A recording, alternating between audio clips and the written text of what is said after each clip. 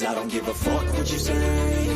Yeah, I'ma do shit my way. So you can go kick rocks, I'ma stack bricks up, build what I want to make. Yo, I got a lot of shit to say, so I'ma do this every day. I'll be writing things until I'm fucking buried in my grave. 6 feet deep under, but my body won't decay. Cause my messages are timeless, so they'll put them on display. Oh yeah, I rap with a certainty, I have a sense of urgency. A message for eternity, for everyone internally. I had some people burning me, but now they fucking learn to see I ain't the one to fuck with. Now they looking nervously, and I don't really care what you think of me respectfully. You can kick rocks if you think you're fucking better, see. I will outwork you, turn you to an enemy. Hurt you so bad that you're gonna need some therapy. I got the motherfucking recipe. I've been cooking up hits, I'ma leave a legacy. You'll be looking small when you're standing right next to me. I'm 5'10", bitch, but I'm 10 feet. Cause I don't give a fuck what you say.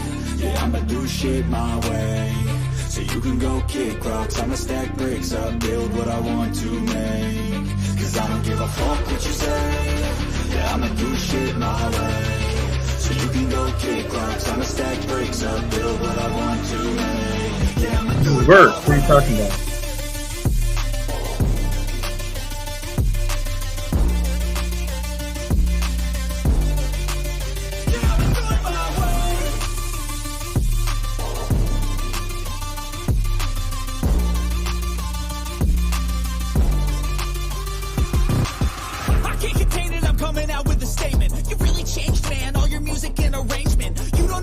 Shut your mouth, you can save it. I'm the same dude that got his come up from the basement. 100 songs, 100 weeks, didn't change it. Experiments, development, intelligence, and patience. I'll do it all again, cause I never feel complacent. Let's keep the good vibes, positivity's contagious. I'm never looking back, cause I made a life that's passionate. A college graduate suppressing all his talents, yeah. He found a way to go and change, become an advocate. For taking control of your life, go out and battle. And you think you have a dream, then act on it. Get after it, get out your head and fucking capture it. You got one life to master it.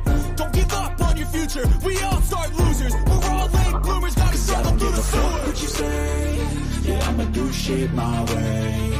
So you can go kick rocks, I'ma stack bricks up, build what I want to make. Cause I don't give a fuck what you say. Yeah, I'ma do shit my way. So you can go kick rocks, I'ma stack bricks up, build what I want to make. Yeah, I'ma do it my way.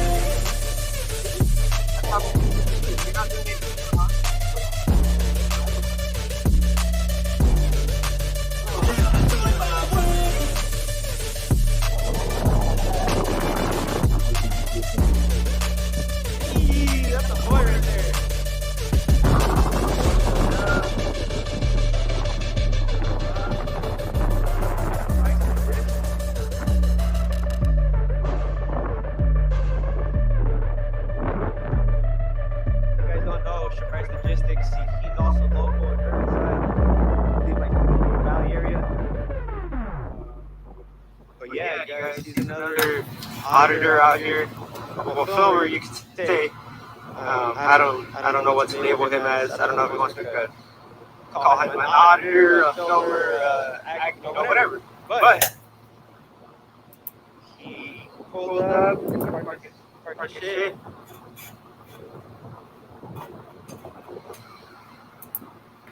I should probably have like my hand covering the microphone right here.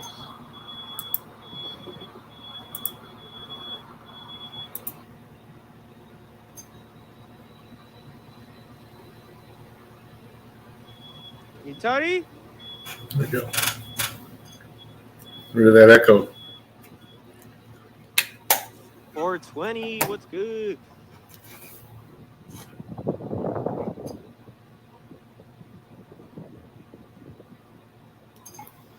For the bird. Damn, you guys are comedy. What the hell? I know, Victor. I just seen that shit too. Oh, that should crack me up. I don't know. I don't think they're gonna come out right here.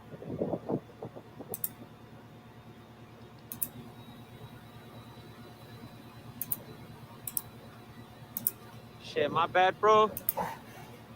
You just got the secondhand smoke.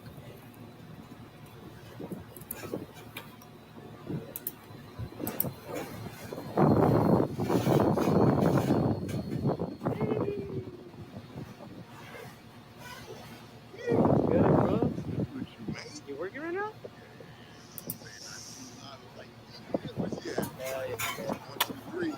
yep. Yep. They did it last time. Last time they had a a fence that was all small, but now they built it up right here. Yeah, these people right here. Yeah, that I hit them too. They did. Yeah, they cool. They were cool last time. Yeah, they just came out. Nothing major.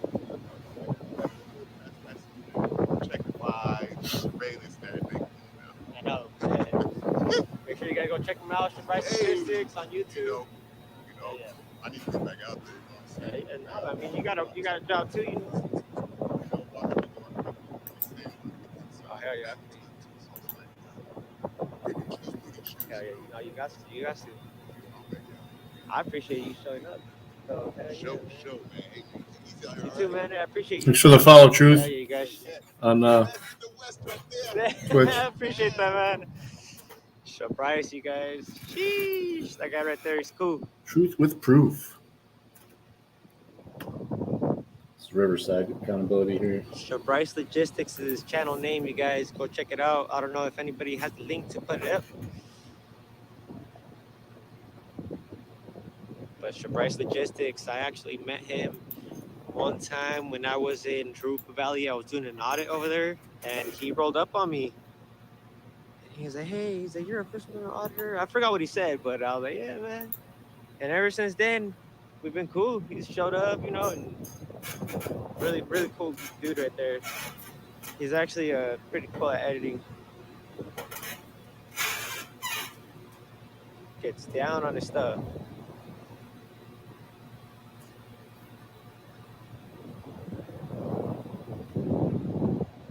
I doubt they're gonna come right here though.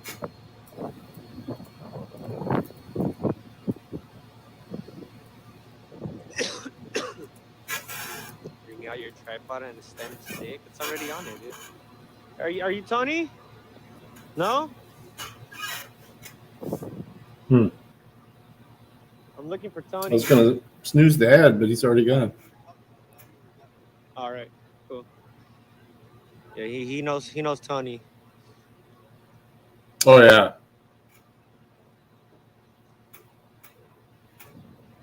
Like when he just smurfed that dude, he couldn't even get him in the face. I mean, literally missing. Literally a foot away from him, he couldn't get the guy's face. Man. Everyone was like, "Oh, that was shitty smurf juice." I'm like, "No, I was shitty aim." I doubt they're gonna come out. Today's what? It's Monday, right? Monday, everybody's supposed to be at work early, bright and early and shit. And it seems like it's only the workers. Seems like nobody inside the office, nobody, no owners, no nobody. But yes, Bryce Logistics, if you want to put your link up or if somebody can put Bryce Logistics channel up, there you go. K.92, put it up. Make sure you go check out Bryce Logistics. Really cool dude right there. Oh, I heard something about sour cream. Are you talking about Alcor? I read he likes sour cream. Yeah, that's Alcor. He likes sour cream on his tacos.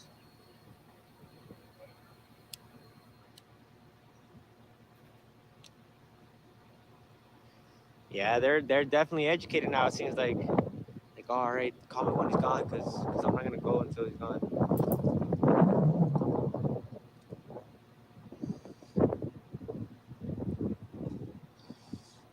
Like I said, the wind sucks right now. I wasn't expecting it to be this windy right now. I'll just have it like this. Move along or what? Keep it going or stay here? Go on to the next one down the street or stay right here for a little bit? See if anybody comes by. What do you guys think? One to stay, two to go. One to stay, two to go.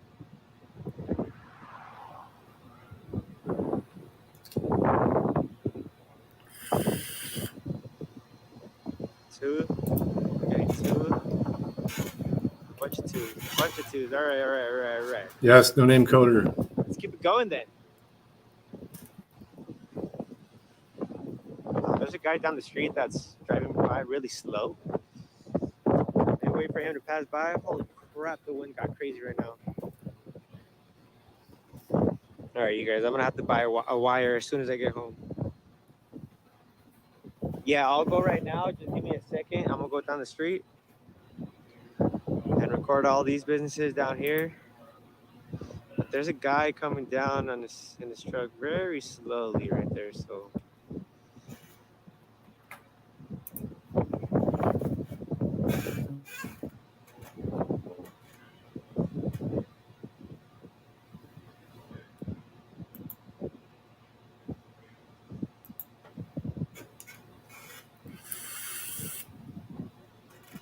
mic sock definitely. I know I got the mic sock. I got the microphone. I just need to put a wire on it, you guys. I don't have a wire.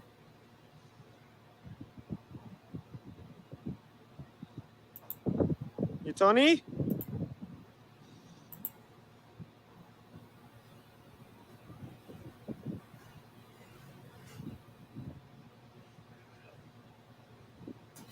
All right. Just getting caught up on some stuff here. Email. What's good? My work shit. Yeah, I don't think anybody's coming by. Do you have All an right, incident let's here? go. Oh, it says revisit. Okay. Live. Upgrade. What?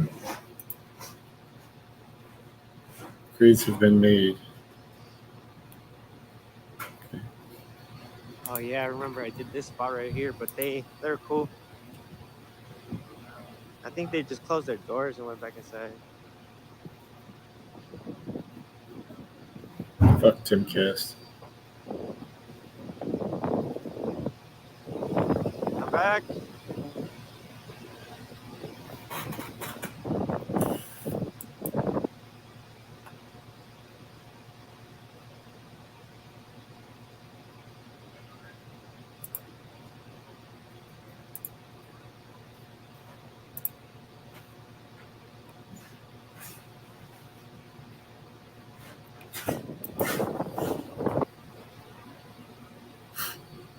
Back to Ricada.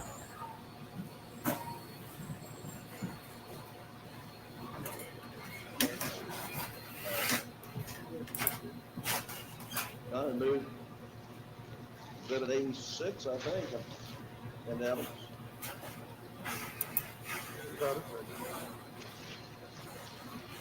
Now, when Alec left that day, this was laid out on Ms. Libby's retirement rocking chair, wasn't it? Yes. And you had, when you left for end of your shift that day, that's where it was, right? Mm-hmm. Yes. And you've never seen it since, correct? Correct. Now, they showed you a picture, which is in evidence. Do you even know where that picture was taken in the house? No. Do we have that picture?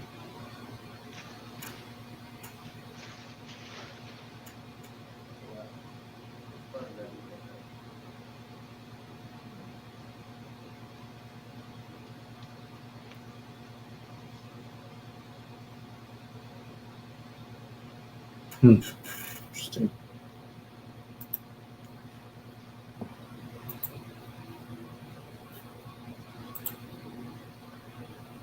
Can you see that, Ms. Smith? Yes. Do you know where that is, and or even if it is in Ms. Libby's house?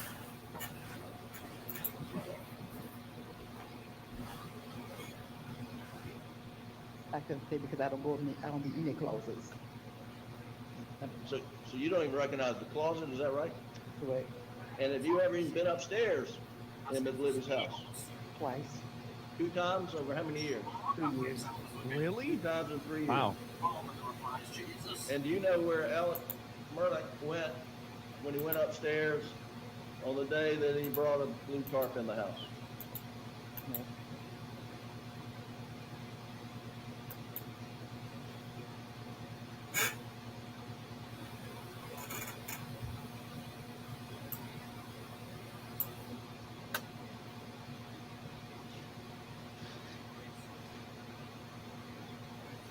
It's a new. Looks like they just redid Vikendi on.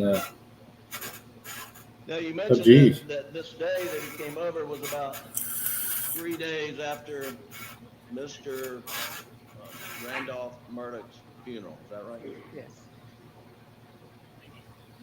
And it was early in the morning? Yes. They changed this. They changed it up to good. Remember that What did Mr. they? Randolph's funeral being on a Sunday?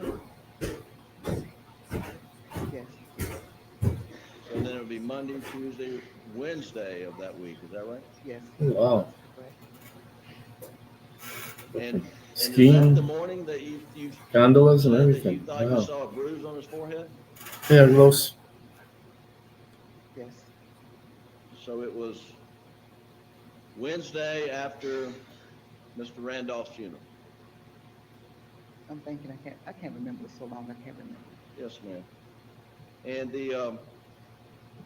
and you mentioned that that he came in a truck. I think you said he drove up in a white truck. Mm-hmm. Is that correct? Yes. And he does have a white truck, as Yes. far as you know, right? Yes. Yes. And then you said he left in a white truck. And are you sure that it was Mr. Randolph's truck or Mr. Alex's truck that he left in? Because it was moving. Mr. Randolph had always keep his truck in a certain position, certain part. So you think he left in Mr. Randolph's truck and moved? Yes. And when you came back, when you left that morning, I guess Wednesday we're talking about, was Mr. Randolph's truck back in the driveway, Yes. parked in its normal place? Yes. Anything out of sort? No. Was it all covered up with mud, like someone's been mudding in it? No.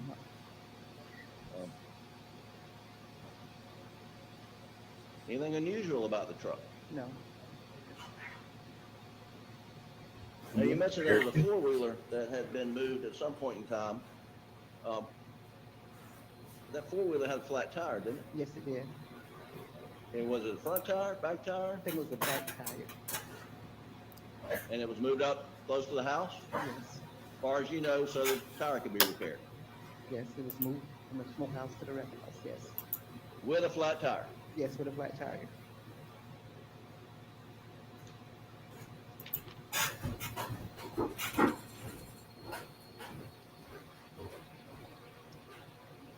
Now, you were asked questions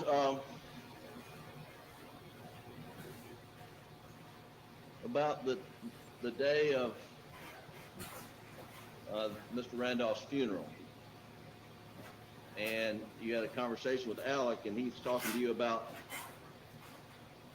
how long he was over at the house on the night of June the 7th, right? Yes. And he said he was there 30 to 40 minutes. Yes. And you said, no, I don't think it was that long. Yes. And then the next day, I think you said, or day after, or the following day, or I guess that would have been Monday, you had another conversation with him when you brought up the fact that you were going to get married. Like you said, that was a different day, right? Yes. And he was just being nice, wasn't he? Yes. I think you used the word good person. Good person. Yes. Who were you referring to when you testified in response to the question by Mr. Meadows that someone's a good person? Mr. Alex Martin.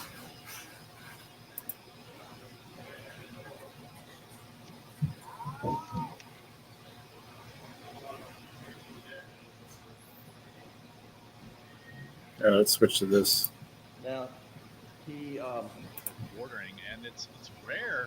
It seems like it's been rare that Twitter's been viewed in a positive light, especially with everything going on with trust and safety, people losing faith in Elon Musk's ability to remain committed to free speech, and basically the general feeling that not much has changed, that the shadow bans, all this stuff still exists, hasn't been removed.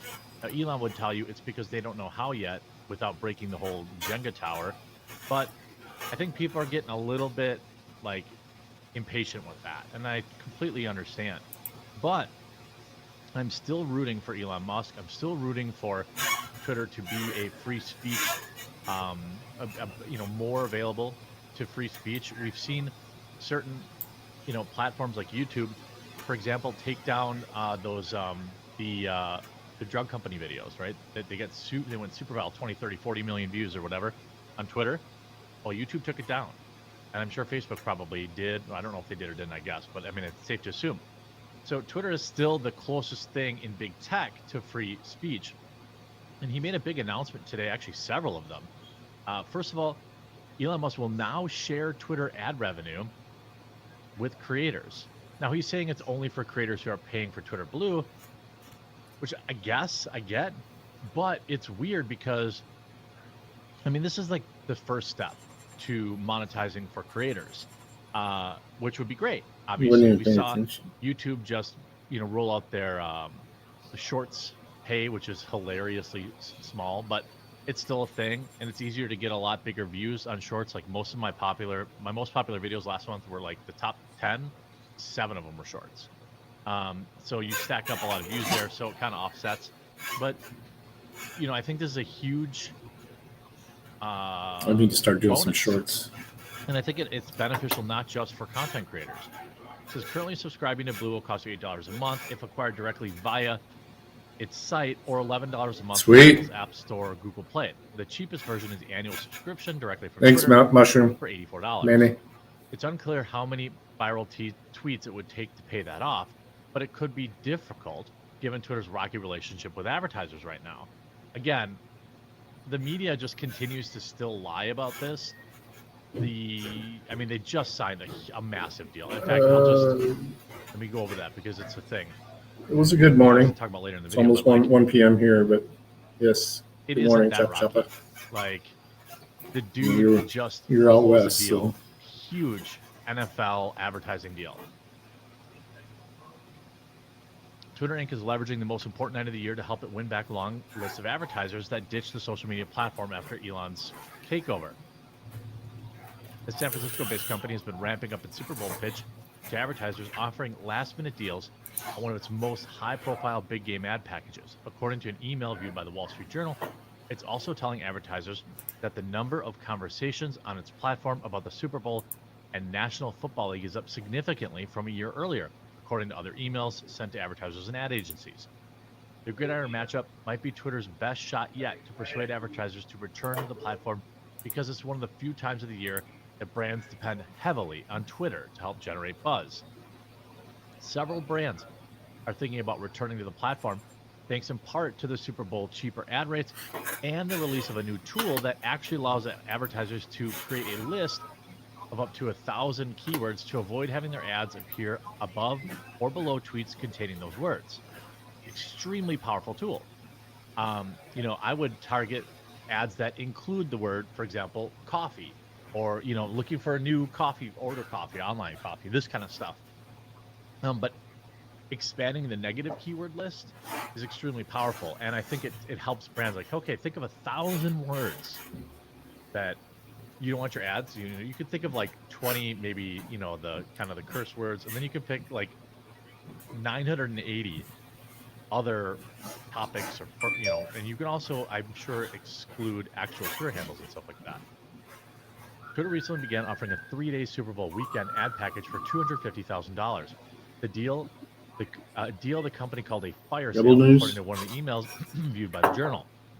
The email, which was pushing a newly added Super Bowl ad package that allows advertisers to run video ads ahead of NFL highlight clips, offered to match up to $250,000 in free ad space. Man, coffee brand? I don't think it would work. I don't think I could sell enough coffee to make that worth it. But it's essentially a 50% off, right? So many advertisers, including Pfizer, United Airlines, General Motors, paused Twitter ad spending after Musk took over in October. Some advertisers had concerns about his approach to advertising, blah, blah, blah, blah, blah. More than 70 of Twitter's top 100 spenders from before Mr. Musk's takeover weren't spending on the platform in the week ending January 29th. Again, that's big money. But you can only ignore the massive market that Twitter represents for so long. And the fact that they have they score these deals. You see, Twitter scores huge Super Bowl deals with major advertisers committing to spend millions. Those deals include these deals include major deals with Pepsi, Anheuser-Busch, and more. Super appreciate support of the NFL and major advertisers. Congrats to the Twitter team. And what's going to happen is they're going to get, probably better than average return on investment because they're going to be paying half. Figure out how to do these shorts on the desktop as well. As much to deal with. Or I'll be sorry, they'll be paying half, and there'll also be a ton more traffic. So I think a lot of people will definitely come back to the platform, and even if they just go live together thing, it's like a co-host to stream. It's better. The presumption is they were making money or they were ROI positive before they left Twitter. Obviously, they wouldn't be there if they were losing a ton of money. So now that they get the same access at a much cheaper price, I assume that's a way for them to come back and be reminded that, Twitter is a positive place for their brand. And, it's not what the mainstream media keeps saying. It's also, you see Democrats and Republicans equally trust Twitter under Elon Musk. Republicans trust increased, Democrats decreased, and now they're at the same inflection point or at the same point. So, I think, you have a lot. Getting these advertisers turning the platform is a huge W. You see, Twitter is set to share all ad revenue with creators, censorship, MSM, and hopefully YouTube. Even refined to this more come on this front. This is the main creator. Twitter needs to be where a creator is most highly rewarded for their time and talent. Well, that's going to make it difficult to do when you're competing against TikTok, even YouTube Shorts, which I think people really felt like, oh, YouTube Shorts isn't going to be a thing. Then it's just a thing now, like it or not. You may not watch them, but I can tell you, my channel, even though they don't pay anything, and they didn't start paying until November, and it's still really, really sad. It's better than nothing. I use them for new subscribers. I don't care about the money. You build the brand. These are people that could maybe buy my coffee, or maybe they support Meta PCs, or they, whatever the case is. So, it's all high value to do that. And if Twitter became, a place of actual ROI instead of being, wildly ROI negative because it's just such a time suck and there's very little, good that come of it, that would be an absolute game changer, especially for even really anybody. Because if you're a new content creator, for example, starting out on YouTube, BitChute, Odyssey, or Rumble is daunting. It's still, there's still a barrier to entry. The smallest barrier to entry is Twitter. Literally anybody can viral at any moment and build huge followings. And if you're like a mid-level creator on some platform, the opportunity to earn a few more bucks to be on Twitter, or if Twitter's actually legitimately the best, I just think that's an obvious win. I think that's it's gonna be a huge thing, Elon. So, bring out, ad revenue. I guess why they would say you have to be a Twitter Blue member. I think that they'll kind of. Why would it just give it to everybody? I suppose. I think this is probably the first step to having ad revenue for YouTubers and short creators, TikTok, Instagram Reels. That's what he wants. He wants them to be pushing their content on Twitter, and if he can share revenue, he'll attract massive crowd. And it'll create an opportunity for smaller creators to get some eyeballs on their content. All the time I see random videos that are just stolen from TikTok going super viral on Twitter. And it's like, well, what if that original creator had a way to monetize their content? It would have been on Twitter first. It might have been on Twitter first. I think that's what Elon's hoping to do. And, I 100% support that. So, I still think, even with the recent sadness, that Twitter is our best, it still has a bright future. If Elon can kind of recommit here to, freedom of speech and not have his credibility questioned, by having still questionable people in trust and safety and things of that nature. So we'll have to see how it all shakes out. But I think it's still a big win for Twitter and a big win for Elon. And as a creator, I'm definitely excited with the direction that it's going, and hope that it continues to open up more avenues for more creators. And I'm a big fan of more content, not less. So I hope you enjoyed this video. If you did, please do leave a like on it. And if you haven't yet, please do subscribe using the button below, and we'll talk to you again real soon.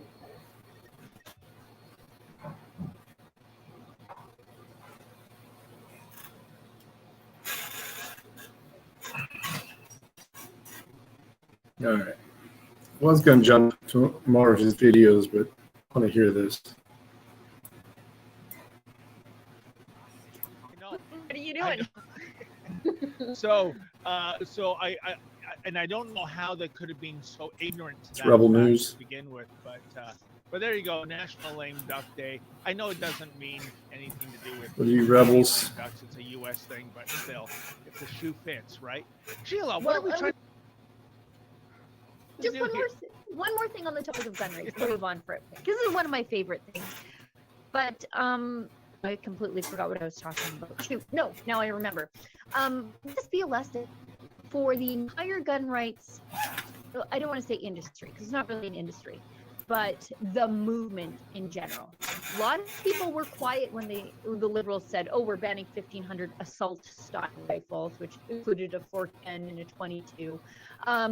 But they were sort of quiet because they're like, "I don't own those. I only own the guns that I need to hunt in my wildlife management unit.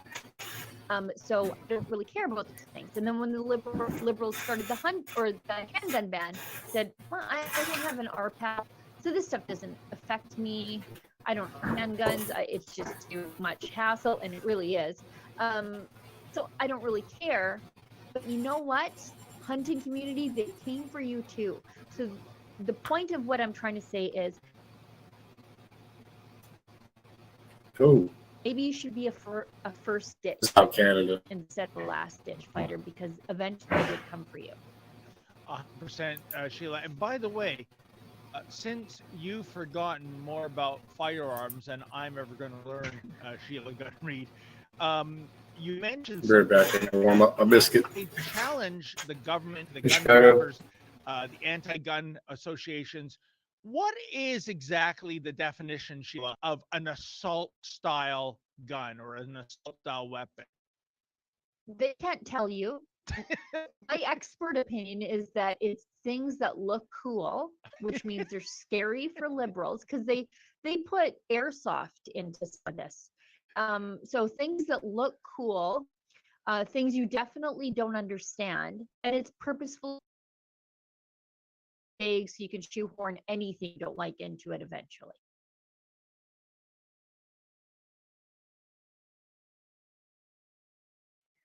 Yeah, that's the thing.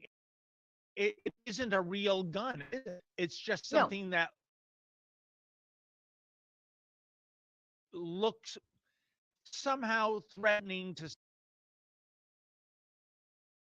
some people that know nothing about guns. So therefore, we'll ban it's a it. feeling. It's a feeling. And as you know, with liberals, their feelings equal reality. And so this is a feeling that gun makes you feel threatened. It's bad. It's got to go. That's how it is. Now I should tell everybody what we're doing here. So this is the Rebel Daily Roundup. It's hosted by David Menzies, and sometimes I am his co-pilot on this adventure. We are streaming on YouTube, Rumble, Odyssey, Twitter, and Getter. And it's a great way for us to talk about the news of the day. Unscripted, as you see, we'll sometimes head off on a little tangent, but I promise it's all sort of rebel focused content. So it might not be exactly according to schedule or Does this keep cutting out? but it is always something Is it their stream? that exists within the Rebel universe. If you want to support the work that we do here at Rebel News completely willingly, might I? With a hearty yes. I'm looking at interest rates increasing, forcing people to, in some cases, give up their homes. prices. Every time I go to the supermarket, you know, I was at Metro the other day. I had a little basket of groceries. I said, yeah, it's about $45. $108 later, you know, that's the reality.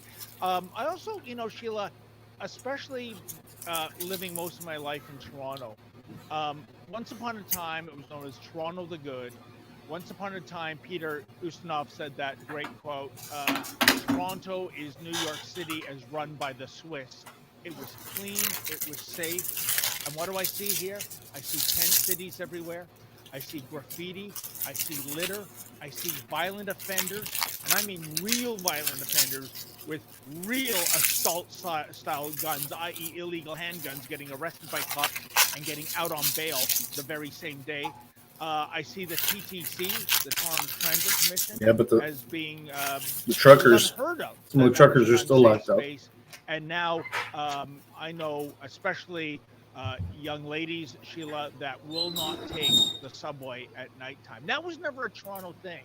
That was a New York City kind of thing going back to the 70s. Yeah, so I'm looking for the proverbial silver lining here, Sheila. I'm not seeing it anywhere. Am I wrong?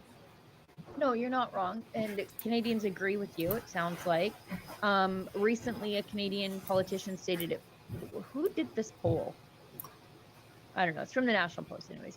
That 67% of people agree with the statement that Canada is broken.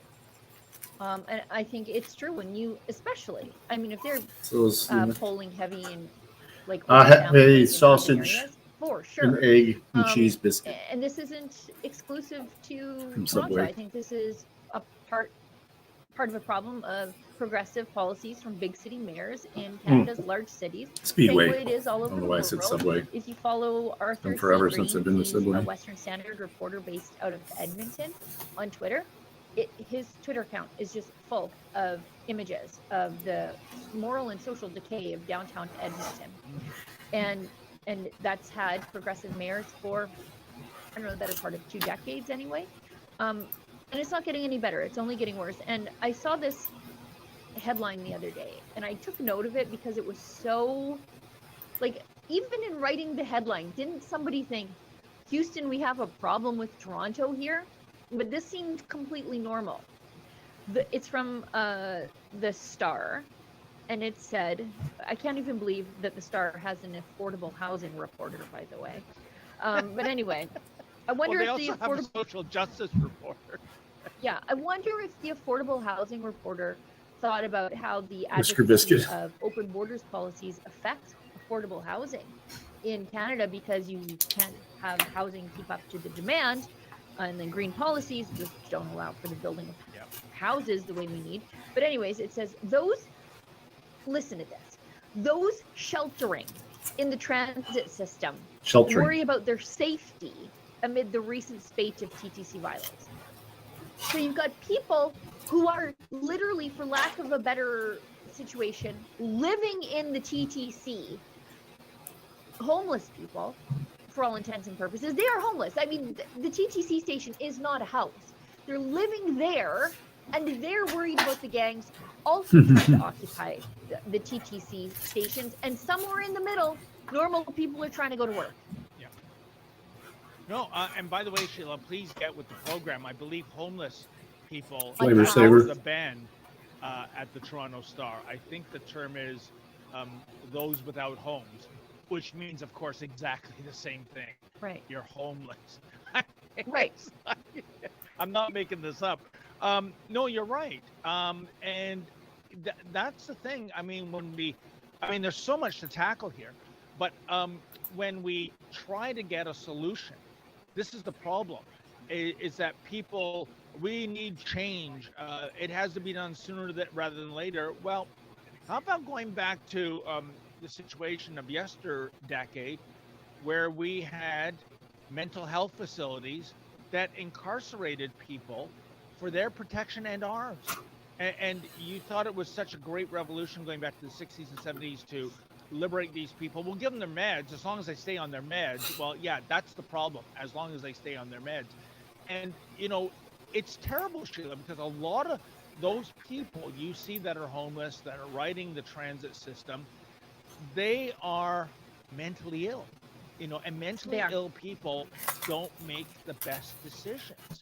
And yet, I bet you those Toronto Star Oh, did you see my are short? appalled at the very idea of incarcerating people, but I don't mean forever, but maybe until they get better, if they can get better. That's a big assumption. But how is it a better solution in minus 20 weather? We had a horrible Friday and Saturday on the weekend, that people are breaking into vacant buildings to Nobody's seen it yet. get through the night. They're sleeping on the TTC at least until it runs down. I don't see that as a good solution for anyone. And like you said, Sheila, I'm sorry, public transit vehicles are for people commuting. Pay a fare. Yeah. We get in, we go to point A, point B. It should be a shelter on wheels. Yeah. And before somebody writes me a letter, I fundamentally disagree with the warehousing of developmentally disordered or developmentally challenged people. I think that was one that did need to change when we closed some of the facilities in the 60s, because there is a better, more humane way to help people live with dignity if they're developmentally challenged, of course. But that is not the same as people with acute mental illness being dumped out onto the street to fend for themselves and then calling it kindness. There's, if anybody has experience with people within their own family with mental illness, and it touches so many families, it becomes a cycle where people will take medicine and they start to feel better. And so they think they're cured. So then they stop taking the medicine. And then it's just a perpetual cycle. Also, the side effects of the medicine is also very difficult to live with, the physical side effects. So people just don't want to take it. But they're mentally ill. They can't make the best choices. And forcing them or dumping them to live on the street, not the best. But yeah, we should make the distinction between developmentally delayed, challenged people with the mentally ill who they need intervention and often institutionalized care. They really do. And speaking of incarceration, another story here, Sheila, knocked me down with Incarceration. the majority of They have a Canadians music festival in that Ohio called should inDOCtriNATION. still be segregated based on biological sex, according to the poll. Can you imagine that, Sheila? Because folks, you don't know, and this is another changeroo in the name of social justice by Justin Trudeau liberals. If you are a 300-pound linebacker-sized male with a full beard, and you're in prison for an offense, over 50% of which would be sexual assault, you merely have to say, I identify as a female, and bang, you're in the federal penitentiary for women. And God forbid if any of your cellmates, biological women, refer to you by the wrong pronoun, such as he or he, which is what and by the way, I should point out, Sheila, these aren't people transitioning. These aren't people who've gone through the hormone therapy. They haven't had their genitalia diced. These are just guys. And I'm a chick, and you are in Lakeland, and you can imagine what the problem is. In some cases, well, I would say this: you don't have hard data. You check in the Rumble stream. Most of these guys are gaming the system, since most of them are sexual offenders. Kind of like I want to be incarcerated in the hen house, so to speak. So again, if the majority of Canadians believe prisoners, if you're a man, you stay in a male penitentiary, and if you're a female, you stay in a female penitentiary. Why are our leaders, why are the Justin Trudeau liberals saying, no, we must have, open feelings for these people. We must accommodate them. And by the way, Sheila, here, you know what the ultimate irony is that if you are a female prisoner, I'm saying a biological woman, and you say, you know what? I'm a dude. I want to go to the male prison. you are not getting your way. Why? Well, because the prison guards don't want to be on 24/7 alert protecting you from basically being gang raped, because that's what's going to happen. So all of a sudden, when that hits the road, Scott, don't think happening anyway. your role, and you stay in your gender-sized prison. But when it comes to that linebacker getting in with the females, oh no, this is all about intolerant of trans rights. Give me a break. There's a lot to unpack in this McDonald-Laurier Institute study, because it is not female to male transgender inmates asked to be put in those prisons, into the male prisons. They're not asking to go there, and I think there's a reason for that. It plays out in the data.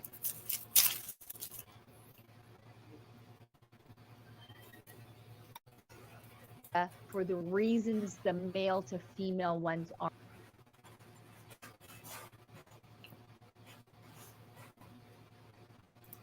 Incarcerated. So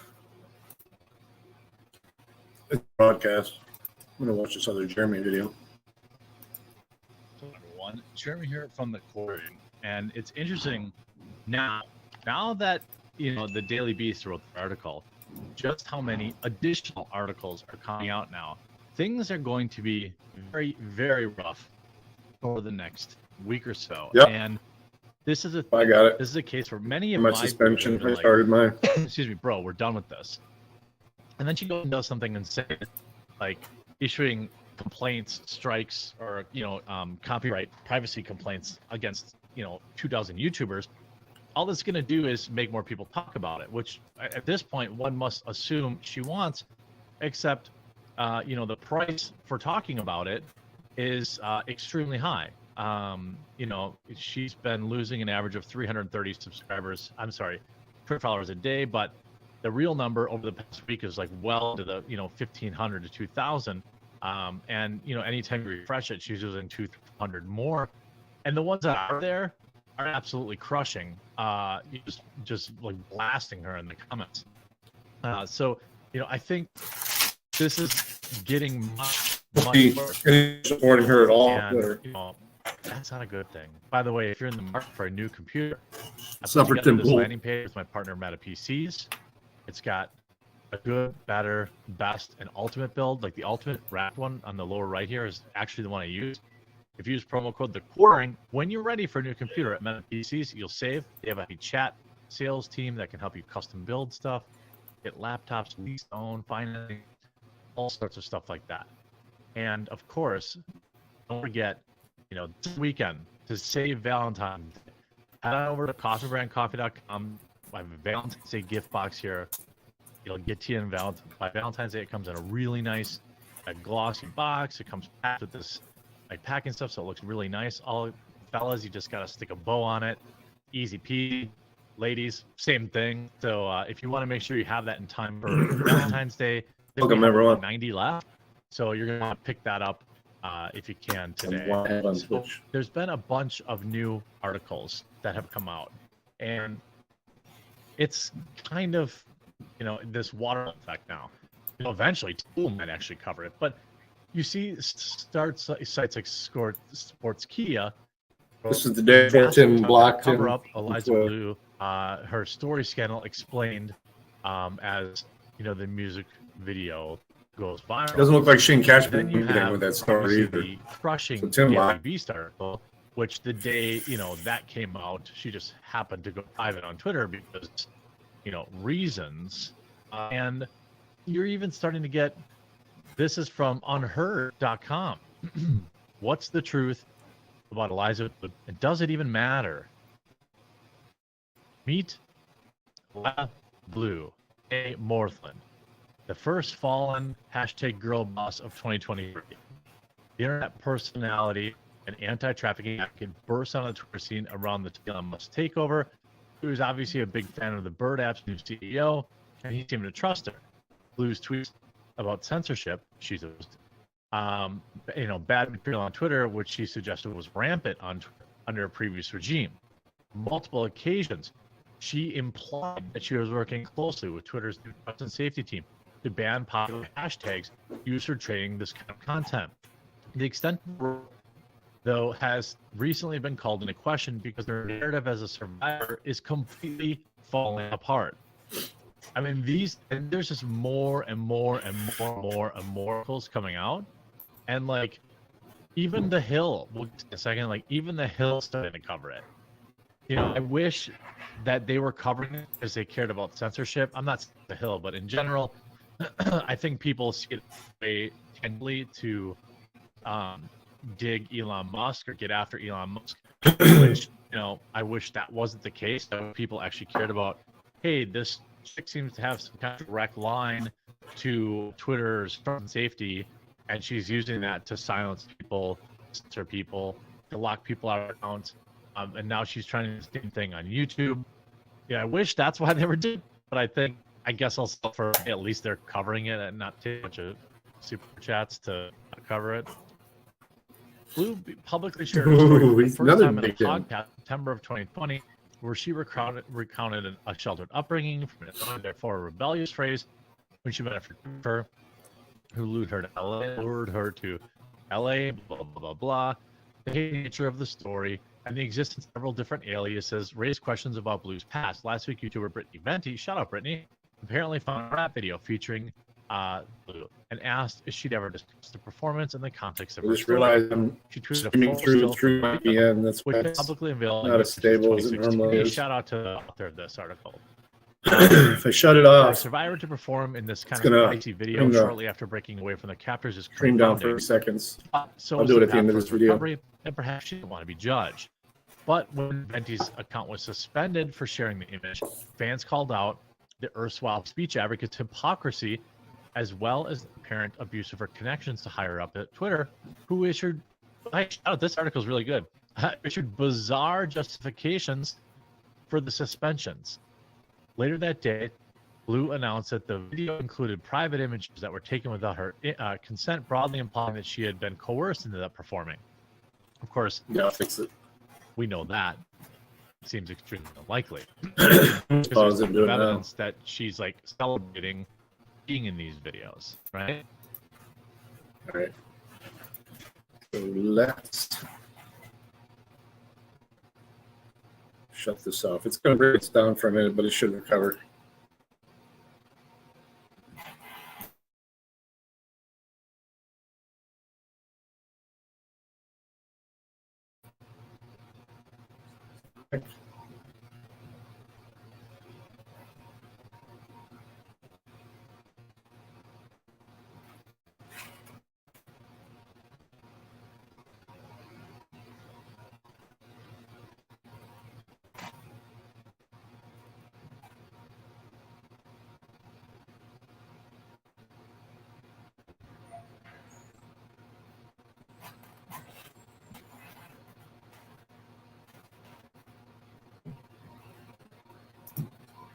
Okay, let's try it now.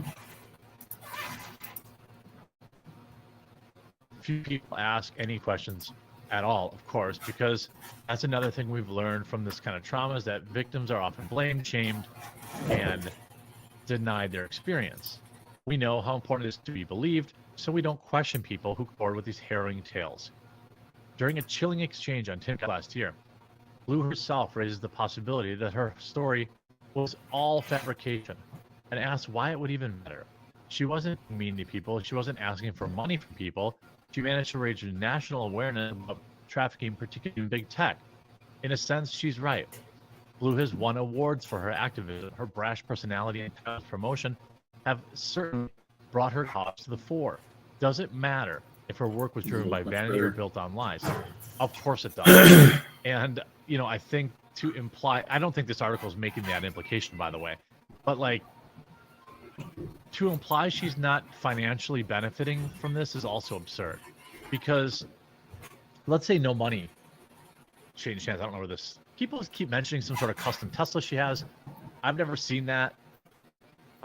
Let's, you know, can't confirm that, but let's say there's, you know, who's flying her around, bringing her to Miami, bringing her to California, bringing her to Tibet. I wonder if that has anything to do with is based on her being what happened about her. I think it's just because she's playing those videos. benefiting from that. She gained 170,000 Twitter followers in November and December. That's monetizable following that you could, I don't know, sell your delicious coffee to, or sell your, promote it to Meta PCs to, right? So you are getting paid. Reliance not cheap. Coffee Brand connections and using my code. Maybe if it's not in hard greenbacks, right? You're still accepting it, and you're building an empire that you can monetize later. So I think even The Hill, by the way, The Hill wrote, who is Eliza Blue, and scrutinizing former allies. It's pretty weak sauce. I'm told it wasn't very a very good deep dive, but if The Hill's covering it, it's good. And then we have Unheard today. We had Daily Beast yesterday. Sportskeeda, which I think was today. So you get a fucking back. Now it's Friday, right? And you would think, boy, if you just don't do anything or say anything, it'll go away by Monday, and it might still. But if she keeps striking, good. If she keeps come and talk to you about my W2. Okay. Instead of just coming out and for last year. Yeah. Okay. I mean, it's like you have your ID? there's so many crazy lies. Like, here's a picture that's floating around, right? Whoops, sorry. She made a whole lie, but she doesn't have Wi-Fi, and there's a Wi-Fi router right behind her. And also, any cell phone you can turn into a wireless router too. So like, it's just like everything this has ever come out of this woman's mouth has been suspect at best, and many of it being completely debunked. Lying about, I don't have Wi-Fi. What is this? I don't. It's getting so hilarious. Now you're gonna start to see, I think, even more kind of big media outlets covering up on this, picking up on this, because it's Friday. Could be interesting now that these YouTube strikes. If there's a lawsuit that happens, because she did privacy complaints against a lot of lawyers. For me to bring a suit, be very expensive. For a lawyer to do it, you're just really eating up their free time. So I know that she got uncivil law, I think it was. Sorry if I got that wrong. There were several people that were gotten. Well, how many of these lawyers that did you go after that are just going to say, you know what, I got nothing going on this week, and I'll just file a lawsuit that's going to cost a bunch of money for you to defend yourself. And oh, by the way, she should lose it because she's taking advantage of the YouTube system. I spent all morning dealing with the legal stuff of disputing all these spurious claims. That costs money, right? I have a call lawyer. That costs money. All money that somebody's responsible for. So, it'd be interesting to see in court what her DMs look like between G. Irwin, maybe even Elon Musk. This kind of stuff would be part of discovery. It sure would be interesting to see if there were any panicked messages about banning users, banning accounts who were posting pictures, because it seemed like within minutes sometimes accounts were getting locked. There's no way that she went and manually submitted a complaint, then somebody at Twitter saw it, and then it got taken down in a matter of minutes. They didn't even look at my appeal for over a week. Okay, so I don't believe that. I believe that DMs were sent. I believe that there were direct lines of communication used, and I sure would be interested to see all that in court. I hope you enjoyed this video. If you did, please do consider checking out coffeebrandcoffee.com and a like on it and subscribing down below, and we'll anything to kind of keep themselves occupied. Yeah. I don't believe they're capturing anything. They're just on hold until they get closing arguments. Okay. Pretty much. Ha ha ha. Yeah. Let's see. Me Flowers. We're just getting caught up from the I was weekend. My mom's caregiver Tim Pool blocked him. for 4 years before she died of Alzheimer's. To suggest there was no need to visit her because she wouldn't know is ludicrous. Mental stimuli and social interaction is important. Yeah, man. My grandma had Alzheimer's for several years and eventually was. And yeah, I'm gonna ask for an ID for somebody to hand them a W-2, their W-2 for the last year. Headed into a nursing home, and I talked to her on the phone from time to time, and it was very jointed and messy. When I saw her in person, you could just see the difference in her face because she didn't really, she had trouble remembering the kids and how old they were and all that stuff. She loved having them there, though. You want to see this? Especially because we're going to watch one of my kids really looks like I did.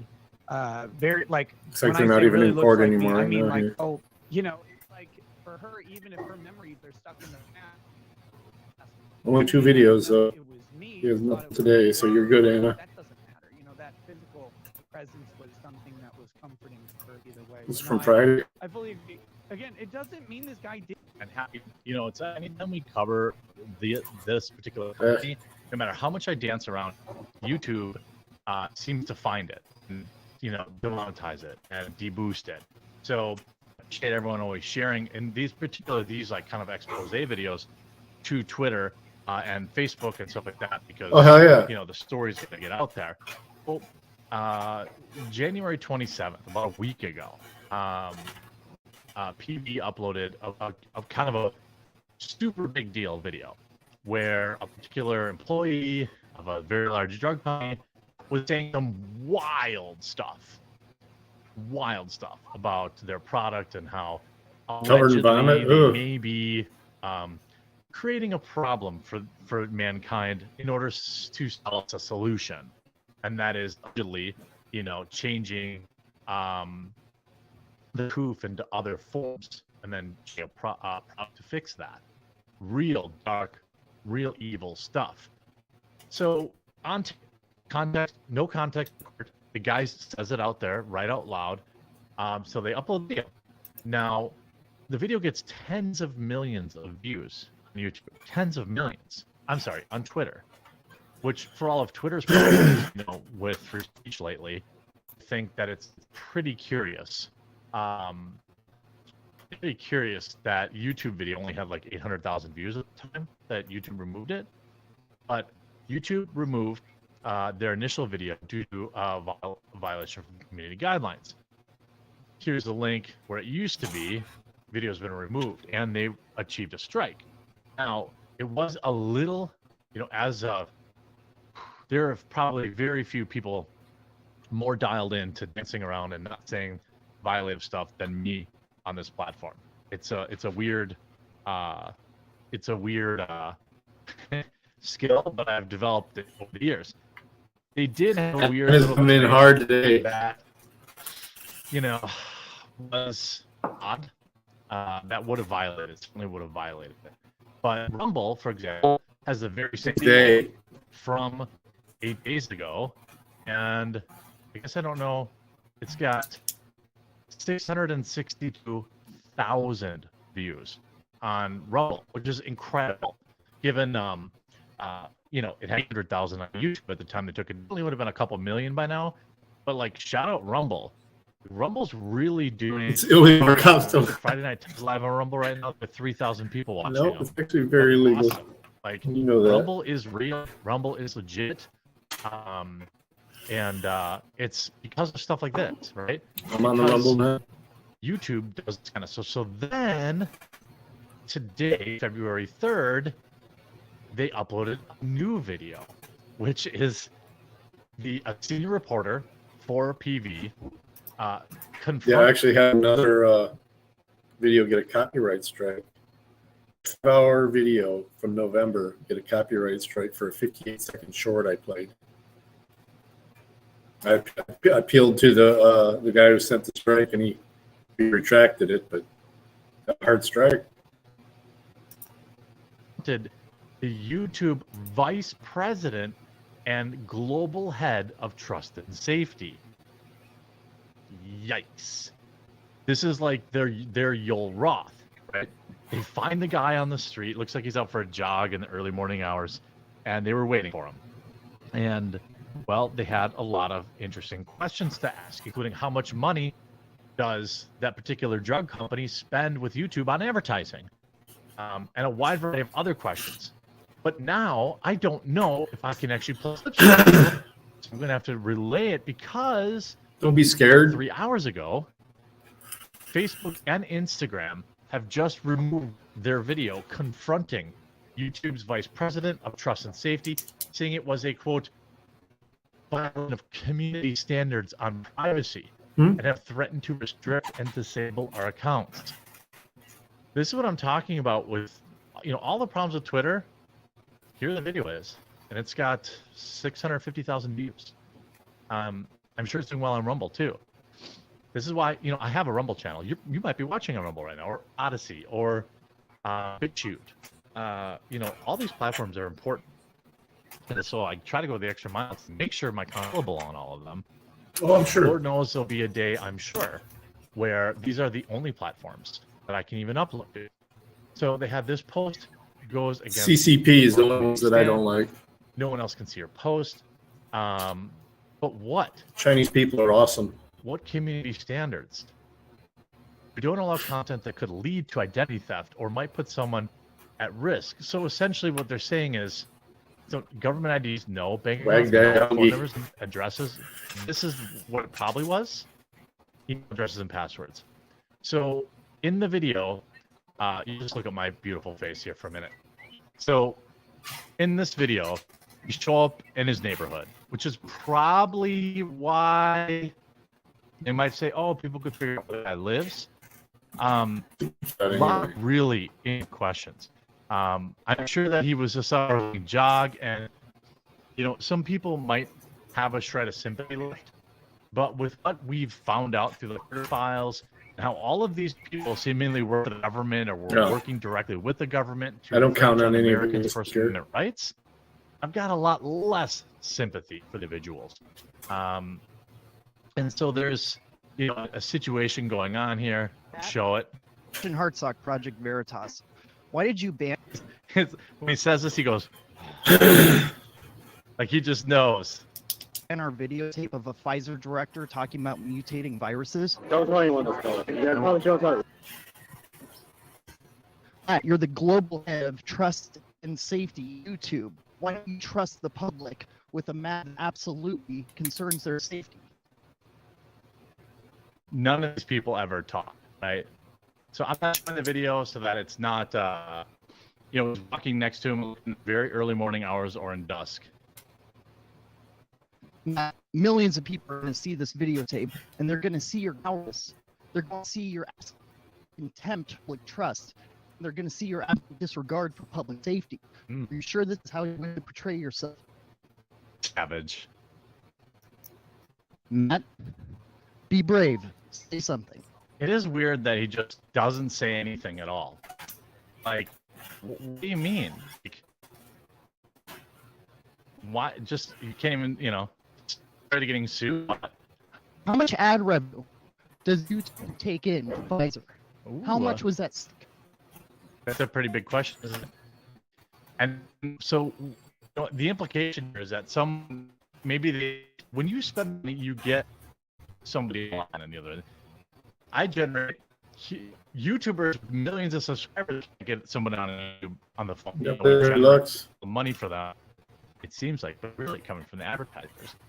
They can get people on the phone. So I think the implication here is like, well, did somebody, if I was to pick up the phone and say, but you got to get rid of this video. It looks very bad for us. It's hurting the price. This kind of stuff. A Pfizer director. So, like, he doesn't want the American public to know. James O'Keefe. Our Pfizer say YouTube gives a strike and not let us for a week. Do you have any ethical responsibility to the American people, to the world? Does the public not deserve to see that video? Oh, that's not something you want to do. Is that a threat? Are you threatening me? Is the global head of trust and safety threatening me? No, I just said I called if you cost me. I touch you, Matt. Yes, I did. Matt Halpern, global head of trust and safety. Brought to you by Pfizer. Yeah. So, if you heard what was going on there, he didn't him. Now, maybe the threat was that he would call police. That's fine. Look, I don't care. At some point, a man's a man. If you're pushing up on him, he's gonna react. So, like, I'm not concerned about that reaction. But what's interesting is, Ginger Viking beard. Again, yeah, could be. Given what we know about the Twitter files, I think it's safe to assume there are multiple intelligence community people that work for you. They certainly work in huge numbers for Facebook and did at Twitter, probably still. Ultimately, a situation here where you don't really know who's pulling the strings at YouTube. And when YouTube seems to act, see, there was one line. What YouTube is saying here is like, they'll let it exist on their platform, but you better be the squeakiest clean you possibly can. Otherwise, they're gonna take the video down. And they did a small tactical error, and but like YouTube could have just, hey, chop this out, or or something like that. Hey, they don't do that. They give you the strike. They say, hey, like chop. No, that's actually, not what he looks did. more like They James shut down the Freeman. video and they banned re-uploads. So I don't really, the In this guys, the video. VP A year ago. of trust and safety, or whatever, the head of trust and safety. That's a fair question to ask.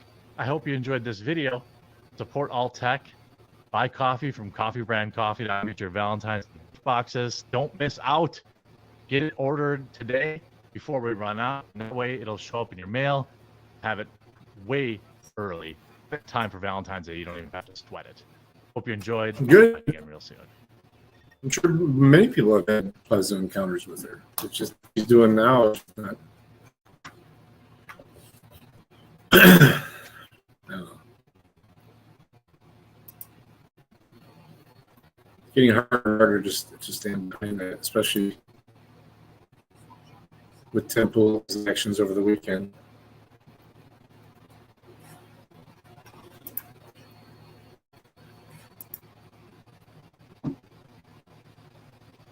Man, it's sucking today. What's going on, everyone? Jeremy here from the quartering, having an absolutely This is the last wonderful video. day. Some Hang out, Anna. This will be it. on Hogwarts Legacy, which comes out in a week, I believe. Early access for people that paid for the deluxe Pull-ups. version, I think, starts on February 7th, which is early next week. But for the rest of everyone out there, I believe it's February 10th. And Yeah, Grandma is this pretty game hot. has with over 1 Especially million with this signatures stick, about which is hard. over 1 million signatures boycotting the game. Twitter has been endlessly haranguing J.K. Rowling, going directly after her, sending some terrible things to her. Everybody in the games media has been ignoring the game, or when they cover it, saying that it's literally the worst thing on the planet if you play the game. So you would think, with all of that Twitter outrage and all those game journalists, If it was my type of game, I would would have go ahead made and a order dent it, in but sales. it's not. Except as of yesterday, Hogwarts Legacy is the best-selling game on the PS5, Xbox Series X, and PC pre-launch. And there's still a whole nother week of hype. Plus, if the game's actually good, more people will buy it. I've purchased it for PC. By the way, I play all of my games on my Meta PC right below me. I work directly with them to get some nice packages put together for you all. I did like a $100 to have his head wrapped ultimate on your build. computer. The one I'm using right now is $200. Jeremy's ultimate build, or Jeremy build, it says here. I think all of these are $150. great options. They That's still still let you build nuts. your own. Just to have a all plastic ready to wrap ship of his ones. face They have on top inside your tier computer. veteran company. I like And, Jeremy, but they've no. supported me for a long time. So use promo code The Quartering, and I'll leave a link to this in the description below to save some money. Now, every time, I know you might not be ready to buy a computer right this second, so just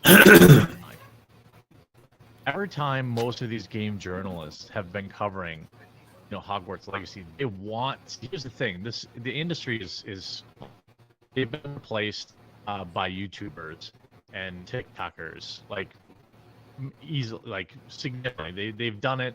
They basically started losing market share 5 years ago, and now they've basically everything. So they really can't afford to not cover what is potentially the biggest game of the year. At least it's the biggest game of the year so far. But they cover it, and then they'll say, "Oh yeah, but transphobia," or here's all this interesting stuff about about Hogwarts Legacy if you want to be a turf and play it. So there's all sorts of like sad cope that goes on with them that I love. We'll look at the numbers in a minute. But it also, the game comes out at a time which it perhaps could be being boosted by, but like, doesn't it feel? Although there was a game, what is it, High Rush, or some people said it's really good, but there really hasn't been any big hype games in feels like forever, right? We've been getting hype for like Call of Duty games is not that big a deal because you get a new one every year. Hogwarts Legacy is a game being put up on WB Game. Is the first kind of game that you really started seeing people get pretty excited for, pretty amped up to buy. People pre-ordering it. I don't think you should pre-order the game to own the libs. I mean, I did, but I guess the moment is solidarity. But you should wait, to see if the game's actually any good. That's kind of important. I think what we've seen from the gameplay, the final trailer that just came out and all this stuff, is it looked really good. And it's got a ton of gameplay for the money. But I think that that's a good thing. And this is what I guess what I think is funny or kind of awesome about this is in spite of the entire weight of Twitter and gaming journalism going against it. The entirety of Twitter going against it. 1 million losers signing a petition. 1 million people plus, and that's from 2 months ago. And I think that all these people think that they're owning J.K. Rowling, but it's irrelevant. Many of them weren't going to buy them anyway. It's super easy to boycott lettuce for a guy like me, or like boycott broccoli, because I'm not really interested in it in the first place. So a lot of these weirdos that get on these boycott things, they were never First of all, they're never customers in the first place. We know this with like online cancel culture. They're like, oh, I've been a customer. It's like somebody that tells me, oh, you never talk about X or Y anymore. All you do is talk about, and I did like a video the other day, like a day before, and they're like, you've changed, man. I'm unsubscribing. I'm like, you don't watch my videos. Yeah, yeah. It's the same thing with these boycotts online. Like most of these people, they're going to buy it anyway, or they weren't going to buy it in the first place. They just want to be a part of something. And you can look at the Hogwarts Legacy boycott efforts. And by the way, what did J.K. Rowling do to deserve this said boycott? Simply say that women are real and wants to protect women's only spaces. That's it. She never said anything like extraordinarily volatile. She just says, hey, women are women and men are men, and we should have separate spaces for each other. I think that's 100% fine. I think that voice during controversy, Twitter talked yesterday about, Twitter was saying, oh, the Wizarding World is revenue's down 40%. Well, they haven't released anything. The only thing that they really have released is terrible Fantastic Beasts series. So nobody wants that. Nobody's going to theme parks anymore. Well, I guess people do, but there just really hasn't been a lot of IP for people to spend their money on. Well, I'm predicting that there's going to be a lot of money spent on this IP. All over, J.K. Rowling believing that women are women. And we look at a lot of this stuff, so as of yesterday, even a year that is supposed to produce a larger than usual number of video game blockbusters, I really hope so, because it felt like last year was so stale. Hogwarts Legacy looks like it might top all of its competitors. Its freedom as a multi-platform release combined with the continued strength of the Harry Potter IP, even to the controversy, means that if Hogwarts Legacy delivers, it will be a monster. Early pre-sales are already indicating that no matter what reviews say next week, initial sales are going to be enormous. Hogwarts Legacy was starting to top the charts in a few places as early as a full month ago. But the way things currently stand, just over a week before release, you have Hogwarts Legacy as the top earning game on Steam. Oh, yeah. Higher than CSGO's microtransactions that Listen when you do that, highly man. praised, and the actual least highly praised Dead Space remake. I heard it's really good. I feel like I played the original. I don't have any affinity for it, but people seem to like it, so that's good to hear. Hogwarts Legacy is the best-selling game on Epic Store, over Dead Space and Borderlands 3. That's on a 90% off sale for $7. On Amazon, the deluxe and regular edition. There's supposed to be a way to #1 and #2 selling best games edit on PS5. Is this sound surging for you guys, on or Amazon, just my 2 earpiece? deluxe editions of regular editions once and in the a regular while edition of loud. Hogwarts Legacy are the #1, 2, and 3 top selling game on Xbox. Reportedly, reviews for Hogwarts Legacy are supposed to drop next Monday on February 6th. They could be absolutely terrible, though the early previews have not been. But there are so many pre-sales at this point. A cyberpunk situation where the game is simply so hyped it sold 13 million copies in the first 3 weeks, despite being fundamentally broken on many platforms. I am not expecting a single meltdown. We'll definitely here. follow you The in point those is the game's going adventures. to be colossal. As ever, it's important to report on Hogwarts Legacy without mentioning. Yeah, see, they just can't help it. Most of these writers, you know, these like video game writers, they really just want to be writing about politics.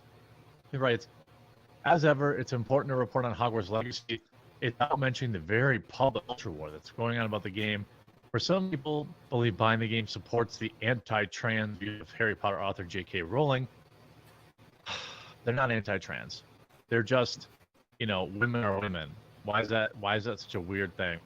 And then there's going to be spite behind the game to upset the other crowd. What's clear already, however, is this debate will have no meaningful impact on sales one way or another, and many players are unaware of its existence at all. They see an open-world Harry Potter game that looks good, the first one in over 2 decades since the book was released. That's what's driving this. It's pretty simple. It is pretty bad. And even here, there's no culture war around this game. It's a small internet bubble that's very loud haters of J.K. Rowling.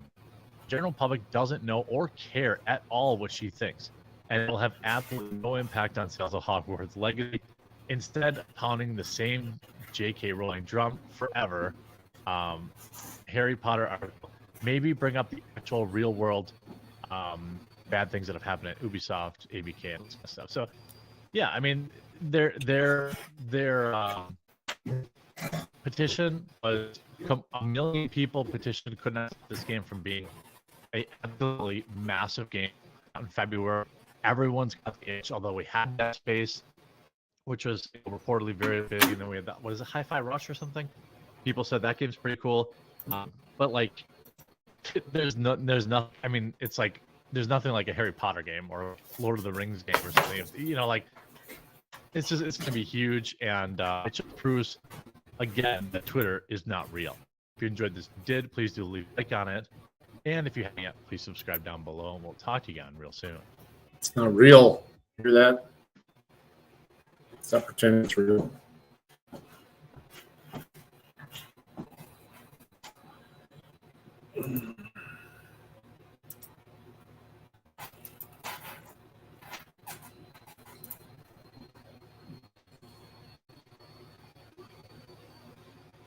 This is Mandatory digital passports, CBD, social credit scores, the future that all of us are keep that craving, around. according to the global elite and WEF attendees. Now, where's the perfect place to test out all of these new controversial globalist He's thoughts heading over under there. the guise of humanitarianism and test some wax to boot? Let me hear your first guess. It's Ukraine. Thanks for helping them. Hello, you 6 million Wakandans. Thanks for joining me on this voyage to truth and freedom. Let us cultivate the inner light so we will not be slaves to their narrative. We've got to talk about what's going on in Ukraine. Okay, a corrupt dictator in Putin to prevent the criminal invasion of Ukraine. The things that are definitely true is Ukrainian people must be supported and prevented from suffering in a dreadful and unnecessary war. But without going any further, let's reiterate the mainstream media globalist narrative. This is a humanitarian conflict to help and protect Ukraine, and there's absolutely no way to Where you have a stand? proxy war where the military-industrial complex gets to test out new weapons. How Ukraine became a test for Western weapons and battlefield innovation. Okay, that seems to suggest it is, but that's just a one-off. For Western weapons, the Ukraine war is a beta test. Okay, a two-off. But there really are no biolabs over. Oh, that's just a key headline. It's not as if anyone in government actually admitted it. That's worked successive administrations for the deep state over 20 years. Does Ukraine have chemical or biological weapons? Ukraine has biological research facilities, which in fact we are now quite concerned Russian troops may be seeking to gain control of. But there's absolutely no evidence to suggest that Ukraine is not only going to be privatized subsequent to the war. Companies like BlackRock, JP Morgan, etc. You heard Zelensky's list, right? BlackRock, JP Morgan, Goldman Sachs. It will not be used as a place to pilot digital IDs, CBDCs, a mass surveillance society, such as they're trying to impose on all of us. At least we can for sure, not man. worry about I'll be that. down to help out as much as I can. During the WEF annual meeting in Davos, Switzerland, Ukraine's Vice So Prime what is Minister this Mikhailo new, Fedorov said he wants the country to be the best I noticed this on jurisdiction my, for crypto YouTube assets app. and Yeah, plans let's to receive pause this. history in Ukraine's central bank digital. Pause this a second. Now when you open YouTube, and if you want to go live just from the app, you get a go live together button. Click on that. So streaming on YouTube just got better. Now you can invite people to go live with you. Is it like streaming? Add, remove, or mute them anytime. Create public or unlisted stream. Preview your video. And you get okay. Where do you the person? This looks the same as the go live.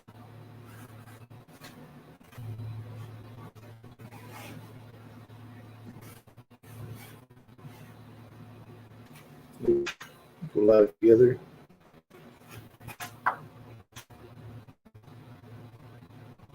Looks neat. Have to try it sometime.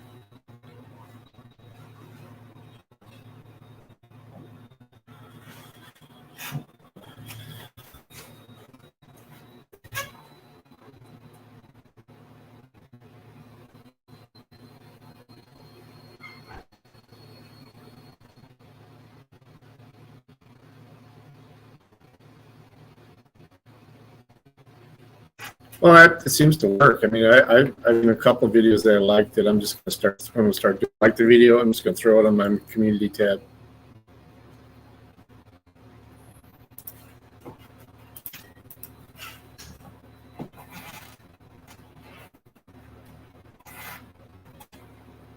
Digital currency, CBDC, the e-gubernia. What we're suggesting to you now is not only is Ukraine being used as a testing ground for weapons and an opportunity to create pro-American military-industrial complex, but subsequent to the war, where they're also getting privatization opportunities for companies like BlackRock, they'll also use it as a testing ground for favored globalist modalities such as mass surveillance, digital IDs, and CBDCs. It's an everybody wins, except for Ukrainian people, of course, but we didn't care about them anyway. Oh, no, they're the whole reason for the war. Oh, well, what about these tight union laws going to prevent them from being paid properly? Look, if you expect too much, it won't make sense. Just shut up. Just last year, the BlackRock CEO, Larry Fink, said he believed the Russia-Ukraine war could accelerate the adoption of digital money controlled by central banks. Sometimes what we're doing is really controversial and we're at the vanguard of information and truth. Other times I think we're just reading out stuff that people have said they're doing and putting it all together, not being bloody little idiots, believing what we're told by the mainstream. What do you think? Let me know in the chat, let me know in the comments.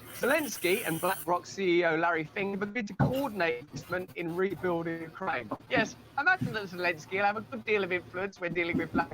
A man who plays the piano with penis versus a man who plays with the global economy like it is his penis.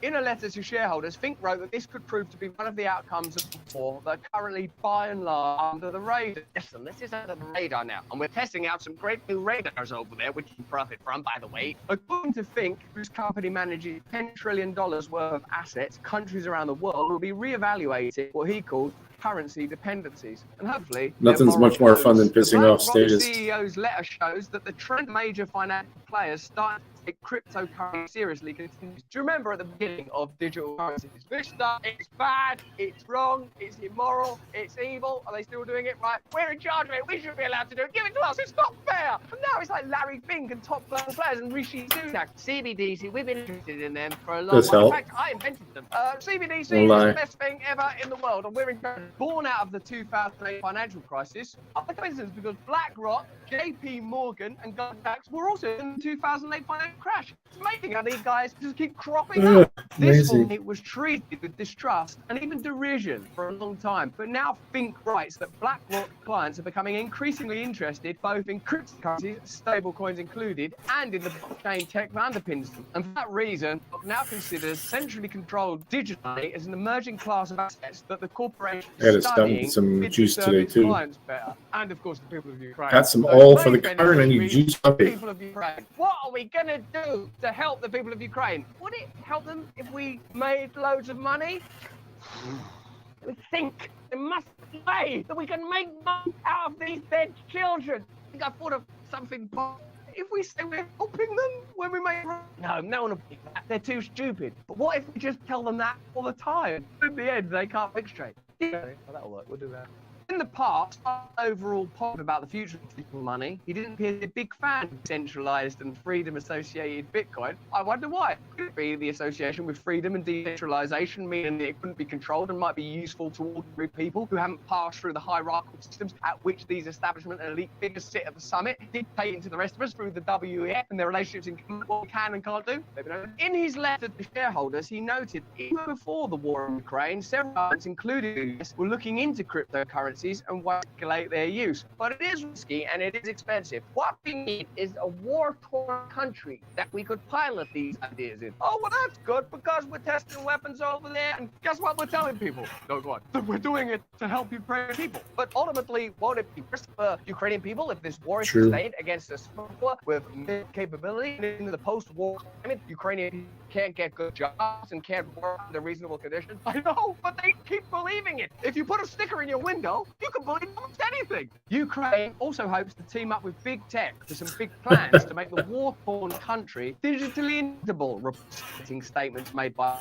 during recent conferences suggest. The main He's lurking in here too. Society. From work. This anywhere? Introducing non-crypto. She's had like 3 admissions today though, so she's been busy. Even for purposes like producing pre-trial and pre-sentencing reports, assessing the risk of a suspect reoffending. So even justice and humanity can be passed over to AI for a profit. Not guilty, not guilty, give me your money. That's not bad, Zelensky. And also, we could use that voice for the robot. An initiative called Digital for Freedom. If we put freedom in its name, people won't notice that it's about tyranny. Yeah. Was presented by Ukraine's Deputy PM and Digital Transformation, Mikhail Fedorov, in Switzerland. So I said. Fedorov is described as longtime friend of President Vladimir Zelensky and a fellow enthusiast in ushering in ever-greater levels of digitalization. The initiative is to make Ukraine the most digital state in the world. It's the internet day. It's been weird all around. While we're continually told, I mean, my stream's unstable.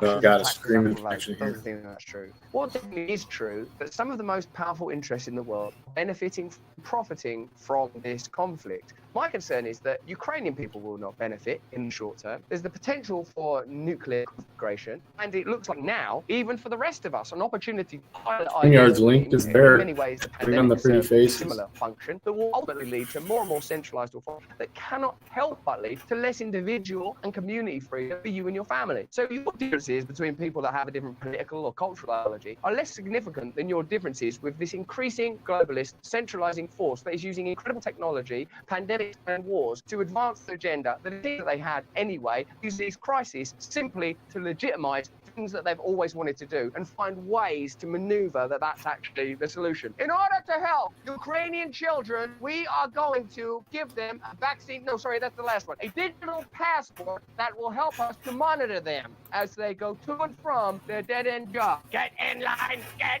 in line. President, you don't have to do this anymore. We got robots now. Oh yeah, thank you. The general promise is that in the future, the Ukrainian government and big tech will be closely interlinked. Interlinked. entwined. That's what you want. You want big tech and the government closely interlinked. Sort of like people from the deep state working at social media platforms or social media platforms and email platforms and providers giving information to the government. That's exactly what we want piloted. The push presented by Fedorov is to make Ukraine 100% digital, and he has a lot of faith in storing data on Amazon's and Microsoft servers. We're talking about the bricks and architecture of potential tyranny being put in place. Even if you don't want to go for woo about it, say, well, no, these people they're just business people, they don't really matter. The potential for it, I'm not going to try to convince you that we already have a cadre of very powerful people that are bypassing property through a series of institutions and globalist organizations, and we should stop it immediately. I am saying that bit. But even if you were like, no, they're all trying their best, what they're putting in place is the architecture for it. Like when you see those robot dogs,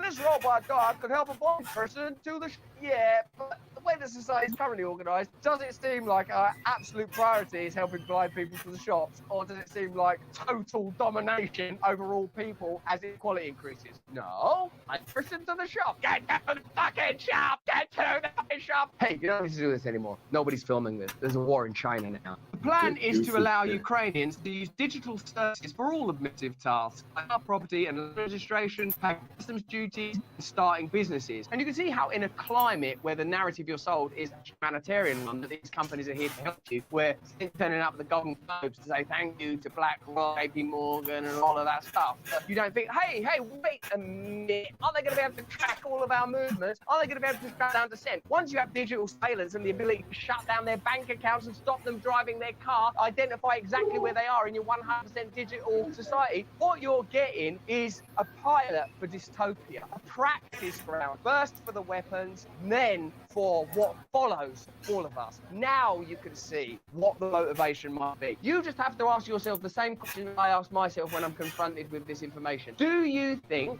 that centralized economic, financial, and governmental interests are primarily motivated by humanitarian drives, or by economic and financial, and by dominion more broadly? If you go, no, actually, having for the last 20 years now, everything always seems to be about humanitarian. When I look at Iraq or Me and Misinformation just got married in 2020. Revelations, all of the past wars, all of the panic and that. I just think these guys are so keen to help people that they've turned into psychopaths. More sectors slated for similar transformation other than the payment system that used to completely do with paper money, education, and healthcare. Brilliant. Got it all set up. Now your children know exactly what to think, and if you're sick, you better be obedient. Very good patient, it's time to check your temperature.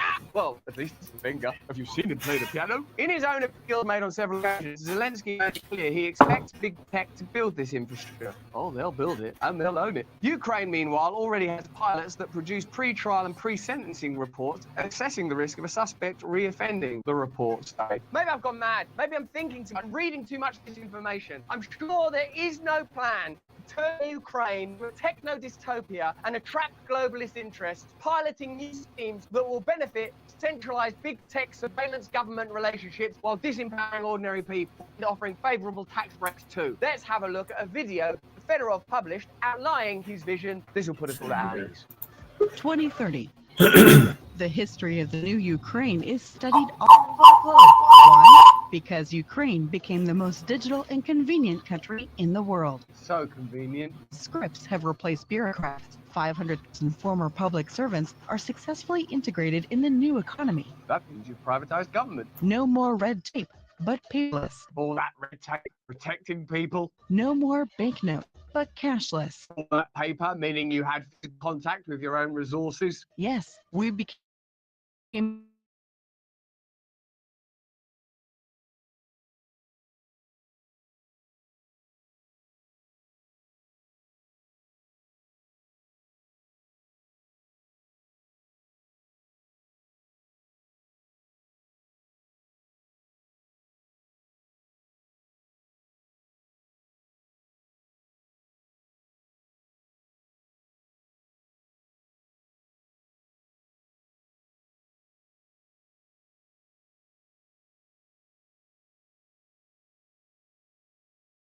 remote monitoring. That means you're being spied on all the time. Ukraine also has the most effective cyber defense in the world. they're presenting this as a kind of advert. They're not saying, don't let anyone find out that this is what we're planning. Otherwise, they'll recognize that this war, at best, is being exploited in order to a globalist interest, possibly or exacerbated in order to create a conflict that would legitimize all of these actions that we want to take anyway. Don't let anybody find out. They are actually, to their credit, I suppose, putting it out there. The Ukrainian government is digital, more like an IT company in terms of the efficiency of implementing decisions. Slower than Ukraine me. freest and digital.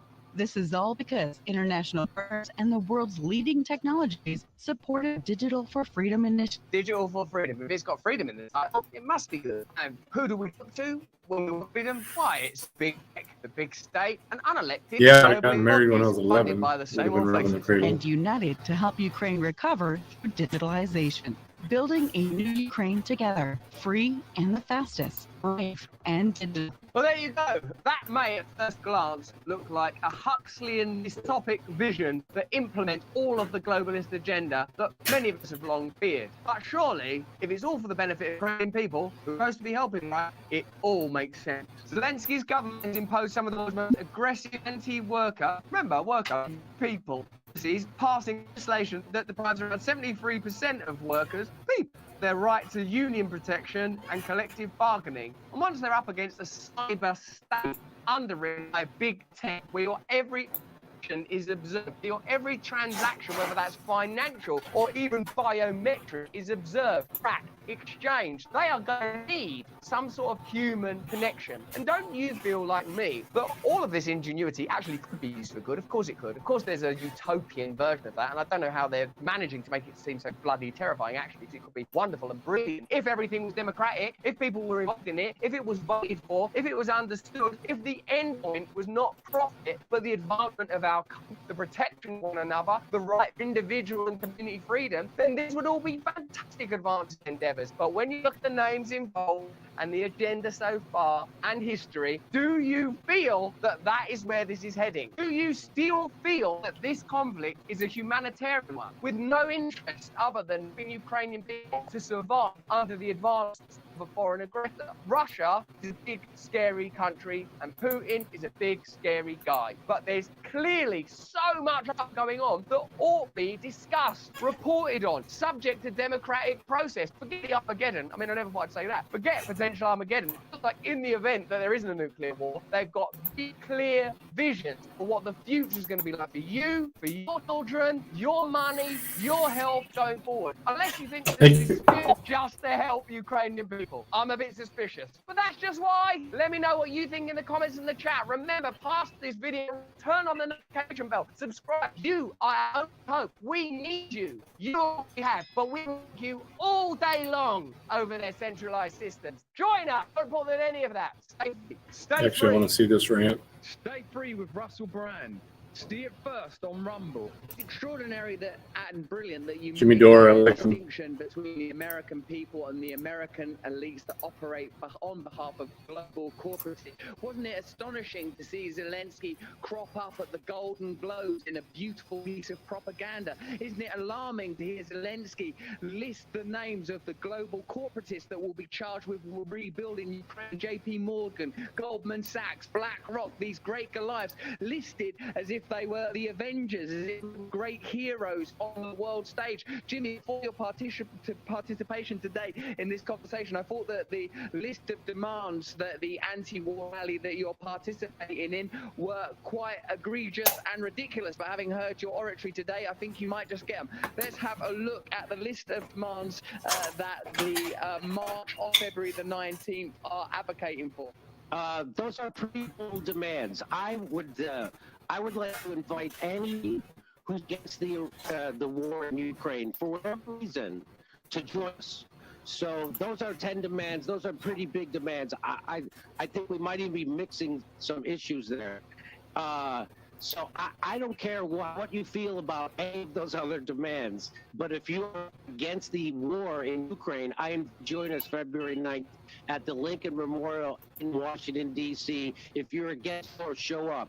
And if you're against the Ukraine war, that's the important thing. And I also want to challenge the people on the left, like the people who claim to be on the left aren't. People like the Squad, people AOC. O'Connor says against war, but he's for Ukraine, right? So I want them to look into their heart, their lefty heart, and be against Ukraine war, because this is a proxy war, and people are getting slaughtered by the tens of thousands. So if you're against war, show up. If you're against all bad things happening because of war, which like inflation, show up. And I, of course, Julian Assange 100% because I support freedom of the press. And so if you're for freedom of the press, show up. But you don't have to support, I don't think you have to support all those things. I just care if you're against the war. If you want to end the Ukraine war, show up. I don't think you have to agree with all those demands. Just be against the Ukraine war. That's all I care about. That's the important thing. And we can work on the other things. Dismantling the machinery of global capitalism. When we, if you can support the rally, even if you can't join Jimmy and the others physically by making a donation, we'll post the information in the chat if you're interested in doing that. When you see a list of radical demands like that, Jimmy, it makes it all clearer that what's really required is a new political movement that is external to the Washington machine. It's impossible to have conversations about freedom of the press, freedom of the media, a true anti-war. More likes than viewers. The possibility, as we discussed last time you were on the show, of people that are anti-establishment coming together, regardless of whether their views are progressive or traditional, left or right. We all have in common with one another at this point than we do with these marginal establishment centralist elites that are dominating all of our institutions, dominating the narrative, and even conversations like this. So I'm so grateful to have you all to be able to have this chat, man. Joe Biden has more in common with Donald Trump and Mitch McConnell. Oh, he's drinking the same. With him or Hillary Clinton. Hillary Clinton has more in common with Mitch McConnell. His drink is the same one I was drinking the other night. That she has with me.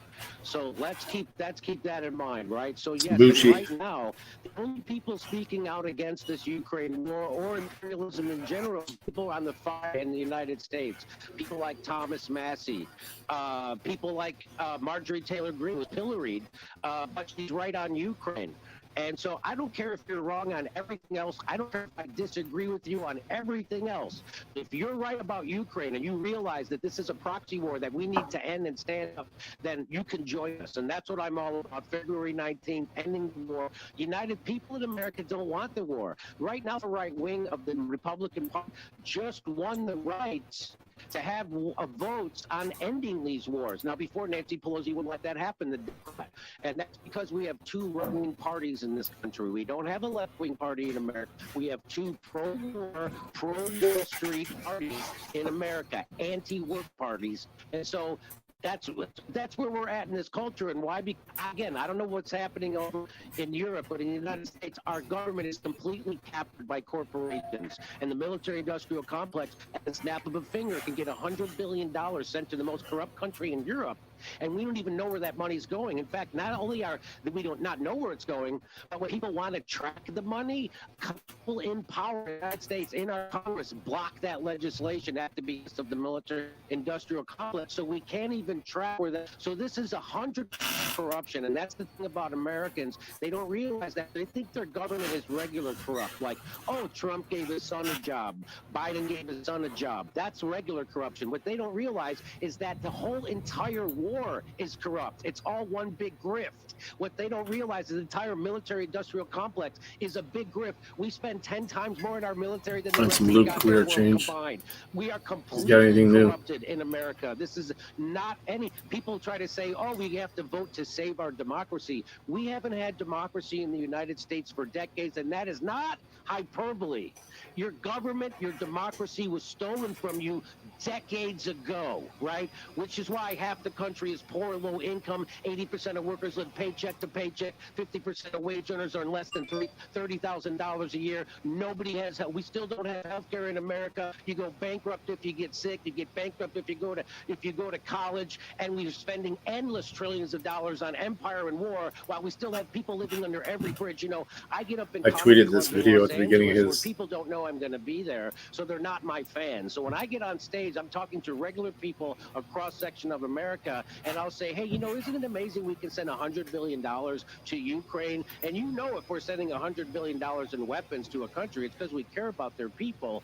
Everybody laughs when I say that. And then I say, I don't care if they send $100 billion to Ukraine. I just wish they would send $100 billion to the United States. And the crowds go crazy because they realize we're living in a completely corrupted society. So what we need now is for people to lose all hope in the system. So what the AOC and Bernie Sanders are there to do is to keep you believing that the system is going to somehow serve you. It is not. The system is there to crush you while it extracts wealth upwards, which is exactly what they did with COVID. They did a thing called the CARES Act. That was their legislation to help people during COVID. What it was a $5 trillion grip that took money from the U.S. Treasury and gave it to the richest couple of thousand people in the country.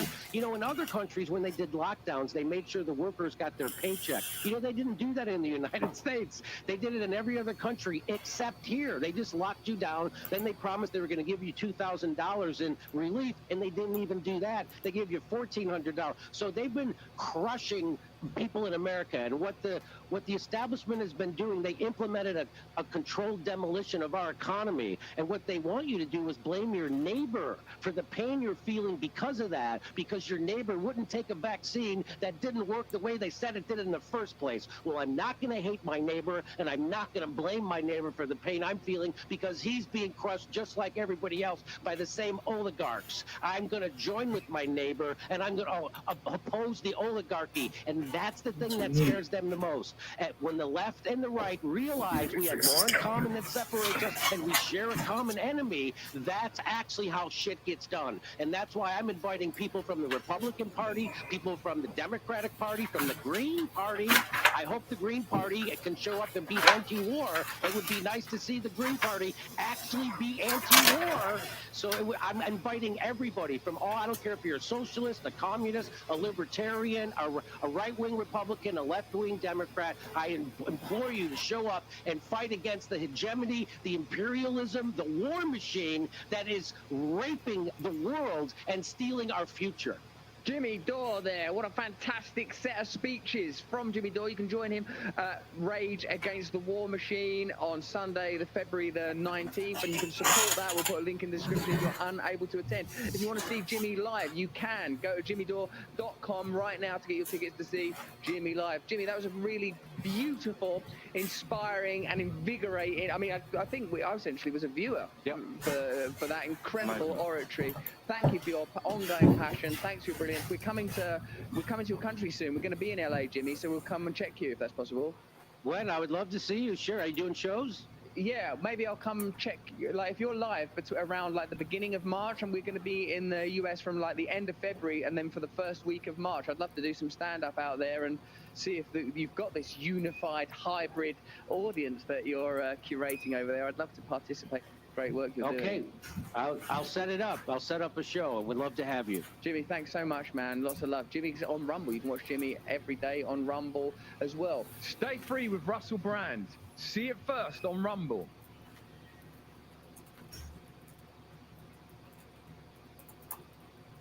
Sorry. Trying to get this done. You need the termination letter for their benefits. Okay.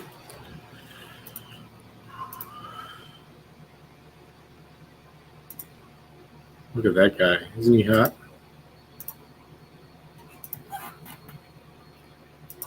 That guy posted this video on Twitter.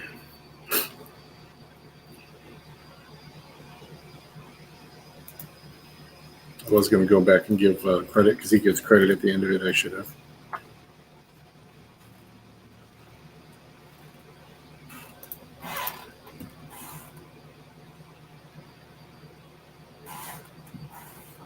What are you doing here? Dad, I'm fine. What are you doing? All right, let's try to see. What are you doing here? Dad, I'm fine.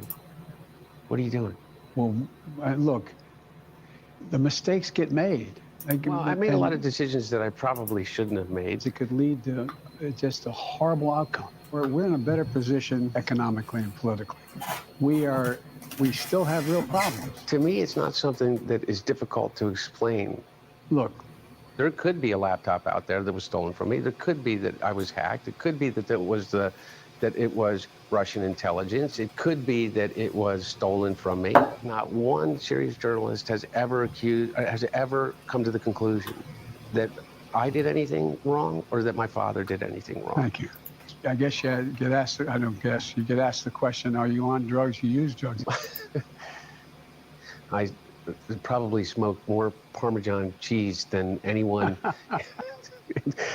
I mean, I went one time for 13 days without sleeping. Not a joke. And smoking crack and drinking vodka exclusively. Incredible. Throughout that entire time. I'm proud of my son. So darn proud. What is there any breathing room? It's hard. Look, we reduced drug prices.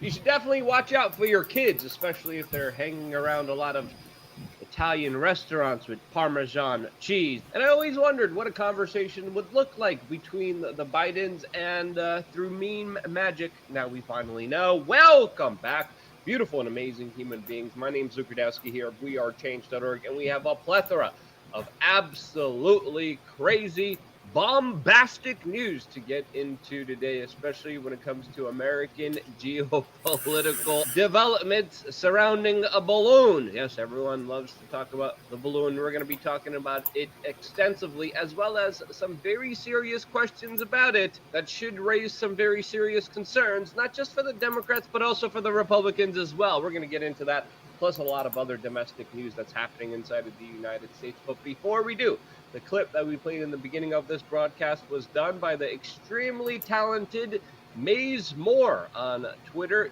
If they have a YouTube account, we of course will be linking it down in the description below. But their editing of a fake make-believe satirical version of Hunter Biden and Joe Biden talking together is absolutely epic and very well done.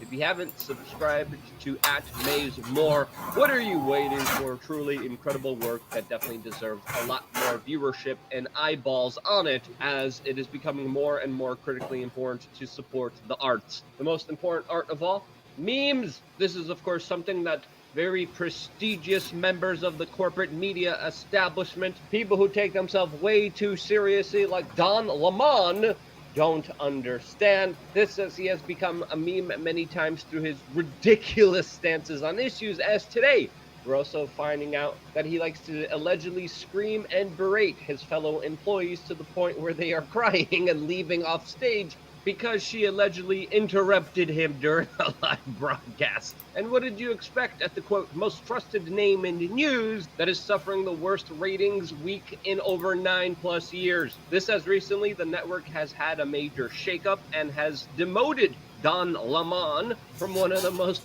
viewed hours on network television to the least viewed. This as the network is becoming more and more unsufferable, even to the biggest of NPCs. This as their curation to the woke outrage mob machine has backfired on them and has shown that being a fully 100% corporatist activist organization hasn't really worked out that well for them. This as the number of things that people are outraged about is continuing to, of course, increase. This as, of course, when there's nothing to be outraged about, people will start inventing things to be outraged for. This as a public school in New York is now apologizing because they serve chicken and waffles. Yes, you heard that correctly. All of this as the intelligence agencies of the United States giving themselves more and more power. All of this as their latest investigations into classified documents now have the former Vice President of the United States, Mike Pence, home searched. This as the FBI's involvement in our political system raises concerns. All of this as we are again facing the major prospects of a Biden-Trump rematch for the 2024 presidential elections. That's, of course, if the FBI doesn't decide to intervene and cancel or legally jeopardize both of these presidential candidates, as it might look like we have an intelligentsia deep state takeover of our political system that hopefully goes a lot better than what's happening in Peru. This, as the president there previously was arrested on December 7th after trying to dissolve members of Congress. This, as there's still major protests in that country that are escalating, costing many people their lives, and also denying the world their much needed copper supply. And with all these other global shortages of raw materials and metals, at least we still have t-shirts. There was a problem a few weeks ago, to be completely honest with you, as actually there has been a major shortage of t-shirts in the industry. Luckily, a lot of them are back in stock now, and that's why you should take this opportunity more On than the ever China to go pipeline. on thebestpoliticalshirts.com, our own website, where we offer you the spiciest of ideas that are only available here on our little online digital platform, where we get to sell our ideas through t-shirts. We just released this latest one, which is absolutely incredible. And if you can't read and are dyslexic, it reads uncancelable, and it's one of my favorite t-shirts so far, and we have a lot of them. My closet, by the way, is just filled with all these shirts, including the one that I'm wearing right now, featuring my co-host, which is still in the back, Atlas, who is there on the couch enjoying, relaxing her time off right before we go for a major walk right after this video and before the video. But today I'm wearing a shirt paying respects to her that reads and says, "No step on dog," with a picture of her when she was a puppy. So she's still there if you haven't noticed her. Atlas, say hi. Our head's peeking, but it's above the pillow. You want to come say hi? Good job. Buy your shirt already, you bum! Hey, don't talk to Atlas. That's not nice. You shouldn't be. But she's a great dog. Awesome dog. She goes everywhere I go. But yeah, if you don't want a shirt, we also have certificates of recognition, which you could also exclusively only get on imtherealog.com. That's an actual website. That is our website. And just for the ish and giggles of it, scrolling through our many shirts will probably at least entertain you for the moment. Check out everything we have to offer to you on. The link is down in the description below. Just click it right now. Oh yeah, we also launched this one, which is pretty awesome. I really like this t-shirt as well, and I'm personally excited for it to get to me as well, so I can wear it outside and declare that I'm not a soy boy. Now, over the weekend, one of the things that has been dominating our news cycle is the talk of a balloon. And just hours ago, moments ago, the balloon went pop. Sorry, that wasn't the official video. This is the official video of a Chinese spy balloon that has flown across the United States that was finally taken down by the U.S. military. And with it along come a lot of very serious consequences and questions that I think a lot of people deserve to talk about. I'm just curious because you see this, whatever was hanging underneath it, the weather device or whatever it was, or spying device. It's like on a little rig underneath it. It's falling. It fell in the water, I assume, and no one went and picked it up or was around the area to see where it went in. It seems weird.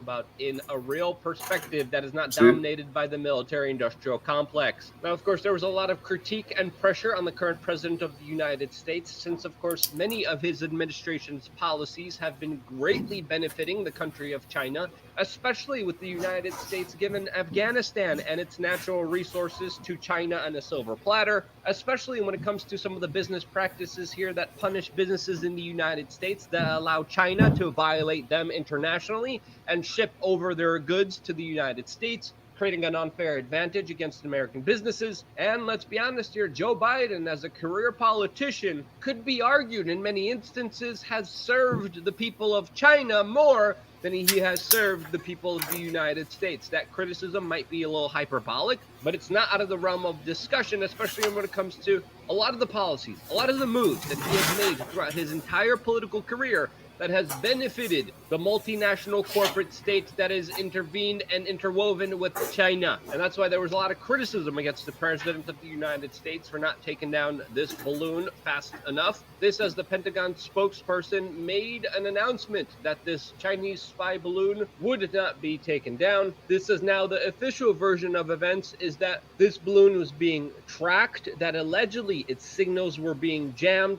as data was being gathered on it before it was shut down just a few hours ago. This, as of course the route of the Chinese spy plane flew directly over U.S. nuclear missile sites, and allegedly this is not the only balloon, as there have been other reports of multiple balloon sightings, and even Business Insider writing this article today coming out saying specifically that this same incident allegedly happened 3 times during the previous President of the United States administration. And when it comes to all these news reports, I personally want to see the receipts before believing anonymous U.S. government sources, as of course they have a long history of lying and not telling the truth. As of course it's fair to say that tensions geopolitically have been escalated between the United States and China, which is seen as a rising power, threatening of course the Thucydides trap that many geopolitical experts keep talking about. This is now a lot of the media, military, industrial complex, establishment industries patting themselves on the back, and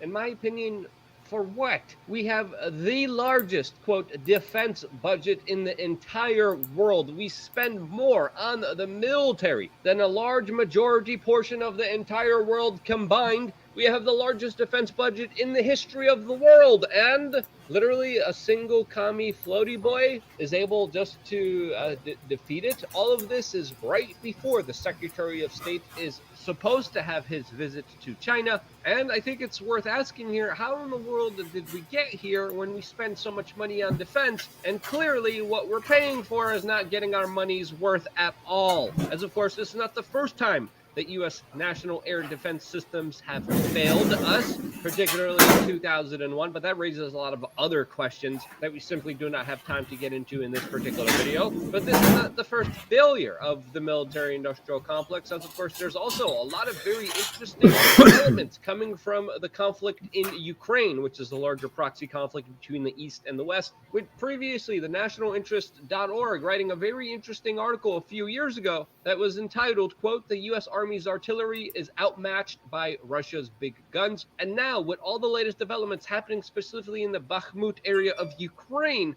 this assessment does look to be true from all, of course, initial accounts, as of course all the major U.S. intelligence agencies and clandestine operations are intricately involved in that larger proxy conflict, which they have been sending a huge amount of aid and advanced military technological capabilities to, which has resulted in essentially a larger stalemate, with the Russians now having some victories and now taking back even more territory, specifically in the key region of Bakhmut, that they didn't have before. Now, all of this is happening as the United States is also becoming more and more aggressive against countries like Iran, which through the involvement of Israel, Azerbaijan, and Armenia could involve many other countries in a larger global conflict. All of this as this balloon from China could potentially have futuristic technological warfare equipment on it, like EMPs, could be delivery platforms for secret nuclear attacks. This, as I think it's fair to say that the no-bid contracts here, the lack of accountability here, the writing of blank checks towards this huge industry that has left unchallenged, unquestioned, has left them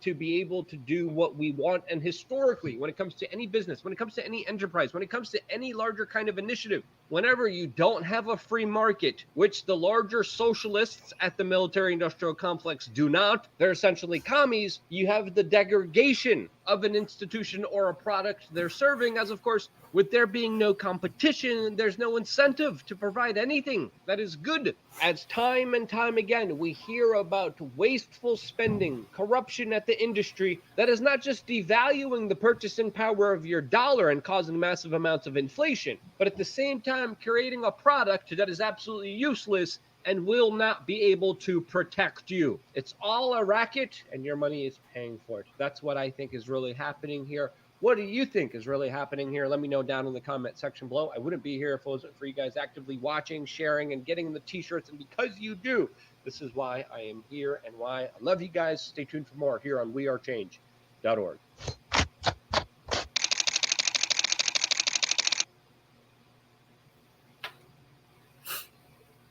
Cool. He hasn't come out with anything new today. Didn't think.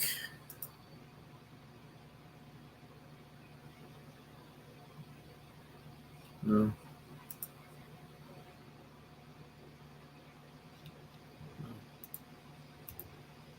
This is the guy who did that video at the beginning. Apparently, I've seen a few of his. If he's the original one that did this one.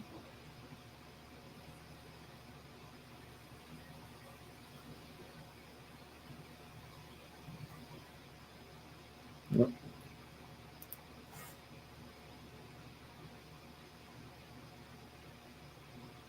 You may like him or not, but he once described President Trump as a bright person, talented.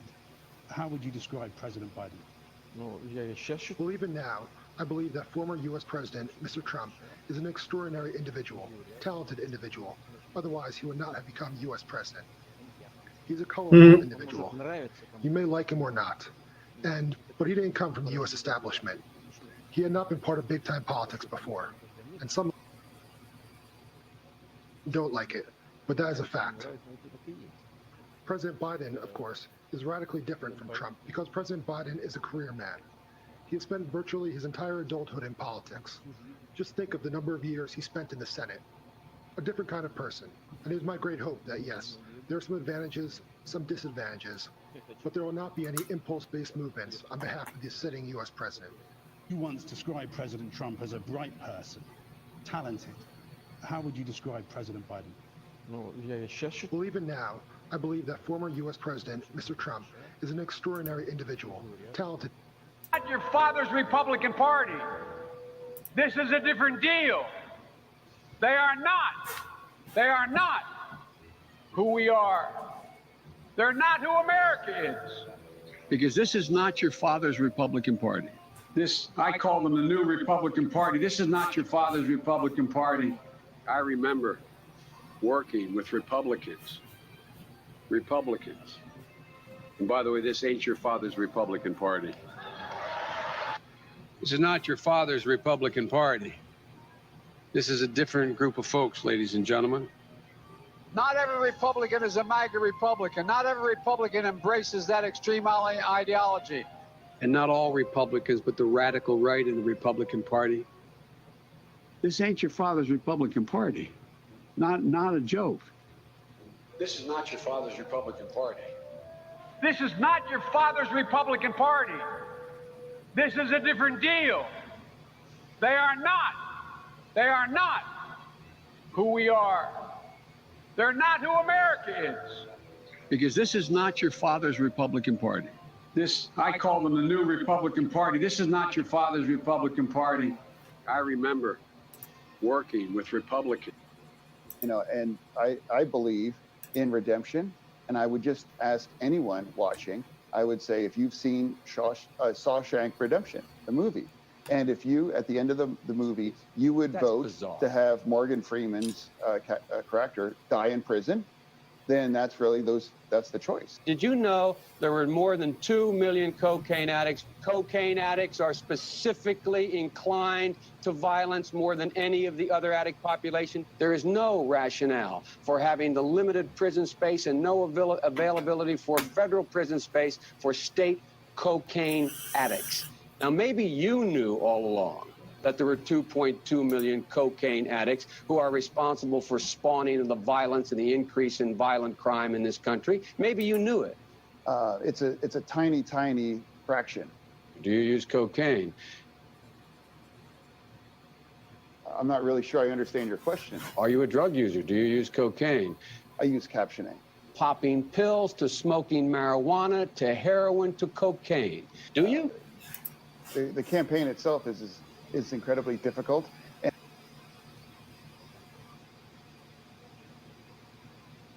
And economically than we have been in history. And when we look at where we are economically, and we are stronger economically than we have been in history. And when we look at where we are. Remember seeing those neo-Nazis and Klansmen and white supremacists coming out of fields with lighted torches. You remember what the president said when asked? And you had people, and I'm not talking about the neo-Nazis and the white nationalists, because they should be condemned totally. Their veins bulging. He said specifically that he was condemning them. No, he did not. He said he walked out and he said, let's get this straight. The veins bulging on their, as they were screaming. Remember, just close your eyes and picture what it was. Their veins bulging. Their veins bulging. Nazi sympathizers carrying Nazi flags. Veins bulging. It's their veins bulging. Veins bulging. Veins bulging. How are you, baby? How old are you? Their veins bulging. It's their veins bulging. Bulging. Veins. Well, I'm sick and tired of smart guys. Their veins they're bulging. Their veins bulging. Their veins bulging. Veins is bulging. Bulging. Fewer. Have you ever heard this president say one negative thing about white supremacists? Have you ever heard it? Racism is evil. Damn it. And those who cause violence in its name are criminals and thugs, including the KKK, neo-Nazis, white supremacists, and other hate groups that are repugnant to everything we hold dear as Americans.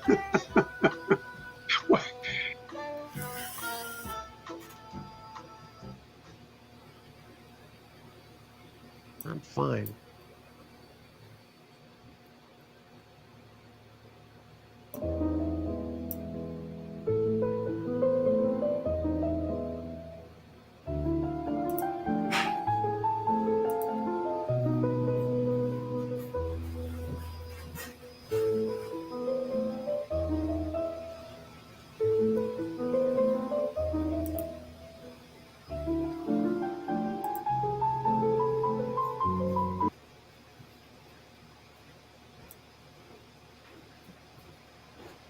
Good to see you, Mr. President. 非常高兴见到您，主席先生。 Yeah. Next time, I hope we get to do it face to face like we used to when we travel through China. 我希望下次呢就能够像以前一样，就是我到中国去访问的时候，能够亲自的面对面的跟您交谈。但也很不错啊，看到老朋友感到很高兴。Although it's not as good as a face-to-face meeting, I'm very happy to see my old friend.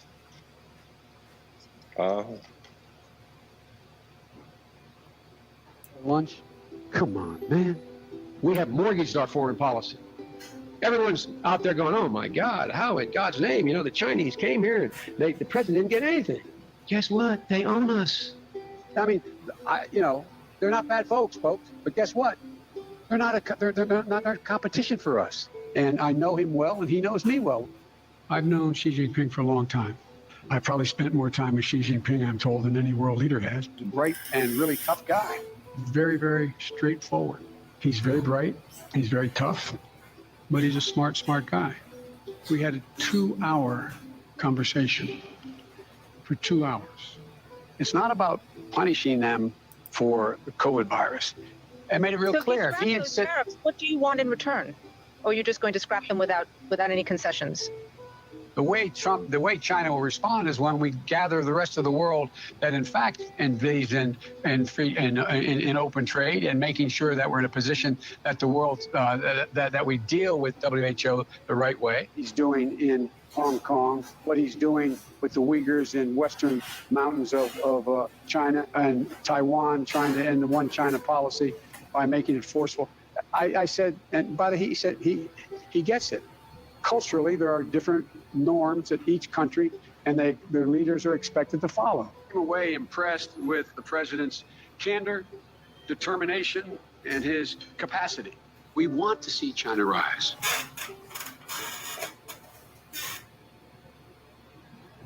Talk of inflation. The overwhelming consensus is going to, and by the way, talk of inflation. The overwhelming consensus is going to pop up a little bit and then go back down. No one's talking about this great, Taking blame for inflation? No. Why not? Because it was already there when I got here, man. Remember what the economy was like when I got here? And by the way, talking inflation, the overwhelming consensus is We have mortgaged our foreign policy. Everyone's out there going, oh my God, how in God's name? You know, the Chinese came here and the president. To tell you a story. I'm sure you recognize many of the faces. They are among the most powerful men and women on the planet. They are also part of a global conspiracy, a shadow organization that spans across every continent and has for the last 3 decades, consisting of leaders in world government and the private sector. Some call this group the cabal. The world you live in is the world they want you to think you live in. They start wars, create chaos, and when it suits them, they resolve it. Their alliance affects sea change in every aspect of human life. The value and distribution of commodities, money, weapons, water, fuel, the food we eat to live, the information we rely on to tell us who we are. In the end, the truth will out. Not all of us will live to see that day, but the truth will out. Yeah. I think there are a lot of people in America who are confused about whether they should be wearing a mask. And in the United Kingdom, for example, they've scrapped that altogether. Well, that's interesting. You know, what is the downside of wearing a mask? I mean, it's got to be tough. You know, you have to wear pants. I mean, this is tough stuff. These societies are so cruel. Why do they make you wear pants? I'm trying to figure it out. We're very glad you have yours on. What about masks? I think there are a lot of people in America who are confused about whether they should be wearing a mask. saw on television. Remember seeing those neon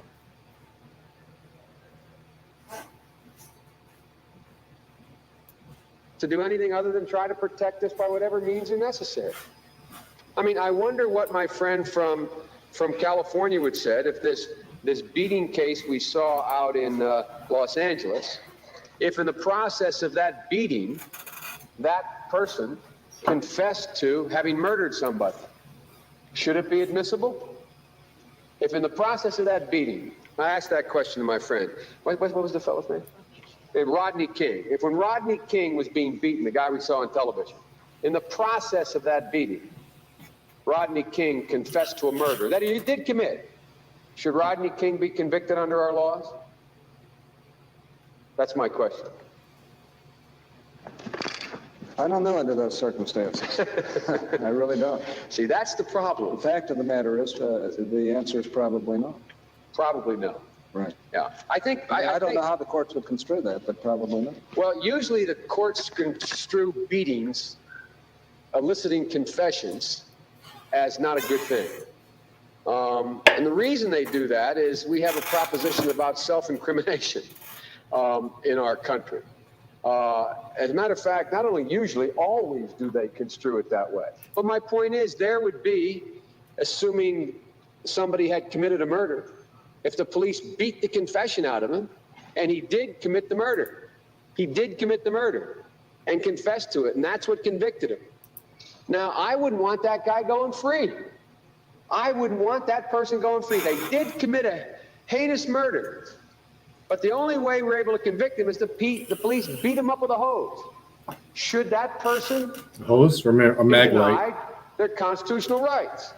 Well, my gut tells me no. Yes, they should be. Hang them. They did it. But why is it that we don't allow those kinds of things to be admissible? Why is that? Because it means that we're fearful if you allow that kind of practice, that practice gets used on innocent people as well. Wow. All for doing my job, for holding Trump accountable and standing up to the extreme MAGA Republicans. Today, Kevin McCarthy removed me from the House Intelligence Committee, all for doing my job, for holding Trump accountable and standing up to the extreme MAGA Republicans. Today, Dr. Fouché, I hope I'm not misunderstanding, but you seem to be saying that the virus you created is not particularly lethal in the ferrets. And yet, Dr. Keim, you have said to me in a phone interview that this was, quote, the doomsday virus. How are you coming to such different conclusions, and what is the public supposed to understand? To just clarify a bit, without predicting anything, without talking about any processes that will unfold, to the perception of, I think, most of us in the room, there was a perception, however it got there, that, and we've seen it on television, I've seen schematic diagrams of it on television, of a ferret in one cage sneezing on a ferret in the other cage. That ferret sneezes and they all die. This is what Ron has just said. I didn't say it. Ron just presented that is not what happens. When a ferret sneezes on another ferret, the ferret gets infected, gets flu-like syndrome, doesn't get sick, recovers, and does not die. And I think when you talk about forgetting about any other process, just the perception that's out there. Am I correct, Ron? No, if anything, our data suggests that this virus spreads poorly. It is aerosol transmitted and therefore scientifically very, very interesting to study. But whether this virus would, if it would ever escape from a lab, would start spreading, we don't know. Wow. That was a long time ago, too. We know that the Intelligence Committee is a select committee, so basically the Speaker of the House can reject nominees. Is there any recourse in this situation? Yeah, win the House in 2024, and Kevin McCarthy is going to regret giving me more time to make sure that happens. What can be done here? We know that the Intelligence Committee is a select committee, so basically the Speaker of the House. Imagine if I stood here and said we give immunity to drug companies. 150 million people have been killed since 2007 when Bernie voted to exempt the gun manufacturers from liability. More than all the wars, including Vietnam, from that point on. Also given to the gun manufacturers absolute immunity. Imagine if I stood here and said we give immunity to drug companies. 150 million people have been killed.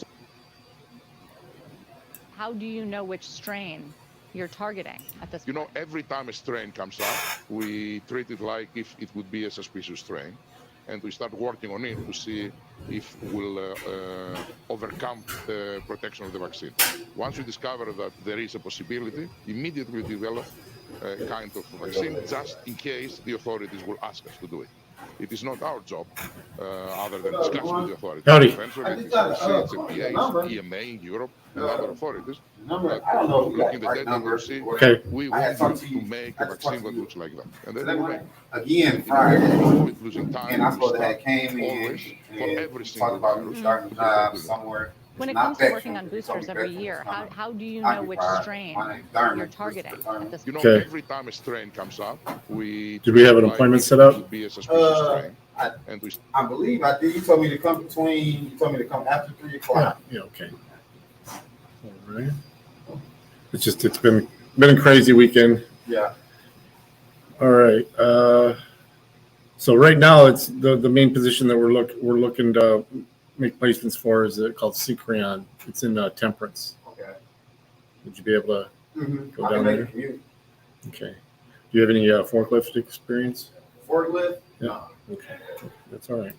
There's a couple different spots there. Is it a factory? It is. It is. It's a tier 1 auto parts manufacturer. Okay. We have a facility there in Temperance, and we have one in Toledo as well. I'm trying to bring it up. And you have worked with us before, right? Yes, sir. Several times.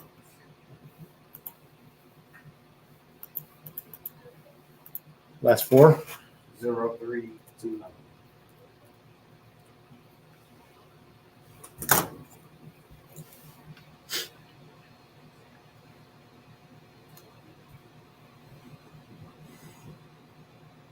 Christopher. Yes, sir.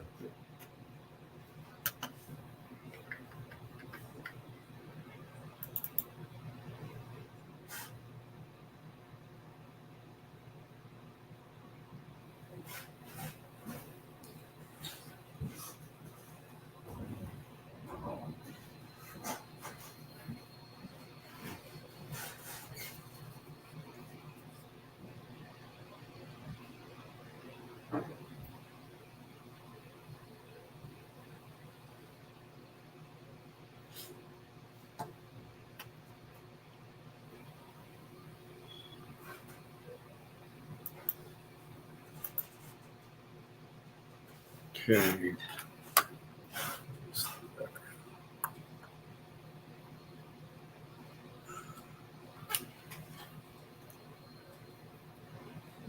Looks like last time we updated this stuff was in May. Last year? Yeah. Yeah. I was getting ready to start, and then I got injured. Okay. All right. I do have a copy of your social. Do you have a up-to-date ID? Yeah.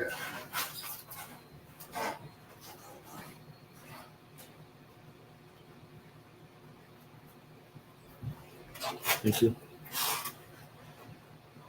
Good.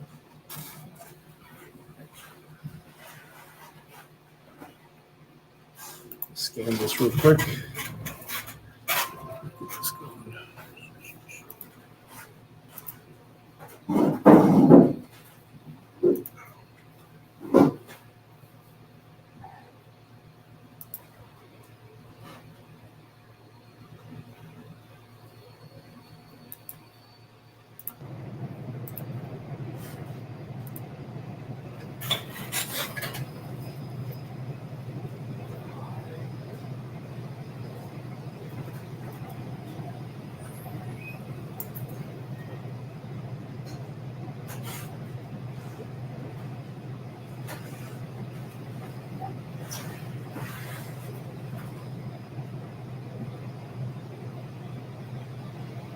Oh, sure. I got you.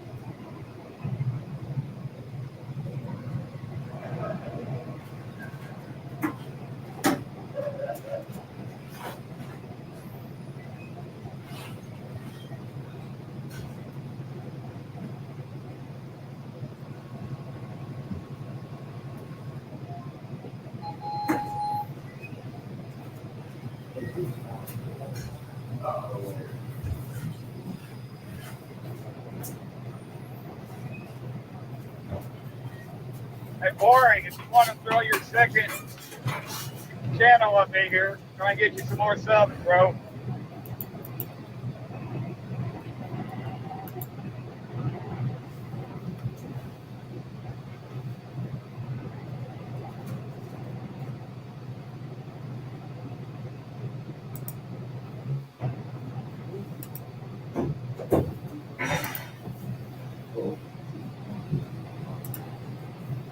If you haven't already, go subscribe to All Talk for Terrorists. I see you grew your beard out. I did. See you looking that long. Yeah. I've been since probably about since when COVID started. Oh, it started? Yeah. Yeah, Well, it's been trimmed back a couple times, but not. What's up, brother?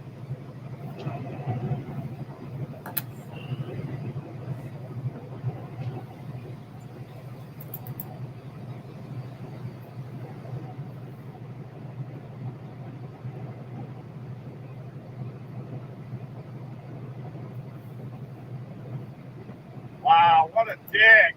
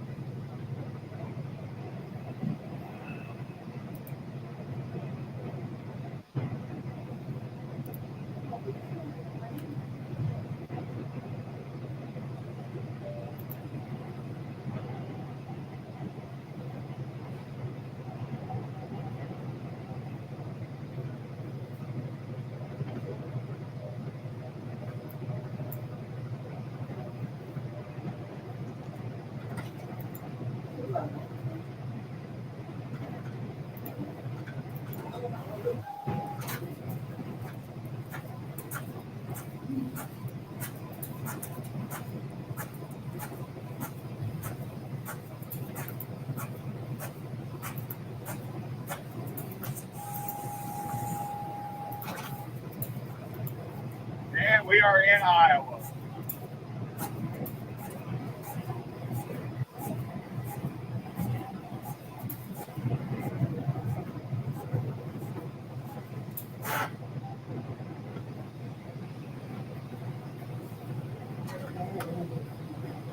Yeah.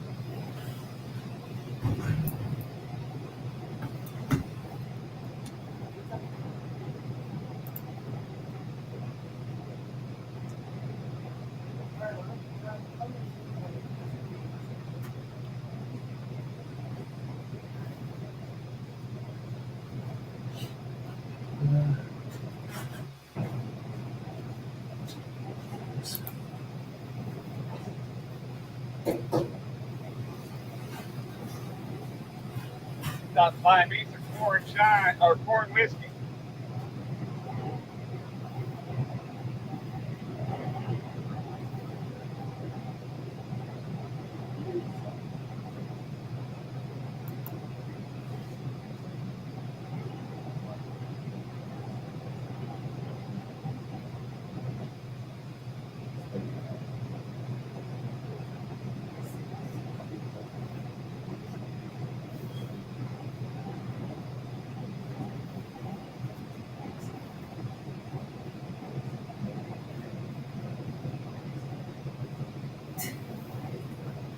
Your least favorite whiskey? It's the best whiskey there is.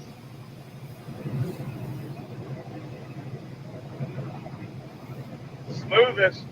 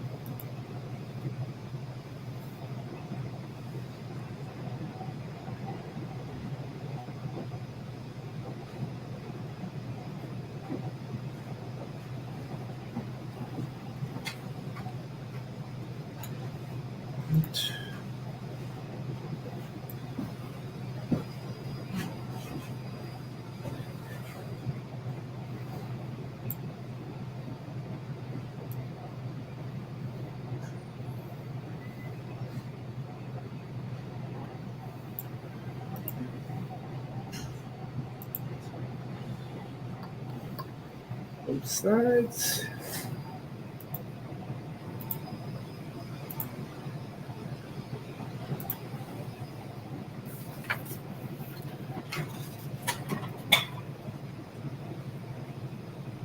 There's not a lot of GMO sweet corn in Iowa.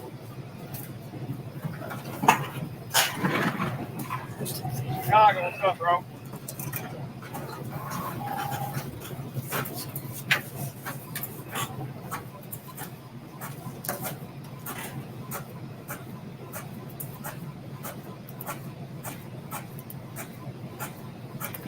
And a bypass on this one, on this scale house.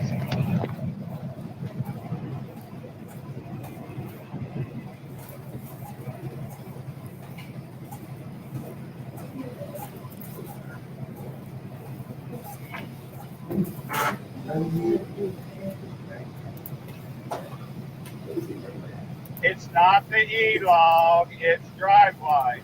Even if I get a bypass on here and it's open, I get to fly on by it. That's what the app is for.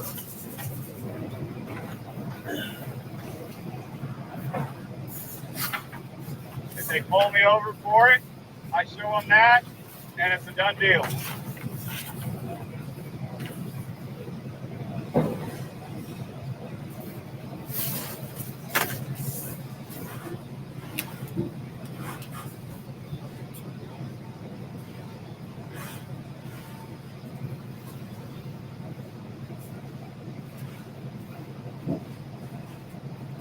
that point, they have to let me go.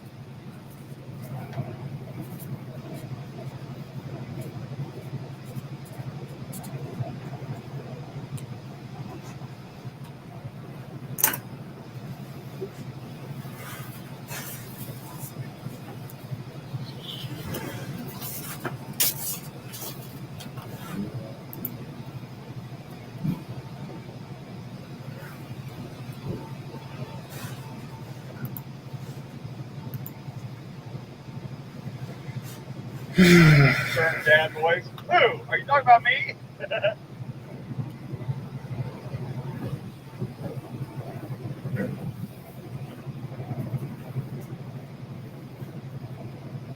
They want to do the shift. Do they have different times? Yeah, there's two different shifts. I'll go over that with you real quick. They're evening shifts for the most part. So Did it make you want to go to your room and hide out for a few hours? Unindoctrinated?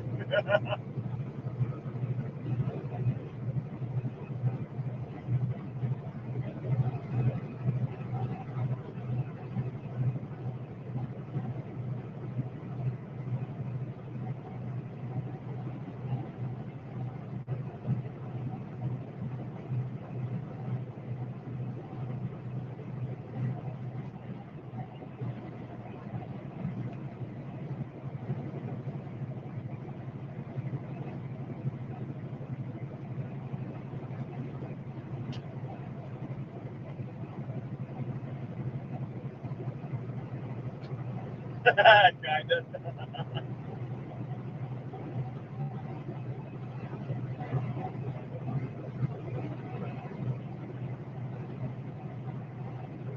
Mine ran out to her she shed and was like locking the door from the inside.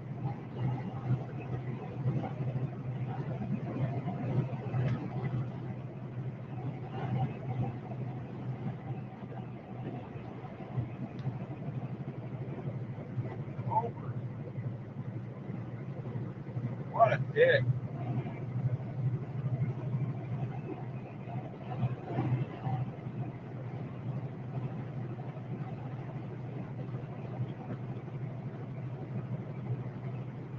Use that voice on the judge. Now listen here, Judge. I didn't intentionally bypass anything. You guys need to have lights up, let you know when it's open and when it's not, or else it's invalid. Now you got that?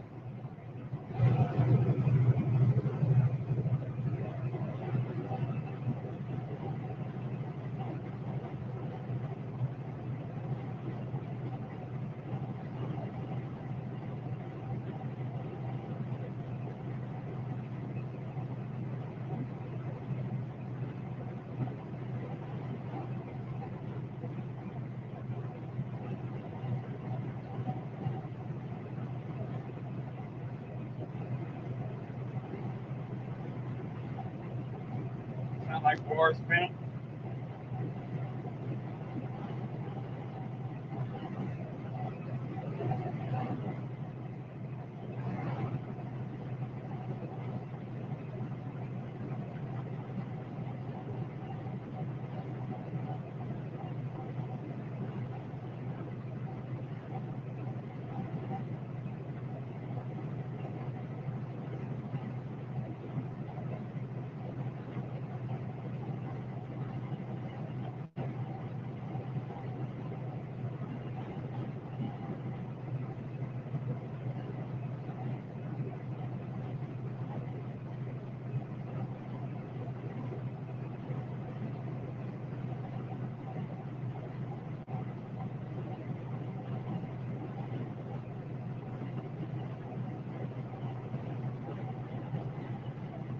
Yeah, it's starting to rain. Thanks, Anon.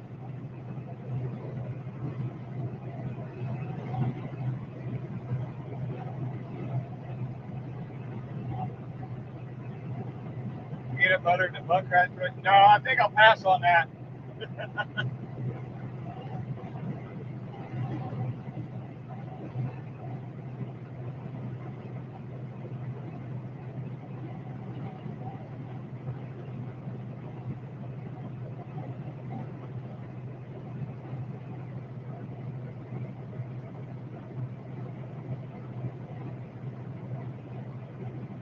Well, good. Nightbot's doing his job.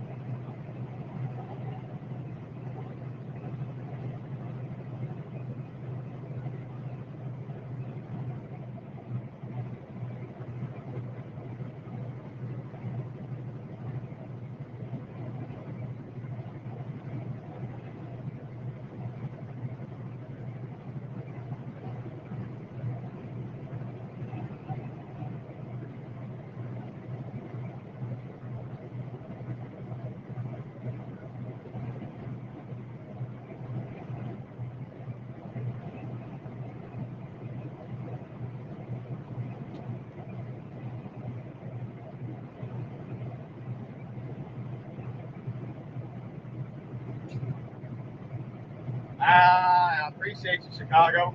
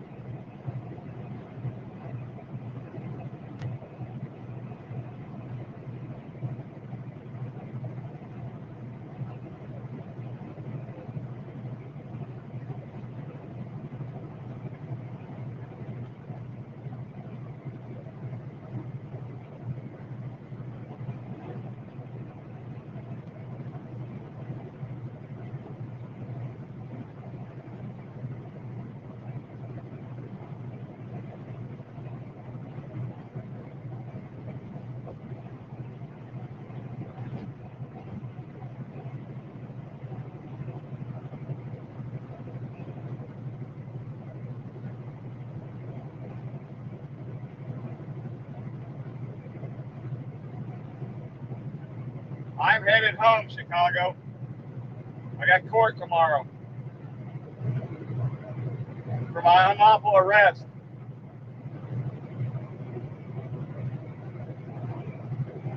You're up in Peoria? Right on. I'll be going through there.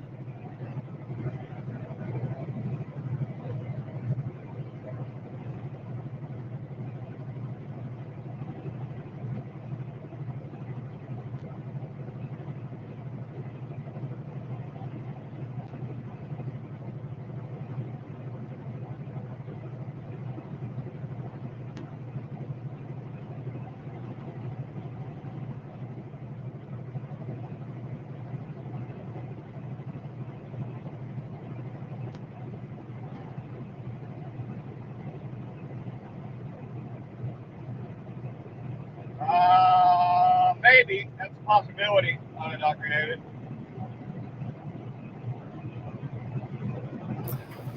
Appreciate you, Kilted. You still on Macomb? Bad. Yeah. Okay. Yep. Okay, cool. Then we don't have to redo that.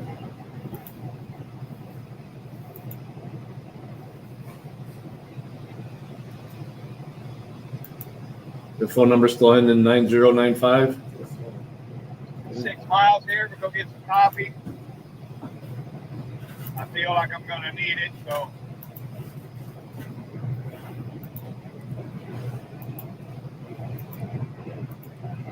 Looks like you had set up for direct deposit. You did get one of our pay cards. Do you still have that? I know we didn't get started because you got hurt, but I know I gave it to you. The rapid pay card. it's my. If not, we can get you a new one. It's not a big deal. I'm not. Or if you have an very app or something you want to use. good. You mean as far as my attitude? My attitude? Okay. Well, we have a lot of people using it. We'll get that when we need it. It's not that big of a deal right now. Yeah, you can literally just screenshot that and send me that info. So. Lifted off of the Okay, if you can pull it up and just text it to the office number. Try and get extra time. That's the one you were calling. I had it muted. I didn't realize it. I'm just now seeing in the history that that was you calling.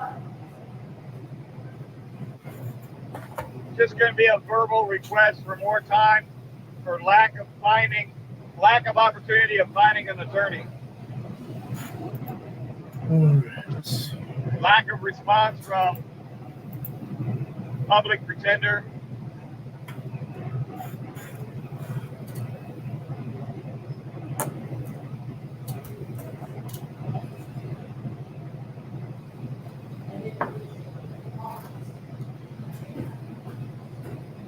Probable cause hearing.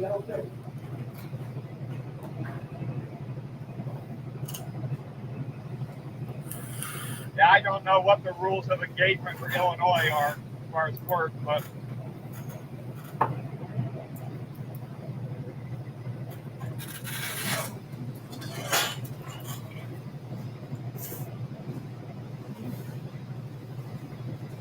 I don't even think I own a collared shirt, Maury. I might, but it says St. Louis Cardinals on it.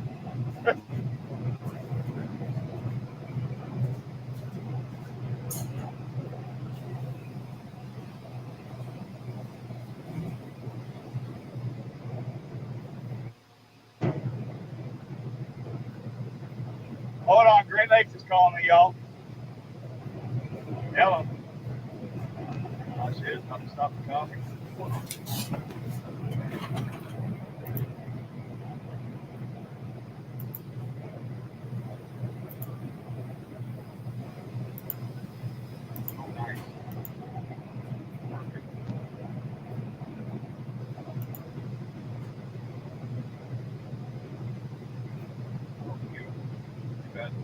Not like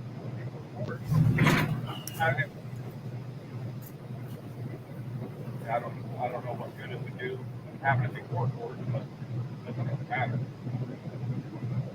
Right.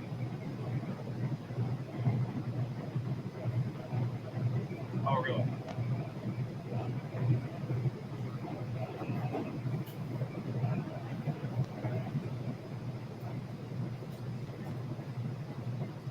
An affidavit of arrest.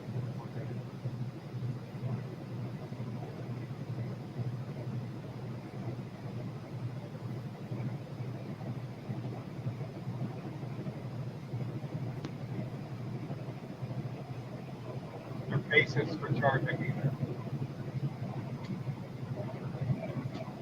That'll be interesting to see. That'll tell us a lot.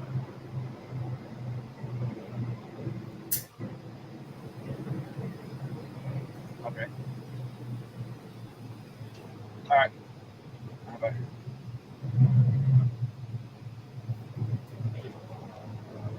All right, he'll have to call me back.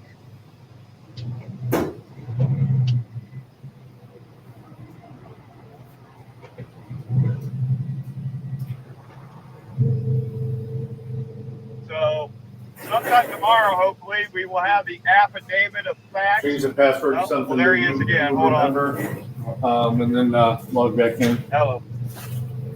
You should have it. Direct deposit stuff. Oh, boy. Oh, you sent it? Yeah. Where'd you send it to? Right. Don't move from there when you tell me you're there. 734 number? Yeah. 639-2302. Verbiage is very important. No, it says 535-7853.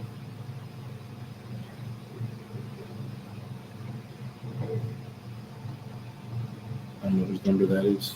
Give him a Google. Okay, let me see.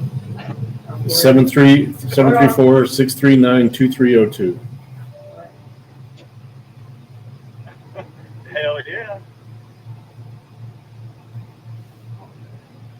Can you say it one more time? 734 Hell yeah. Bonus. 639-2302.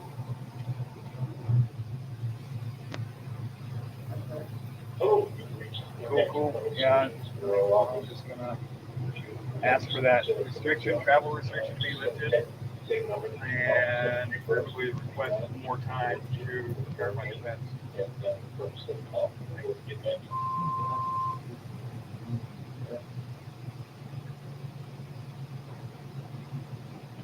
Oh, to seek legal.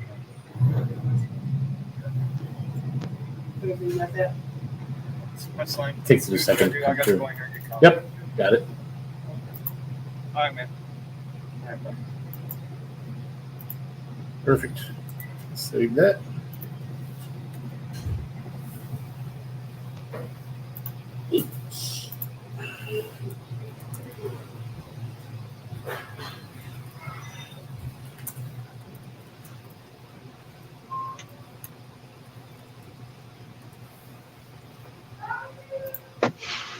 All right, give me a second, guys. Let me run in here and get some coffee.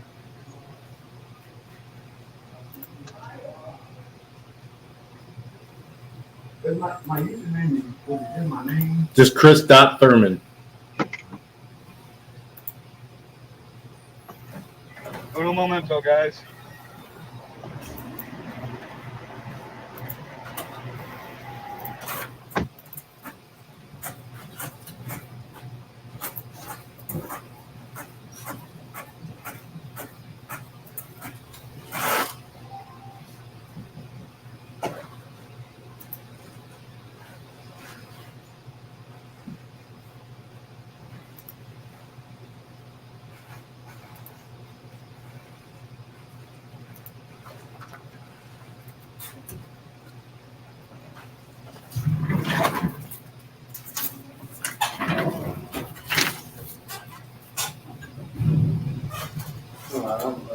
Let me see where you're at in a second. Good. All right, you're at the portal. Click on where it says e-documents. And click that green button there. It says Employee Start Wizard. Just wait. It takes it a second to open. There you go.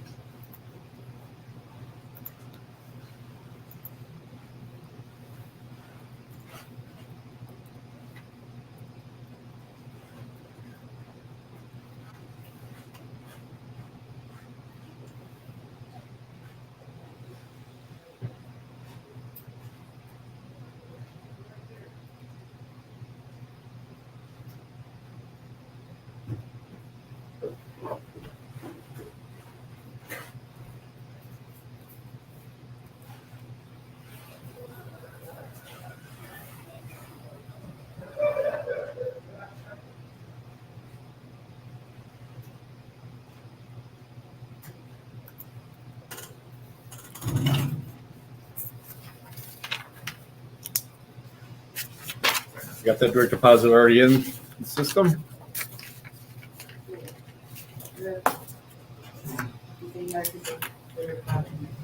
It's a little set. No worries, man. And, yeah, man, I quit smoking like 3 months ago. It's finally helping. It's a whole lot nicer to be able to hit that every once in a while than go outside in the freezing cold and be hacking my lungs out. I mean, I still smoke my medicine, but I don't.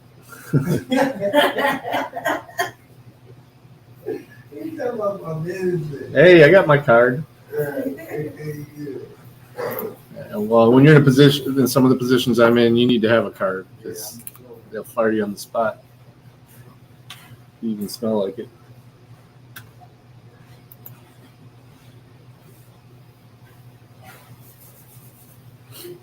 I actually had my doctor recommending it way before they even made it medical or rec around here. MS, so it helps with the symptoms big time. I haven't got my card yet. My doctor been recommending. The hard part is just the pricey part is just getting the doctor's recommendation, and then after that, it falls together pretty quick. I mean, I'm a resident of Ohio though, so Ohio's jacked up the way they do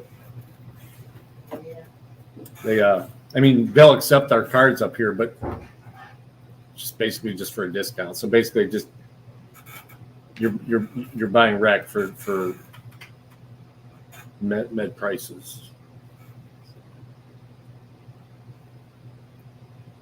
But you do get a discount on it. Yeah. It's up to the dispo though. It's up to the dispensary whether or not they want to accept it or not. I mean, they don't really have a choice with a Michigan medical card, but they can say no to the Ohio ones. And usually, most of the ones down here, the one in Petersburg there, that loom there, and most of them around here, they accept it just because a lot of their customers are coming up from Ohio. So. I mean, I grew up in Michigan, but that don't count when it comes to this stuff.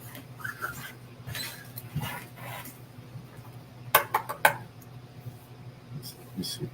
That form's kind of quirky. You remember? Let me click over and see what you're looking at. Okay, yeah, up here versus other names, put N/A.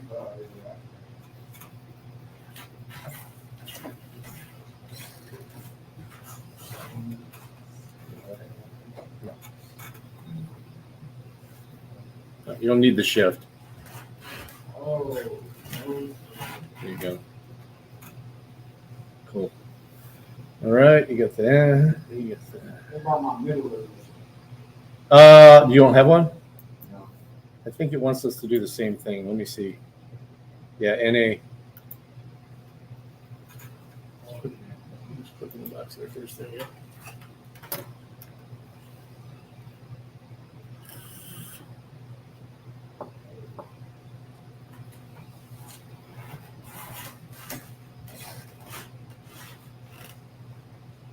Go.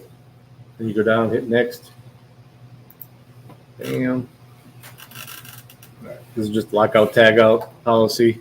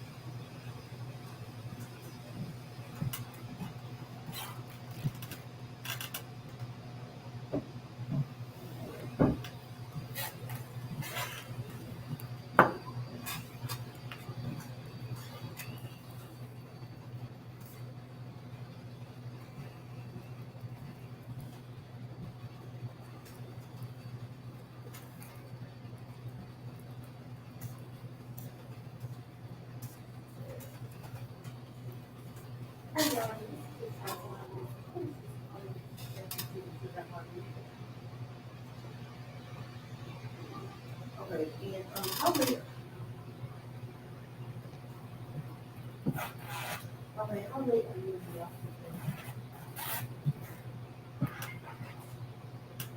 Oh. Are you need to talk to us?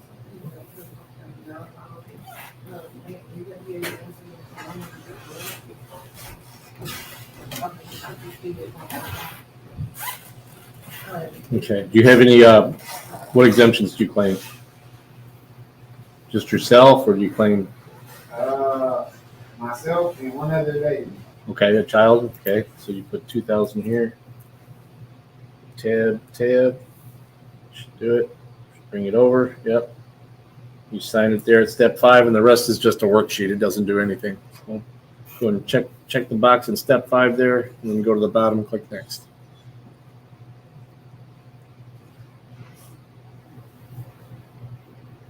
The federal rolling has gotten nuts. Here, it's easier just to grab this bar and drag it. There you go. That's why I do this, just because it makes it easier. It's just so clunky and slow.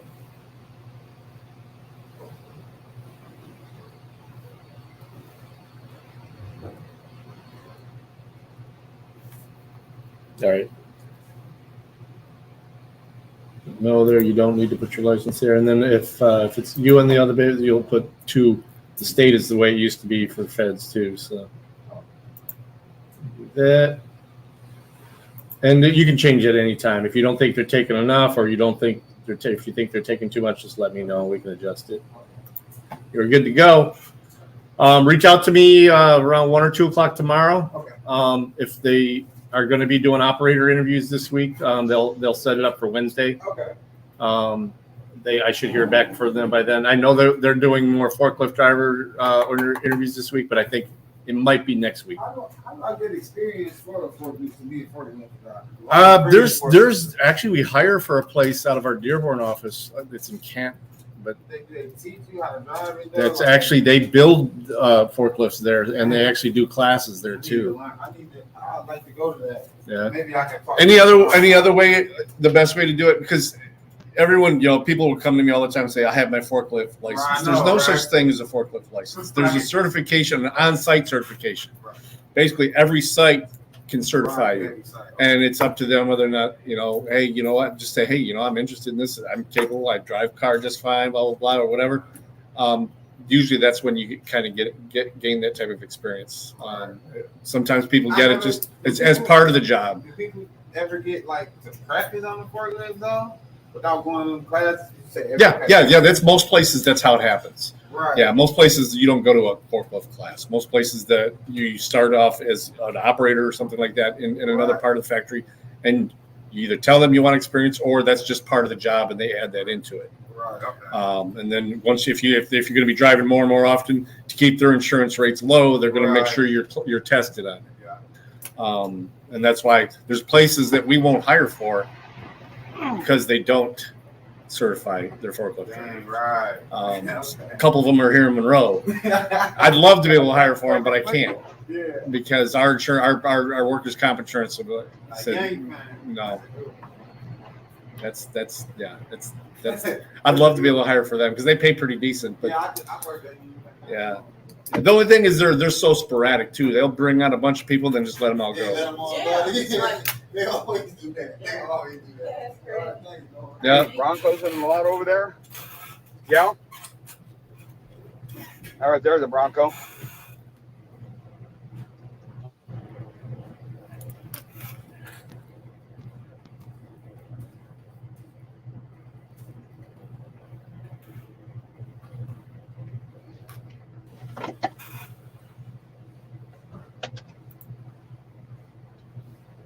Actually, I see 1, 2, 3.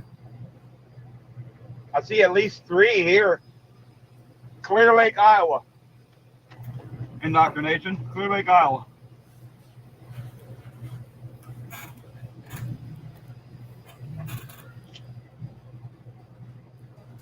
Court advice.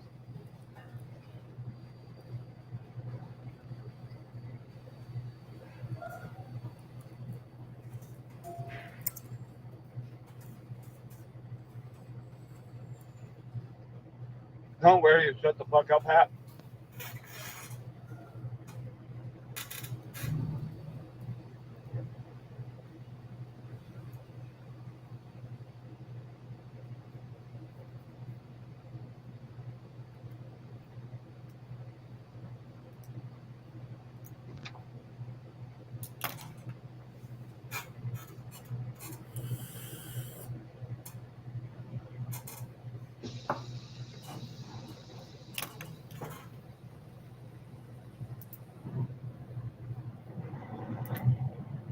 right, here we go. No, I didn't, Ryan. Sorry, bro.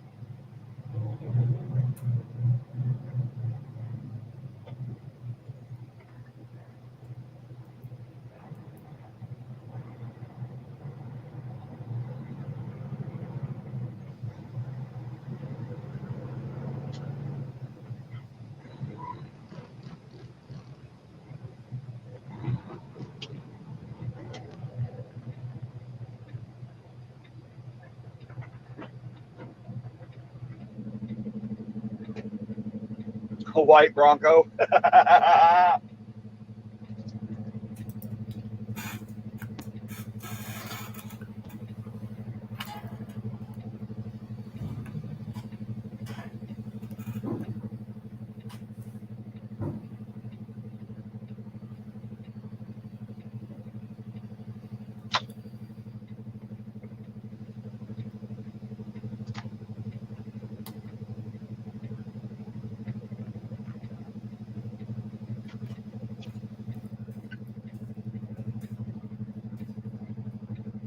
Yeah, I always address them by Your Honor.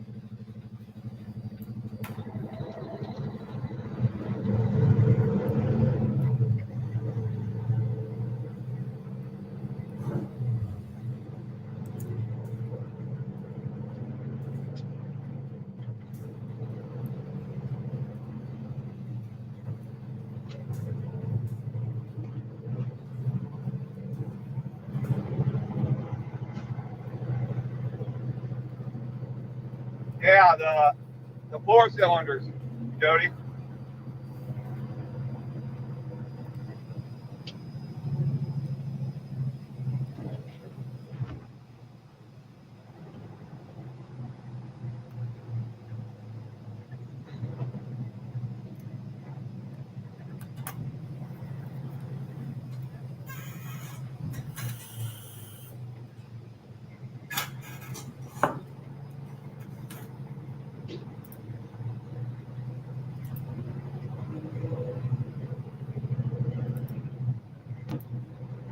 Your ugliness.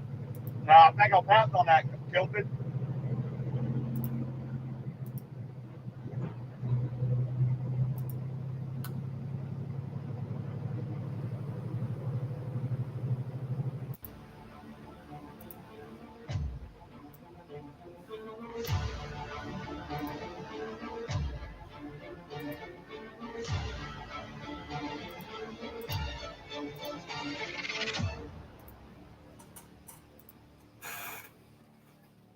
Up, guys, you know who?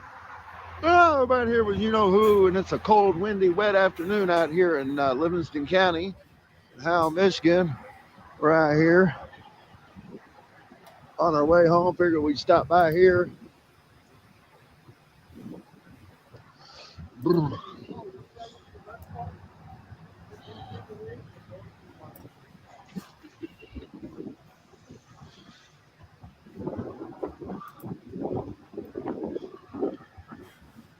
Pretty big facility.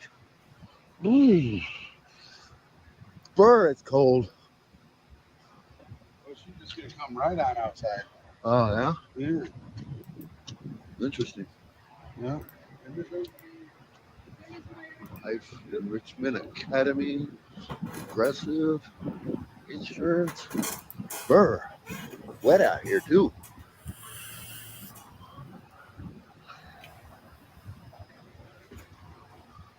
Burr. Mm-hmm.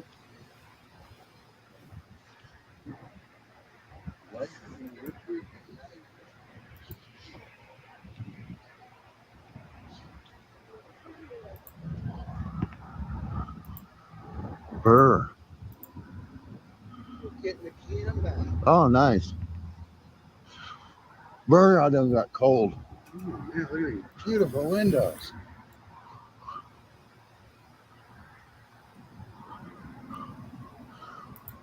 Burr. This wind is so freaking cold. It's got my gut all tightened up, my back. Burr. Oh, there we go. Oh, Hey. Gentlemen have a scheduled service today? Oh, they got art on the wall here too. Odometer mileage statement. Cool.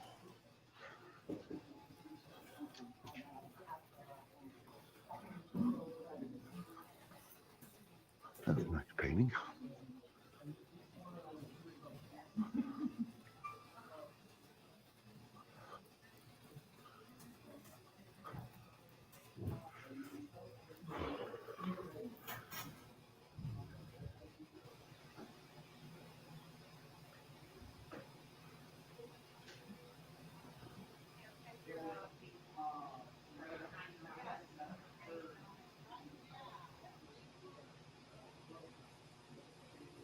Oh, I should give this to Wolverine.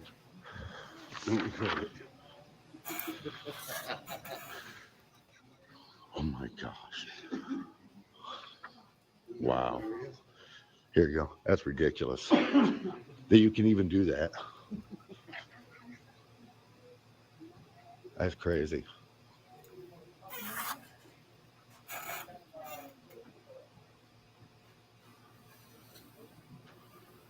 Dealer window. Dealer name. Cool. I'll pause.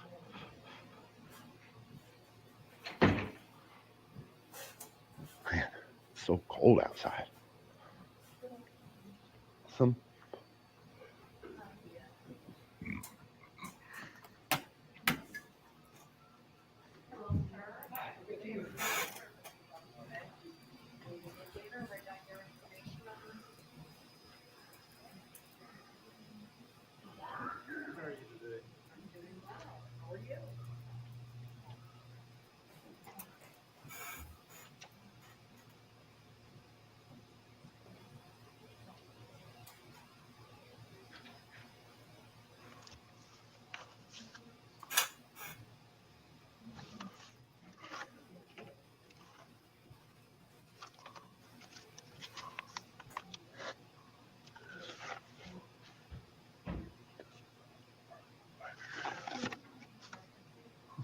I would get one of those soon.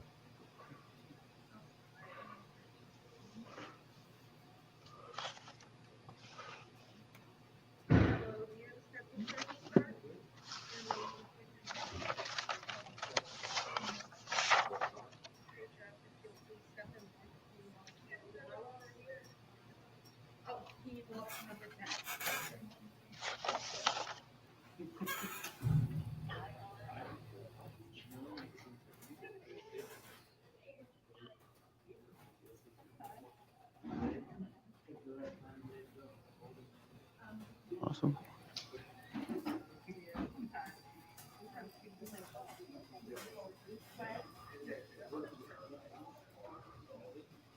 I just don't mind here at all. You read the spiel. I love it.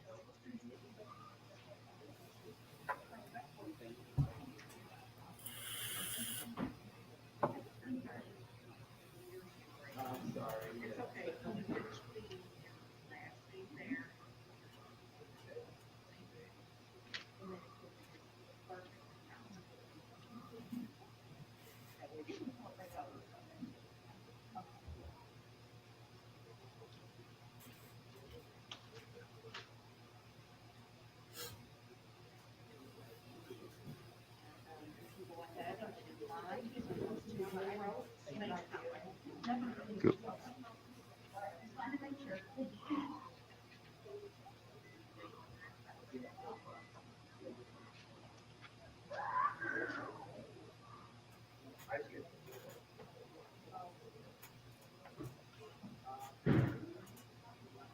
Awesome. Have a good day. Thank you. Yeah. Not a single solitary. No, I know, right? A gym and a Dollar Tree. I'm going back this way. Bird, that rain is wet and cold.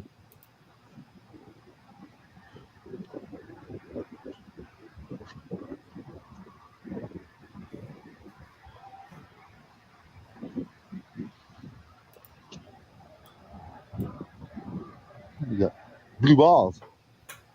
Yeah, you got blue balls. See them? Big blue balls.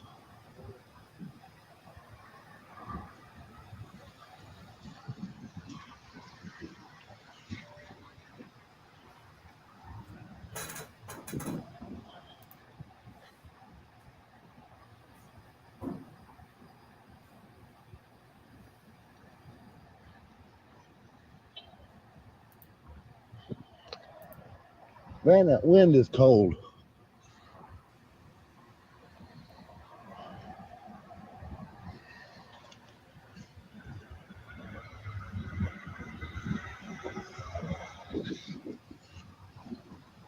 Brrr.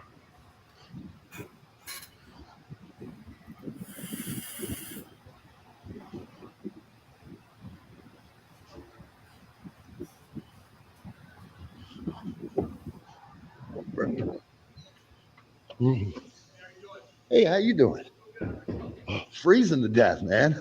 It's freaking cold out there. This is a pretty fancy little place you guys got here. Thank you. I love coming to the vets places. Yeah. Heck yeah. This is one of the biggest ones I've seen yet. You guys must have a lot of services here you offer for the vets. Absolutely. You want to take a look at Yeah, man. Heck yeah. brochure right Oh, there? okay. Awesome. That tells you a little bit. Mostly it's transportation, helping file claims, getting your information down to the VA, making sure you guys are set up. And For everything. sure. Are you a Heck veteran? yeah. No, I'm You're not. not a veteran? My brother is. I'm not. Okay.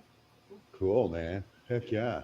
Nice looking facility you got here. Right? Well, that's what I was just saying. We get coffee and treats for everybody out. That's awesome. That's what we're here for. Heck yeah, man. You guys help vets get in through the apprenticeship program with the state? Depends on kind of what they're looking for. If that's something. They, is it like for jobs and stuff like that? Yeah. you talked about? Yeah. We work with Michigan Works a lot. We have a representative out of there who's a veteran himself, so we use them a lot. We was at the state building, one of the state buildings in Lansing a few months back, and there was a group there that were all veterans, and they was telling us about this apprenticeship program they have with the state for the Department of Transportation, where they help vets with their resumes and everything like that. That's what Michigan Works does around here. Yeah. Oh, okay, gotcha. Cool. That's really cool.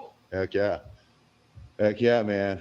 Some people need a little help readjusting to civilian life, right? It's what it comes down to. Yeah, And for sure. It's not even just like people that are just getting out. It's the ones that were left behind that didn't know they have as many benefits that they do. So. Right. Came home and he just kind of got tossed to the wayside, ended up homeless, or or worse, or who knows. Or, the biggest thing that people say is, I don't want to take away from somebody else who might need it more. But what they don't understand is it doesn't take away from them. Right. Them being able to get help helps budgeting and lets the government know and lets other people know just how many people out there actually do need the help. That's right. That's what we're here for, to be able to educate people and get them help. Heck yeah. We're setting them up with services to be able They should know. VA healthcare and see who. Everything they're entitled to. Everything they're entitled to. Exactly. Heck yeah. We appreciate it, brother. Thank you very much. Thank you. Cool. And you're in training? Yeah, been Cool. here since July. It's my 3-month anniversary. Oh, happy anniversary. Yeah, this is awesome. 4 months to go. Oh, okay. Stay here for a while. Did you serve? I did. Awesome. Well, thank you for your service. Thank you. Cool. Man, we got all these medals up here. Yeah, you want me to show you around real quick? Sure, man. Sure, Heck heck yeah. yeah. Got their flags flying in the hallway. That's awesome. Heck yeah. Come on down. That's awesome. Yeah, we have all of our service flags. This is where we do our classrooms, and we'll have meetings in here and everything like that. We're putting on a death benefit seminar for any veterans trying to get into Holly Cemetery and everything like that. And so we have other classes that we plan on doing up on the local veteran board and online. It tells us like events that we're doing and everything like that. And veterans can come in with their families and be able to have those in RSVP and everything like that. Awesome. We have a little bit of a lounge area here, and right around the corner, we actually have a library. A lot of our books have been donated. Oh, sweet. From local veterans and stuff like that. But you have all different types of books. Heck yeah. Computer service right here with printers. So if veterans need to come in, print something out, they can do that. Resumes, Awesome. laundry service for our homeless vets. So if they want to come in and wash their clothes, Hell we yeah. also have suits in there. So If they need a job interview, needs a suit, hell anything yeah. that they need or a coat, we can help with that. Bathrooms and everything back there is dumped. It's just Right. Cool, man. That's awesome, We're though. trying to do whatever we can to be able to help. Hell out. yeah. That's awesome. What is it? The Human U.S. Shield, 30,000 officers and men at Camp Custard. Battle Creek, Michigan. Yeah. Oh, when was that? 1918. Oh, wow. Yeah, right there. That's awesome. 1918. Heck yeah, man. It's cool. Well, that's some pretty awesome services you guys offer here. Heck yeah, man. We just had our grand opening about 2-3 months ago. This okay. building just opened up in December, and we had our grand opening about 2 months ago. Sweet. So everything's in full function now, and we're doing everything we can, and we're constantly building more and more programs to be able to help veterans in our area. Hell yeah. We'll see if we can't get the word out for you guys. Appreciate Send it. some more guys this way, man, that may not know about it. Yeah. Heck yeah. That's what we're all about. That's awesome, man. Yeah, it's a nice facility. Definitely one of the nicest ones. Most of the time they're in county buildings. Yeah, so that's where we actually were. We were down the road over there by Aldi's in that health building. Yep. And in a small closet, and they said, hey, there's a lot more veterans that need a lot more help, and the county agreed, so they voted. And Well, heck they were yeah. able to get the funding to be able to afford this place and be able to afford relief programs. We've been able to help veterans in need that need maybe a bill paid or something like that. Right. I remember you guys being there when I went and recorded there.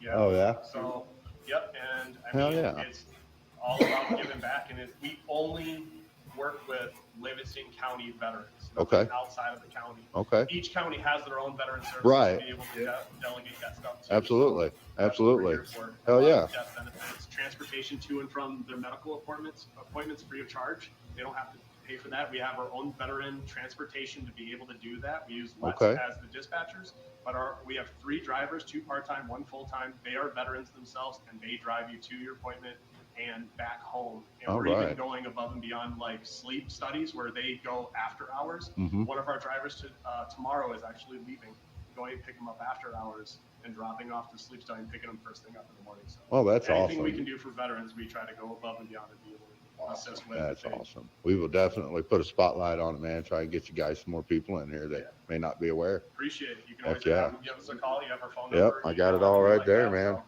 We appreciate it, guys. Thank you. Yeah, so much man. We for appreciate bringing it, the man. awareness. Appreciate the tour. Heck yeah. That's what we do, man. All right, brother. You have a good one. You too. Cool. Sweet. They've got a lounge there, TV for them to hang out, games to play, books to read. Heck yeah. Veteran-owned businesses. Mm-hmm. Oh, okay. Heck yeah. Veteran-owned businesses. That's awesome. Livingston County Veterans Services, guys. You've seen it, man. Phenomenal. Yeah, the brochures are right there. Cool, man. All right, we are out of here. Thank you, man. Appreciate it. We're going to try. All right, we're out of here. We'll see you on the next one. God bless y'all.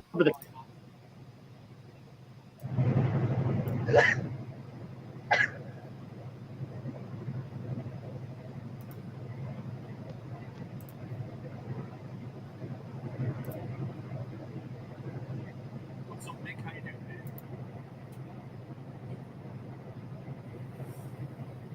Thank you so much for the good stuff. Appreciate it, man.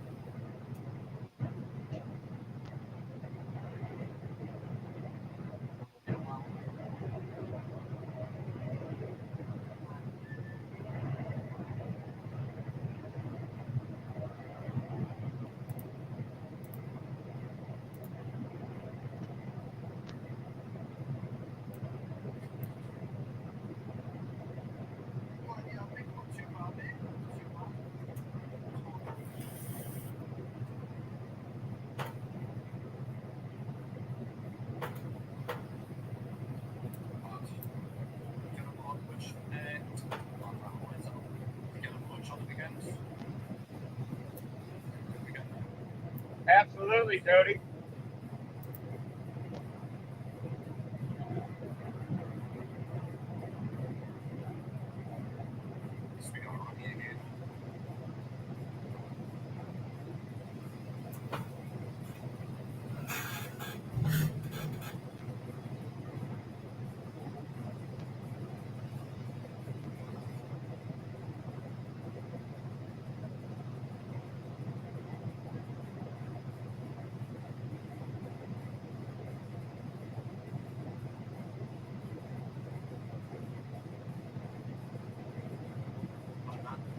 Someone's actually killing on the run. Backside of someone as well, constantly.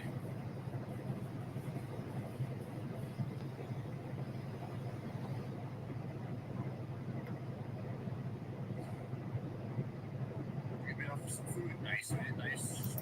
Just getting a bit nice. Been craving steak lately.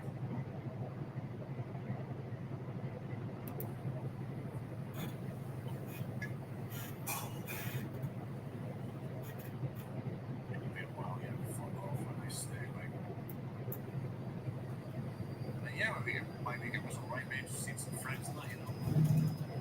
Catch some cinemas.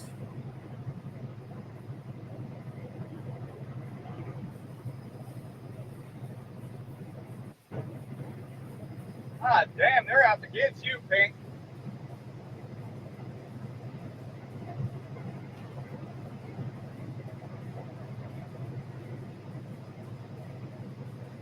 Well, in the 70s, Ryan, most cars were street draggers. The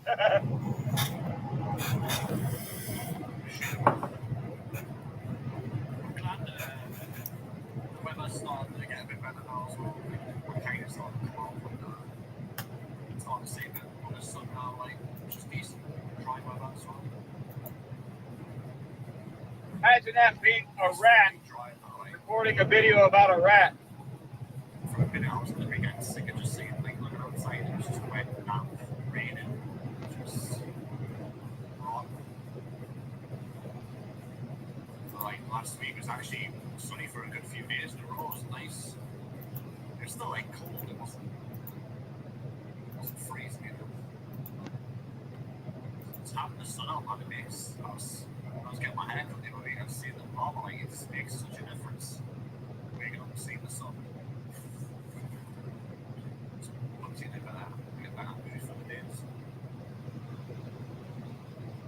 You haven't yet? Smash that like button while you're at it. Appreciate y'all.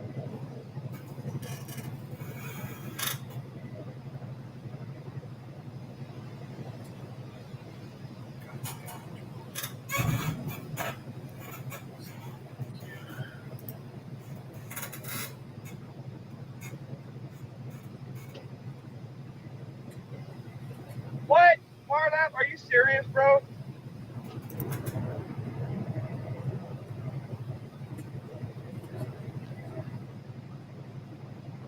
I have not seen anything like that.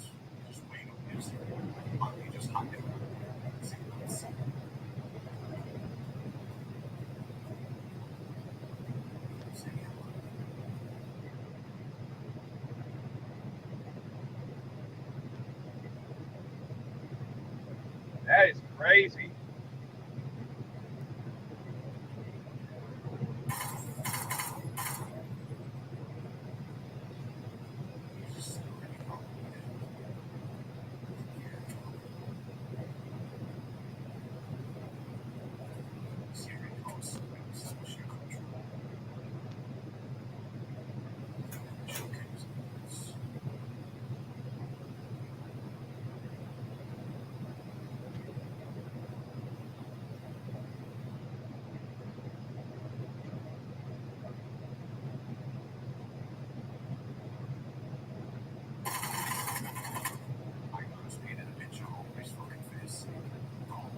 That should have been so easy.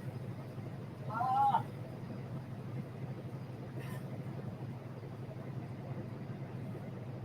That should have been an easy kill. Decided I've got recoil over his face and just keep it there, you know? Let it blaze me. Just an example, look up Alexander Cubes on YouTube and see a lot. What the fuck? During the winter, some coincide. Like it actually stands for something like on the stuff, but actually is. But during the winter, I'd say it's something to do with like the winter weather and that. I want to see if they get like fucking regarding the winter weather and shit. And now everyone is searching. Not me. Too busy driving, trying to get home for court.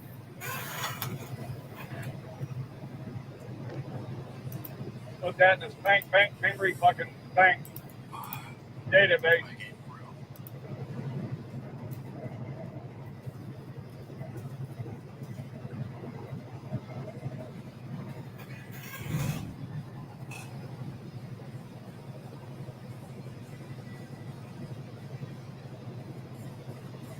Yeah, that's something like that anyway.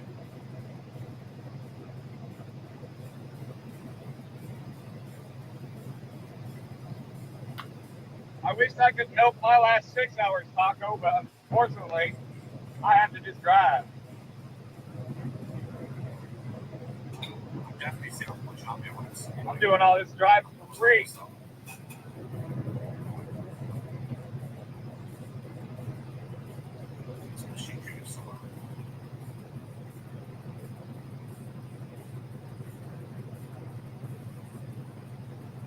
This year, I'll definitely make sure that I get some kind of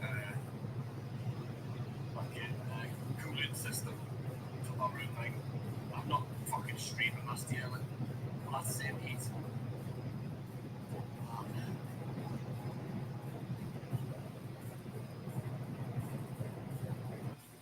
Nightmare stream. Definitely get streams soon.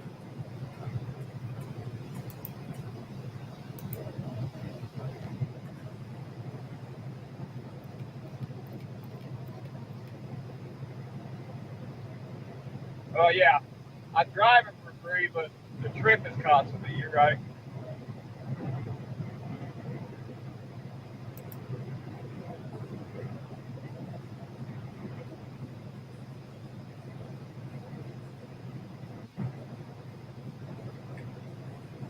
Spring.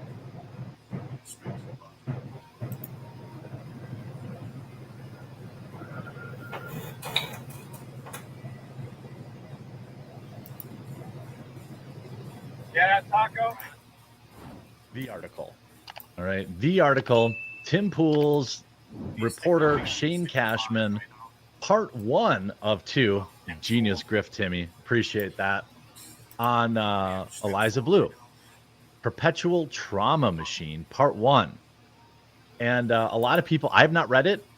My reactions are in real time. I'm not going to read the whole thing word for word because whether or not I agree or disagree with it, you know, I don't want to rob Shane of the traffic or Tim of the traffic. So I think, you know, that's reasonable. And I will share the actual article, not the archive, because I don't suspect Timmy would be up to any weird shenanigans.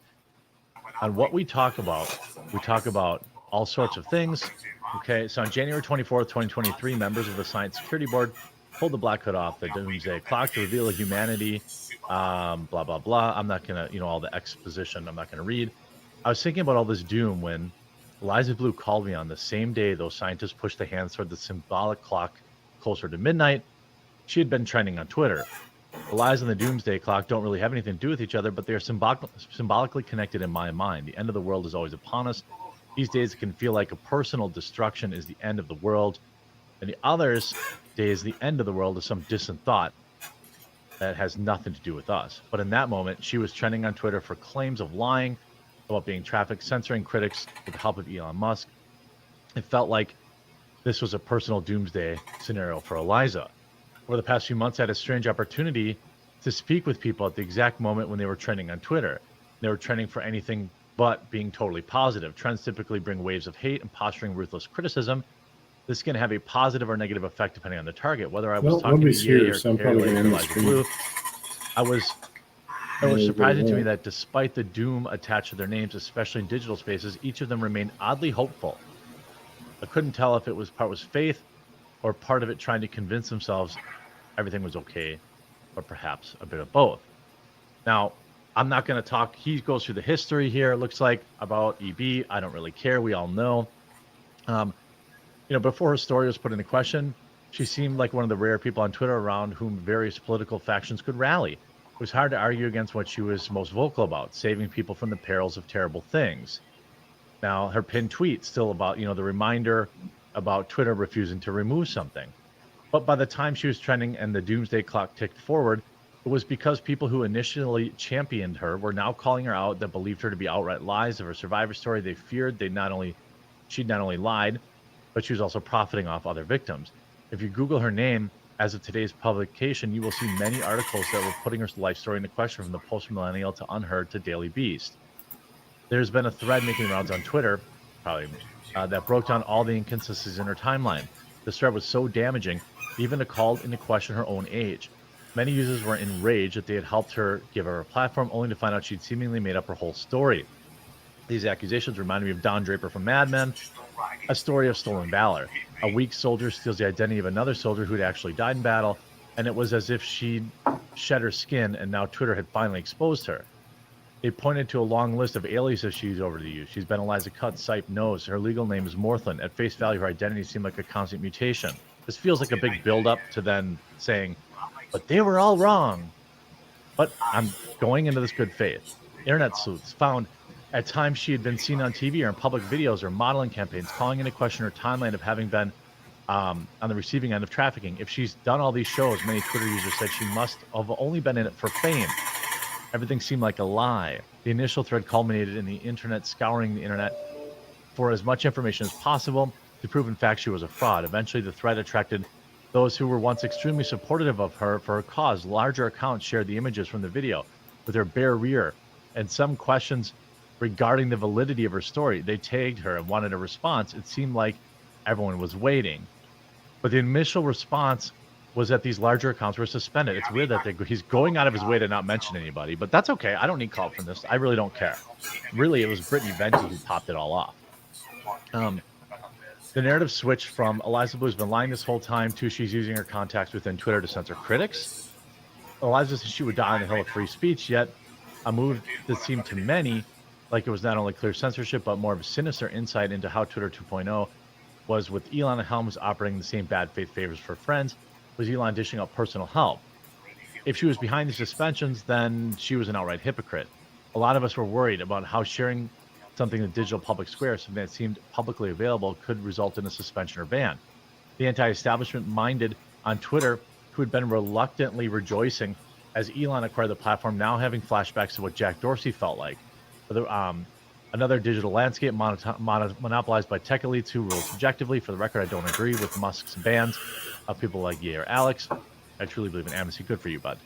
No, like legitimately, unsarcastically. As soon as this bans happened, the rumors started to spread. She must have been sleeping with Elon. She was a secret shadow inside of Twitter, dictating terms of service. Now I was on the phone with her. I'd previously planned to write a profile on Eliza, and we happened to be discussing a time to schedule a visit to Quad Cities. I heard the parts of the story she shared in various podcasts, and I saw an opportunity to share an in-depth understanding of what happened in her life. Now that her entire story had been picked apart in the Twitter sphere, it was safe to say I had more questions than I bargained for. Eliza and I had met in person once previously, of course on Timcast. Fine, put that out there. I told her on the live show that I was suspicious of the Me Too movement and that it infiltrated and destroyed accusations of merit. I believe that it was oversaturated the culture with false accusations. I believe the same horrific people were taken down by that movement, and that's a positive, but there was an insidious fallout where any whiff of accusation without any due diligence could destroy a person. It was absurd to see the court of public opinion be swayed so easily by just a few accusations, zero proof. The exact same thing happened to me. So let's skip down here. All right. It was the way that Eliza responded to the text. Oh, wait, sorry. I just left Ye's place in LA. He and I had spent the weekend discussing, among other things, the shape of his campaign for the president. One topic he kept coming back to was trafficking. Eliza's name popped in my head. So when I was at the airport, I asked for her permission to send her contact to Ye. I'm sure she obliged. Then Ye started a group chat. It was the way that Eliza responded to the initial text from Ye that gave me pause to go full tilt into accusing her of operating solely out of fame. I still didn't know her personality at all, nor did I expect recent claims, but I think it's worth sharing this despite. Yeah, Eliza, got your number from Shane. Let's stop all this stuff on Twitter. Eliza says, the actual freedom of all the people is the most important fight. No public stunt, by the way, and I'm not going to ask for funding or anything. I do everything on my own with my old iPhone and God. I don't think that that's very convincing. That just seems like this is, that's just manipulative to me. But anyway, it was discussed on Timcast that I would write a profile. Okay, good enough. There's a small collection of some of the criticism I received as I prepared the profile. This is a litmus test for Shane Cashman. He is a non-goblin. I'm not going to read all that. I'm going to skip down here. Okay. By the night that Eliza and I were both on IRL, I had already been in talks with Andrew Tate to write a profile on him. I'd spoken with him directly in the days leading up to the arrest, perhaps saying, oh, this guy's well connected. But after the thread about her life went viral, her timeline didn't make sense to me either. There seemed to be major gaps in her story. I'm sure I wasn't alone having this nightmarish thought experiment. On one hand, I would have preferred she was lying from the bits about her own story that she had shared. I'd rather that not happen to anyone. On the other hand, if she was lying, I'd feel personally let down. I don't believe she should erase advocacy to see her own Twitter and podcasts, even if I struggle with it. But again, the current economy deals in the currency of victimhood. We're all numb to the grift.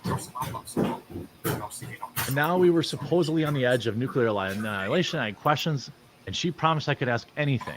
It seemed like I was flying to Illinois to interrogate someone about their darkest lies, or someone could have their darkest experiences to go through. My goal was to establish a timeline for her words, and then cross-reference it with the timeline that featured in the thread. I'm not sure what thread he's talking about.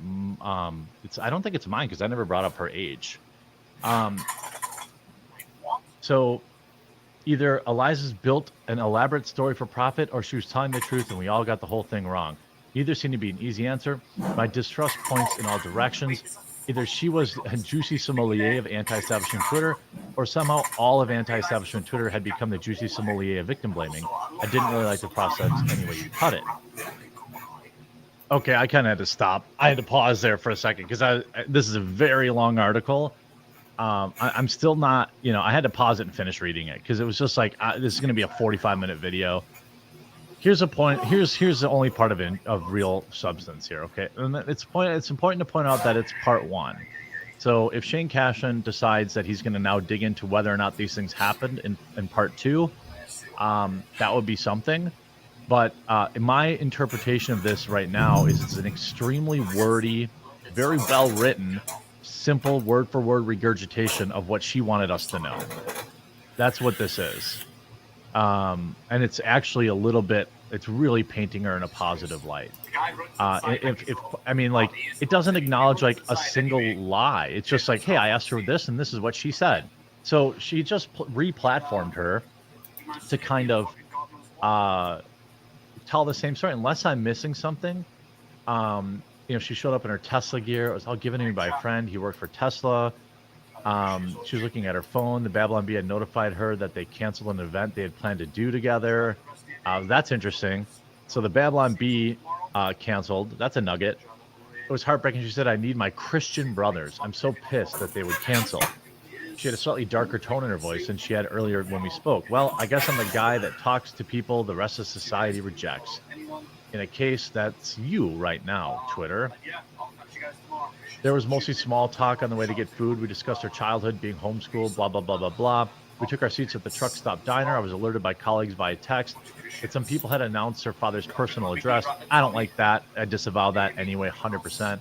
Both home and office were claiming to be on their way to film the location. I was going to be staying at her parents' house for the duration of my visit. Are you reading Twitter? I asked. Everyone who's ever done it. I don't like that. I disavow that. Her dad has nothing to do with this, as far as I could tell. And even if she is a liar, there's no point in putting her address out there unless you're going to serve her legal paperwork. Friends are telling me that silence makes everything worse. Right now, I don't. So it's essentially in this article, she just reiterates the same thing she's always said online about being groomed or whatever. It's all nebulous, and she still does not name anybody. Again, I don't buy this. I'm afraid of them. Name them so they can stop, name them so they can stop taking advantage of other people. I acknowledge that, obviously she's had some issues in her life. She's done some stuff like that. she had some, I totally buy that she was, addicted and did this kind of stuff and did films she didn't want to do. But like, allegedly ODing again, like, I'm not denying that this woman had a hard life, but certainly her timeline looks very suspect. Very suspect. Addiction leads you to doing all sorts of stuff that you wouldn't have normally done, but it doesn't necessarily mean that you were quote unquote trafficked. You certainly can have, a situation where you're just making bad decisions, and now you're looking back and you're trying to blame everyone else for your own bad decisions. So you won't name names. Can you say it's a famous person? I asked. There are many people involved in my story that are very high profile. Maybe they aren't a household name, but I think if it all comes out, people will be like, oh, wow. You go back to him and you see him after the phone call I asked. This I didn't physically, I just called him. So, I mean, like, again, she refuses to name names. She basically tries to run cover for any connections at Twitter, or that, distance herself from Elon. Saying that she's never met with him. I don't buy this that she's like hooking up with everybody. I mean, it's like a meme. Like, I don't think her and Tim did anything. I don't think her and Elon did anything. It's interesting to me how this is certainly a puff piece. The comments are, the comments on here says there's a long-winded fluff piece. There's absolutely no substance to anything in this article except regurgitated stories. I did a quick search for Venti, Brittany, Jeremy Corden. None of them showed up. But that could be in part 2. The article is mostly pointless. It's also a pointless word fluff count to relate two non-relatable stories, and proceeds to droll on with a softball-laden conversation that gives Eliza all the elbow room in the world to BS more without any evidence. Yeah, not what, either everything she said is true, or part 2 is going to be an absolute bombshell. I suppose we'll have to wait and see. Let me know what you think in the comment section down below.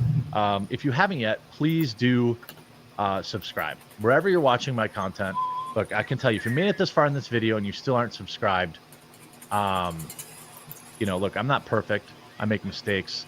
And the one thing that I try to do is own them. Certainly if I'm wrong about all this stuff and Eliza's 100% right and hasn't lied about a thing, I would be shocked, given how none of her timelines line up. But I appreciate all of your support and hope that you'll share this video. This article is not good.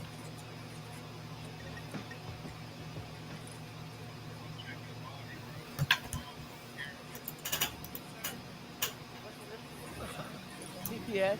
KERA.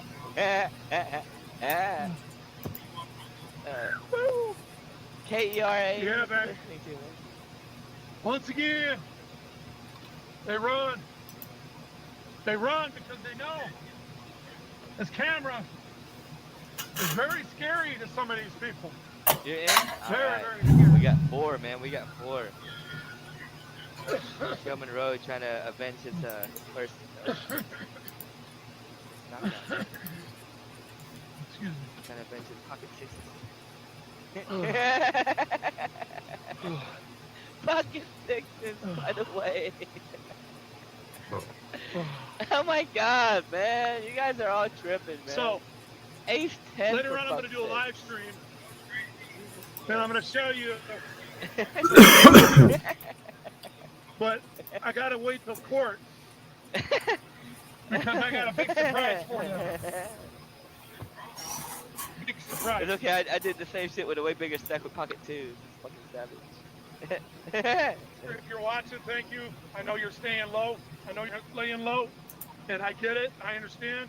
And I respect you a lot, Walter. I do. You bring a lot of knowledge to the table. And I appreciate you very, very much. Thank you, sir. You're welcome. For what you do and how you help the community. It was awesome. You haven't just helped me, and I know that you did it for me, and I can appreciate it very, very much. What you've done for me. Thank you for your time. We should replay it. We should watch it. We for helping me keep my head up. Hilarious. Thank you for the good advice for 55 years. Thank you very, very much, sir. I love you, man. Everybody say a prayer for my attorney, Walter. He ain't feeling good these days. Wait, what? Walter's not I'm feeling not good? going to say what's going on, but he keeps going in and out of the hospital. Dear Heavenly Father, please save Walter. What Walter's happens not when you're 80 feeling years great, old, and I think the He's devil not might be senile, coming though, for him due and he to knows the the indecent law. things that he's done over the Awesome. years. But God, please forgive him. See if you A lot of protect people him from the automatically say that, devil. you know. Oh, he's senile. The hell Chances would are he the take it for devil's granted, gonna right? probably grab him You by know, the feet, people that pull him down to take hell, people for and make granted him all the burn in time because eternity for they're his nasty racist, deeds to mankind. profiling individuals that hate the In Jesus' name we Constitution pray, don't amen. want their way because the only thing they want to do is live. They want to live the way they want. They want to get away with everything they want to, and they can exploit their supremacy and do and have privileges that everybody else has. Straight up. That's a lie. I just gave them all a call. Yo, thank you, sweet sugar. I appreciate that. Dagnum device. Hi. Hi, What's up? I received some information, Okay. which He did I'm a going to similar- ask you, Yeah, should I be He's actually honored his own. overly sensitive? Okay, I was told that they're purchasing machines to take the Yeah. Not that I know. I'd be the one that heard about that. I know they had one that they installed when you guys were still there, but that was just to add more production. Oh, add more production, Yeah. which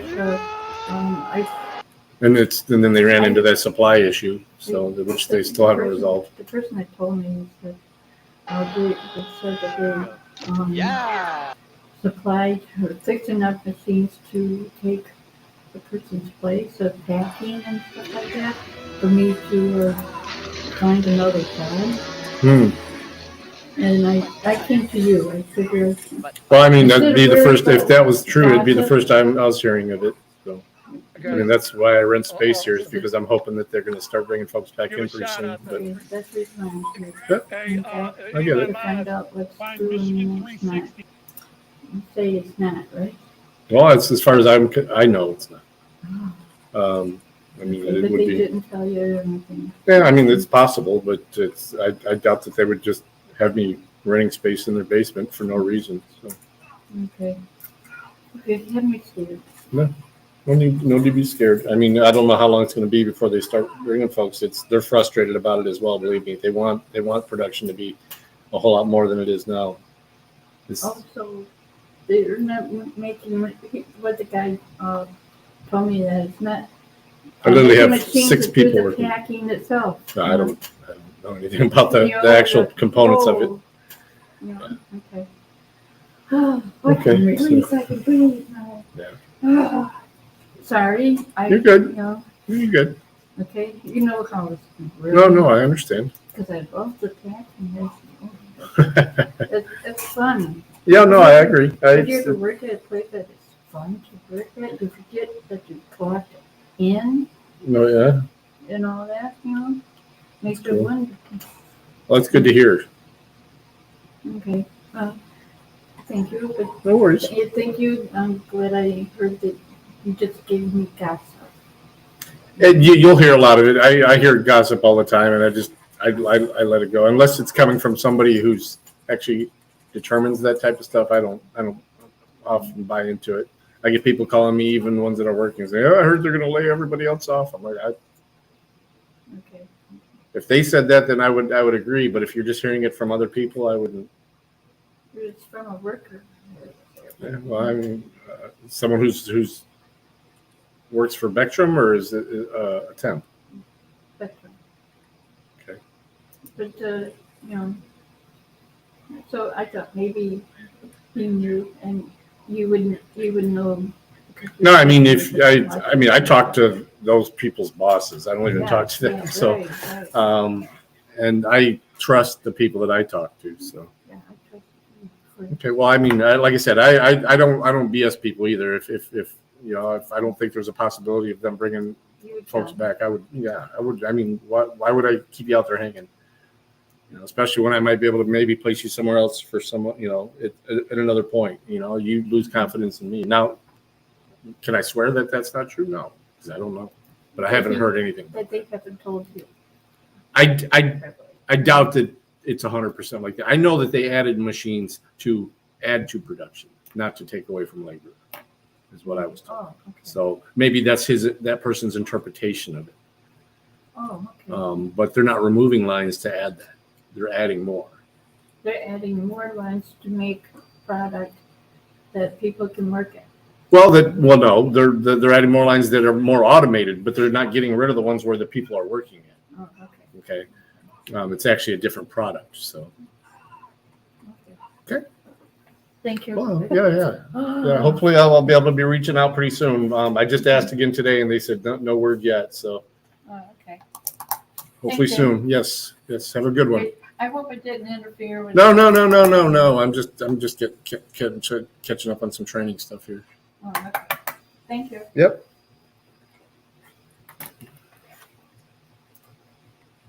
Now that they're on the radar, I'm ready, man. Shit. let's see if they'll obey their oath if we start recording their the rest of their stuff, because I'm sure if they're doing that, they gotta be breaking the law. They have to be. You know, when they solicited that trespass down there, they got a ton. Scores are exceedingly good, except for a few news outlets. I mean, political hackery, pretending to be news outlets, didn't get review copies, and they're very mad about that. And you just wonder why. Because, well, Warner Brothers knew they were just going to trash the game anyway. In fact, the overwhelming majority of reviews still include a paragraph or two disavowing J.K. Rowling, absolutely nothing to do with the game review at all, and almost certainly proof that they are artificially dragging down their scores.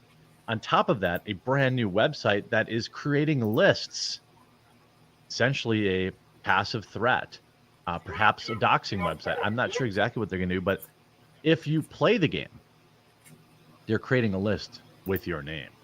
Absolute insanity. Let's start out with some of the more hilarious cope. The journalists pretending that they are still heroic even though they're making money after covering covering game. By the way, I'll be playing on PC. I think it comes out early release is like Wednesday or Thursday. I'll be playing on my Meta PC. By the way, I have this page set up. I work with Meta PCs. If you're in the market for a new computer, I created a list of kind of good, better, best, ultimate. This is the actual computer I use here down on the bottom. They do custom builds too, laptops, lease to own, veteran-owned company, have stood by me for years through many cancel culture attempts. And so when you're in the market, promo code TheQuartering, you'll save. I'll put the link in the description. Why I'm reviewing Hogwarts Legacy. It's our world, not hers. It actually is hers. Every time you enter it, you pay her money. 5 days ago, review code for Hogwarts Legacy landed in my inbox. I've been thinking about this moment for more than a year. Ever since the backlash against the game started gaining traction online, the author of the Harry Potter novels is a transphobic, and she's targeted trans women in particular. That's incorrect. You know, it's just, it's funny to me, just how the world that these like lunatics live in completely is devoid from facts. Anyway, I digress. On the flip side, the potential players point out the author wasn't involved in the creation of the legacy, and her status as the world's richest author won't change regardless of the game's success. Also, they really want to play it. I fall in the second category. I'm currently 15 hours in, and I'm just barely scratching the surface. I'm having an incredible time. It feels like an RPG that Harry Potter fans have been waiting for, rich and alive and absolutely packed with magic. It's slightly frightening to write that down, knowing the condemnation I could receive. Oh, yeah, don't put yourself up on the cross there, anonymous games journalist from Engadget. This on top of, like, look at Newsweek even ran. The Hogwarts Legacy boycott failed. Days before the official release, the verdict is in. Efforts to rally a boycott about the much-talked-about video game in association with its embattled author J.K. Rowling have failed. As far back as 2020, a number of fans have debated whether Rowling's attachment to the game would have been problematic. But with the game set to release this week, Forbes has reported that Hogwarts Legacy is is already proven to be a hit, becoming the top-earning game on Steam, the best-selling game on the Epic Store, the deluxe and regular editions holding the top 2 spots on Amazon, and the best-selling game on PS5. And the game's not even out yet. Amazon is also reporting a robust business on the Xbox Series X, with the game's 2 deluxe editions and regular editions holding the top 3 spots in the games. Now, again, look, there's no other huge game release coming up this week, other than the Dead Space remake. So, I mean, your mileage may vary on what you think of that, but I mean, clearly people are buying the game, and lots of them. It's not for effort. Twitch streamer Will Overguard is known as the Viking Blonde. Last month shared a viral video on social media where he urged his followers not to buy the game. Please do not support Hogwarts Legacy game. I mean, I don't know if I'd call that viral. It has 5,000 likes. Big whoop. Again, that's all a cope. They all want to play the game. Imagine being this way. Look, there are some of my all-time favorite bands have come out with some hot political takes that I strongly disagree with, but I'm not going to not enjoy their records. I mean, then who's really winning? Well, maybe I, borrow it from a friend, or I stream it, or, something along those lines. But, I just don't understand how, depriving yourself of stuff is really sticking it to them. Hogwarts Legacy review scores: IGN 9 out of 10, VGC 4, Metro 8, Screen Rant 4.5, Xbox Era 9, Game Rant 4.5, PlayStation Universe 9.5 out of 10. I mean, Power Up 9 out of 10, Press Start 9 out of 10. These review scores are extremely high, and obviously factor in that they're probably artificially dragging down these scores in order to score some woke points. This leads to places like Kotaku. Kotaku writers confirmed that Warner Brothers chose not to give them an early review copy. Well, I wonder why that could be. Could it possibly be because Kotaku has been writing endless articles about how the game is evil incarnate, and that that they aren't going to play it, and that they shouldn't have people play it? Kotaku used to be a video game website, and that was even a long time ago. Now it's just out and out straight political type website.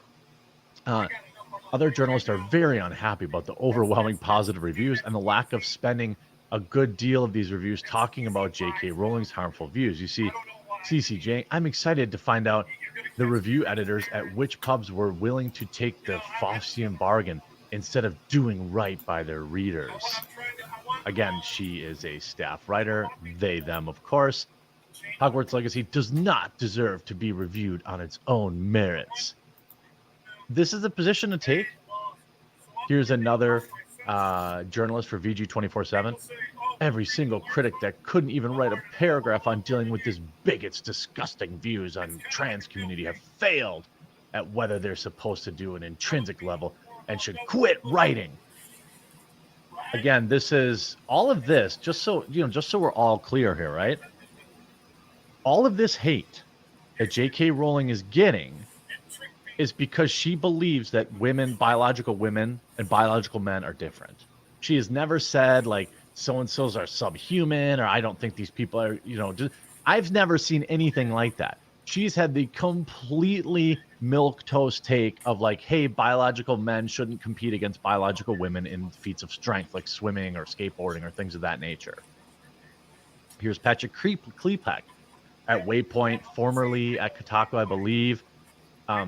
Watching game journalist outlets jump through rhetorical hoops to justify coverage on Hogwarts Legacy isn't surprising.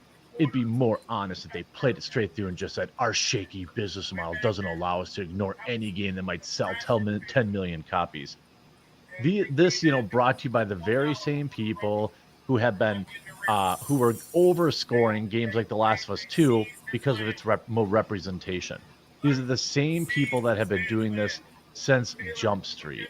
And then you have, and by the way, shout out to Legacy Kill HD for, putting these things together.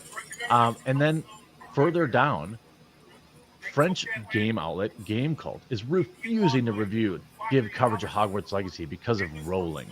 What's interesting to me, what's really hilarious to me, is that you have these people that are we're not going to review it. And then for the next 2 weeks, they're going to be sitting there with nothing to talk about. Are they going to say, oh, Hogwarts Legacy only sold 12 million copies. 12 million bigots exist. Big surprise. That sort of coverage, is that what they're going to do? I mean, they have the gamers writers are pissed that IGN and other outlets for putting warning labels about rollings for only putting warning labels about the author of a book about wizards. This another author like Tech Raptor putting a statement in your Hogwarts Legacy coverage about JKR can be a bit mean because you're a diehard activist that would have thrown the first brick at a stone wall, or is a bit mean because I mean, like, they're salty. We refuse to give an echo to the brand whose economic and media. They're doing the same thing, by the way. They're still advertising the game. They're still covering the game.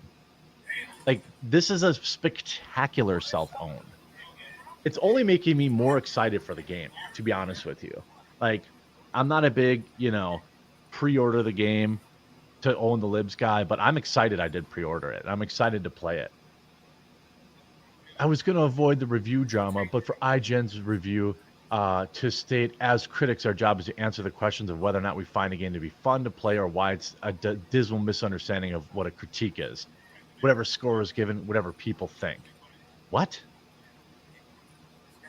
How about, I'm in no way surprised by the positive reviews to Wizard Game from many outlets who have reviews up today.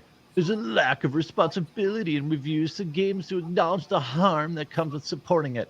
Again, these are the same people who will artificially inflate scores for games that are inherently pushing the same politics they agree with. This is a massive cope. This is them admitting that they're really not journalists, that they're really the game journalists. They are political hacks who spend all day on Twitter screeching. They probably still dream about Trump. They think about Trump every day. They refer to things like Trumpism and they're white and they say white people are bad and all this kind of stuff. And here's a coup de grace, again, put together by Legacy Killer HD. You should definitely subscribe to him on YouTube. Most of you probably are. He's not exactly a small channel, but someone made a website to see if your favorite Twitch streamer has streamed Hogwarts Legacy. I guess the goal is to boycott said streamer if they do play the game. This is getting ridiculous. Well, here you have they streamed that wizardgame.com, put in a streamer, and then connect to the Twitch API. Sweet. Like, is this supposed to be some what sort kind of did like, you get? you know who else made lists? I guarantee you I'm already pre-blocked by this person. Bless us feet. I am Sam Gibbs. I mean, this is like, this is the most hilarious. Oh, look at you, Sam. You didn't block me already. Like, here you have, they're getting, brutally ratioed, of course. Priorities, this must be the way for this. Wait, there must be a way for this to victimize me. I understand you personally don't want to support it. That's your decision. It's fine. But if you believe you need to excise anyone who plays it from your life, you need to take a step back and reevaluate. Here's 6,000 likes. Are we really doing this? You people need lives. I mean, there's a whole website dedicated to finding out if a streamer played the Harry Potter game. What are they going to do with that data? Probably name and shame them and, use this list to organize boycotts and try to harm them financially. I think, of course, other people buying the game in the comments. I love it. But, like, what is this data going to be used for, right? It's like jackbooting. They're going to say, oh, well, now let's get after all these people's sponsors. Let's get them canceled. Let's get them demonetized. Let's get them struck. That's what this list is going to be used for. Make no mistake about it. I hope you enjoyed this video. And remember, check out Meta PC's link in the description. I'll be looking forward to playing Hogwarts Legacy, just like most of you. We'll talk to you again real soon.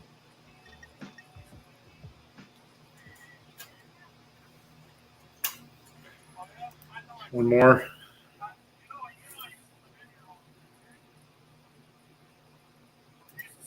What's going on, everyone? Jeremy here from The Quartering. I absolutely really appreciate all of your support and involvement in the channel and commenting, leaving likes on the video, sharing them. It's been really, really encouraging to see. So appreciate that. And I hope at some point today, if you're not subscribed, I'll earn your subscription. There's a button down below. I don't care where you watch, YouTube, Rumble, BitChute, Odyssey, wherever you are. I hope today will be the day I earn your subscription. Now, I want to talk a little bit, as things have transpired over the weekend. You know, obviously a lot of people may be thirsting for more like Timmy versus the quartering drama. You know, I said my piece there. I said on Twitter, if you don't follow me on Twitter, I said like, hey, you know, I said my bit about Tim. I think that, you know, I'm not really interested in going to battle with him. What I'm concerned about is the, you know, interference in my use of Twitter by someone who thinks they're above the law and who's lived a life of zero consequence for their lies and their actions. So, you know, I'm not, no Timmy Pool drama. And also, like, you know, I appreciate everyone though greatly. Just, you know, don't super chat people who don't want to cover what you want to cover. You know. Anyway, lots of new interesting stuff coming out, including really anything that makes Eliza look bad getting flagged down, and some wild theories about deep connections with the FBI, which I don't believe. I think there's a lot simpler answer here. It's Occam's razor. It's just somebody who doesn't have any consequences in their life, and they're deciding to go around and, you know, screw with other people's lives. I want to start first and foremost with a brand new flag down. Dang it, all you people on my live stream. I'm from Wisconsin, all right? Wisconsin. Snack Shack. All right. So I tweeted this out on February 4th. I believe it was Saturday or late Friday night. 1 a.m. late Friday night. Simply saying, hi, Eliza. And because, again, if I could get my brothers and sisters in arms, please, when you find something, archive it first before you expose it to the world, all right? So, of course, I archived it immediately because now when you click the link,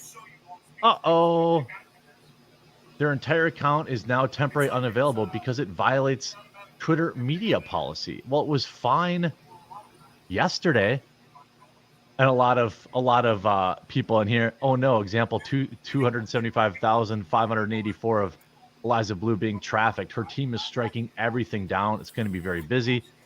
Incoming ban at 321. Daddy Elon, no. Again, how is she getting all these accounts banned? Here's what I think.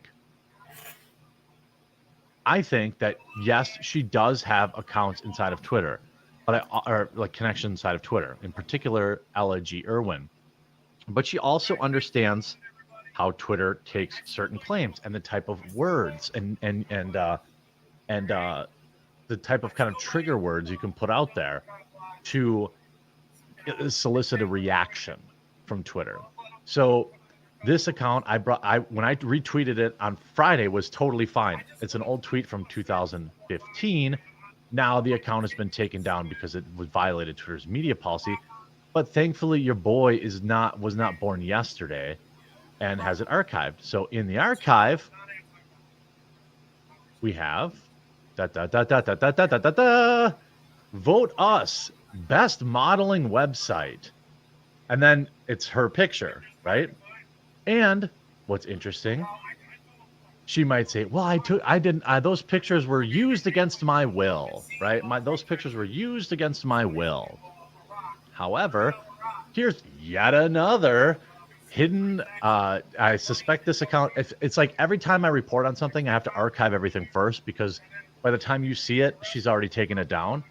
But here's yet another Eliza Instagram account that also includes videos of her begging people to go vote for her in the G Girls contest. So she knew she was in this, she took this photo willingly. She tried to mobilize her followers to go vote for her. And now she took that account down. So you might say, how does she get the World Star account down? How did she get the World Star video down? Well, here's what I think. I know there's all sorts of grand conspiracy theories, but I've been thinking deeply. I've been talking to people. I've been percolating on these ideas. And I just keep regressing back to the mean, kind of saying, no, yes, I believe she has connections inside of Twitter. But I also believe that she has literally nothing going on in her life and is watching all of these videos and flagging the stuff down manually. I mean, she may have a few simps in like a Discord or something that are helping her, but you would be shocked how many conservative people have dirt on this woman and have literally told me, I'm afraid to go public because she'll sue me. Why? Why are you afraid of this woman? She has, by her own admission, no money, no resources, no job. She lives at home. All right. What are you afraid of? I'm not afraid. I'm saying, like, people legitimately are like, oh my God, she's going to sue me. What? When has she ever litigated successfully against somebody? Has she proved to be litigious? I don't understand this specter of like fear on this. Just an e-girl. Just a thought, boys. What are you worried about? We're allowed to report on the facts. I mean, if the freaking Daily Beast is reporting on it, why can't other, unnamed commentary people report on it? What are they so afraid of? I think that the reality is none of these videos that she did privacy complaints on will be taken down. That is my prediction. As long as people reply to the email, okay, YouTube will not take them down and should not take them down. I believe that she got that Wish video, WSHH, which is World Star Hip Hop, that one, I think she got that down because she submitted the very same privacy complaint, and after a week of not responding, it just defaults to judgment in her favor. That's what I believe. Now, in terms of it coming down from the World Star Hip Hop website, that's a little more odd. Certainly she submitted some sort of claim. But what's interesting in all of this is, like, at no point. So now we know that, like, okay, it's probably not just that video because there's all sorts of attempts to hide that one particular video. But I'm wondering what other privacy complaints were issued that were just simply responded to by the creators of that channel. Like that YouTube channel was like 10 years old and they haven't uploaded in a long time, if I remember correctly. They probably never even saw the email. But this one, of course, temporarily unavailable because of violates media policy. I mean, is it possible? Now I am seeing an increase in simps for her in my Twitter feed today, saying, blah blah blah. And then there's this theory going around, by the way, that from a friend that she has deep ties in the FBI. I don't believe that. I believe she may know somebody in there because she's involved in the trafficking stuff. I don't think anyone's losing their career over this woman except for maybe one guy. But like, they're blowing up their credibility at least. This is like, I just don't believe that. I mean, this is someone who has nothing, who lives at home, and people are treating her like she's some supervillain because they're so afraid because other conservatives, pundits are saying, I'm afraid to talk out because she might sue me. For what? All this stuff is public. All right. Look at what now she's down 15,000 followers on Twitter. But watch, here's my prediction. By the end of this week, she will have at least one positive growth day. She deleted all these tweets. I have not found any particular tweet. Like, if I put a bounty out there, how about $25 for the first person to email thequartering@gmail.com an example, like an archive of the original and a screenshot of the deleted tweet. Because a lot of the big whoppers, the Humanity House tweets, those are still live. So I'm not sure what got deleted, but a lot during this week, right? I can't find out I don't know what got deleted, but it's 25, 26 minimum. Because remember, these tweets are a net number. So I'm curious what she's deleting. I have not found a great way to actually track that without doing it manually, and I just don't have the time. I don't have an team, an investigative team. But I would pay for that if you're the first person to get it to me. I'm curious what's getting deleted. Because I think that is more important than what's getting tweeted, which is she has now addressed her podcast where she talks about a utopia being like you know, where the community gets together and decides whether or not the kid is in a position to hook up with an adult. Okay. So she has now provided some additional context around that, saying, I went on the show to advocate for survivors. I was speaking in the clip about a hypothetical anarchist society with no government and no laws, stated it clearly. I believe in the current laws around these issues, abide by the current laws. Well, she was not saying, you know, she said, this is my utopia. That's the word she used, right? I was clear about all of that. The full podcast is available to watch. The clip is available to watch. I understand that it might be difficult for folks to try to understand a conversation about a hypothetical world with no government and how to tackle terrible crimes. Yeah, fine. Okay, fine. She, you know, she's still getting totally buried in the replies. And again, you see here, yesterday, again, in a way like taking credit. Twitter officials reported in January 404,000 accounts. Twitter cracking down on, you know, CSE stuff. People, you know, replying, basically saying, you know, just dunking. You know, again, here's another big whopper. Okay. I tracked the CSE problem on Twitter for years. In my wildest dream, I thought I thought that they could have maybe consistently removed 57,000 profiles a month. Where'd that number come from? Twitter removing 404,000 profiles in January is a miracle.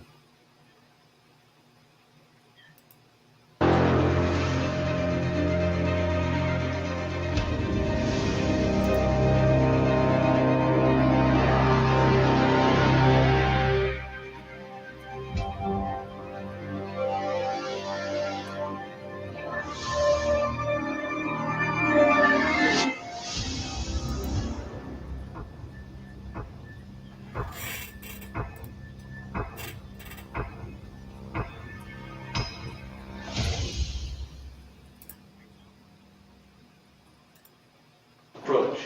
Off the record. Approach.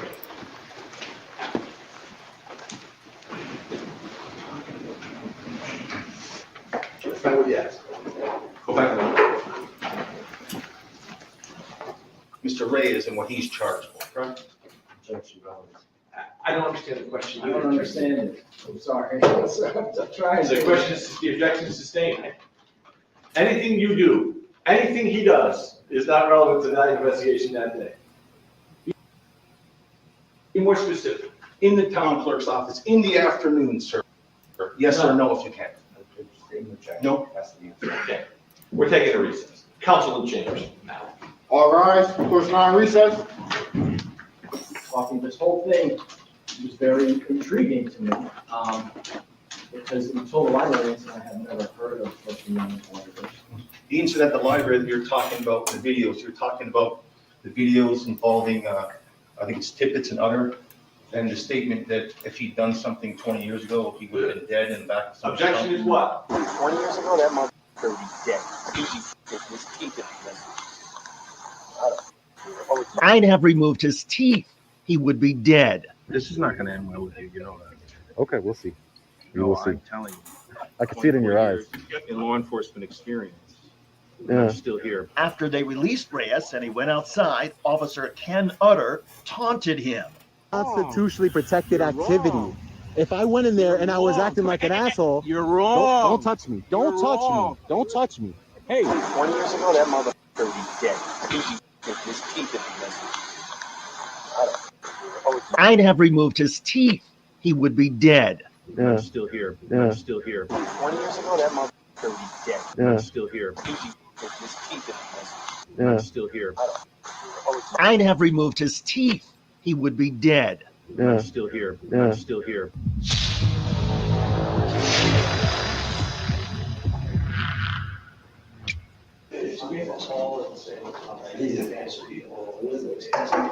All right. Court back in session. Good afternoon, Your Honor. Good afternoon. Please be seated, everyone. Okay.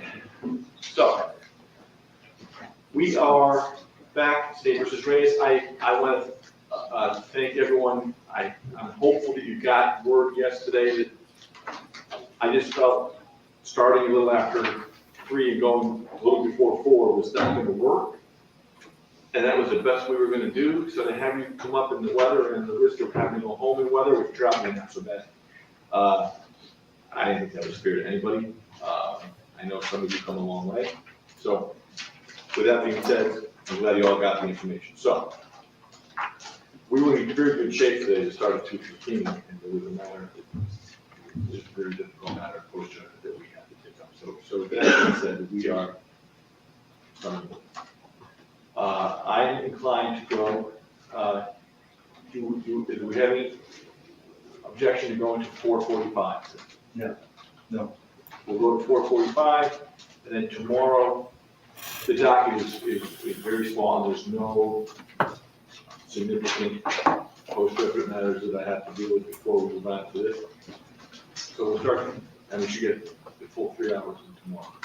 And we'll see where we are at that point. I appreciate everybody's flexibility in trying to get this done, and but certainly done where no one feels that they haven't gotten in or out what they want to say. So here we are. We have a witness ready to resume the stand. I'm gonna let that go for a minute.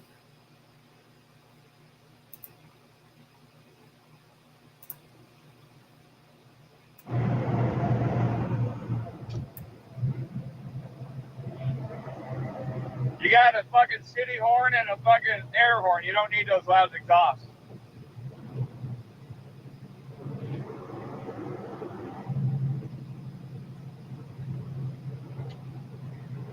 Just saying, bro.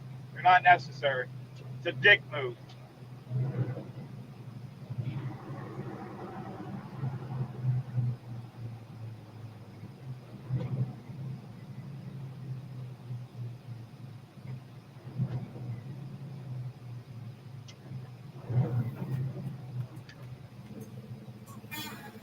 Yeah, train horn. Now, see, now we're talking.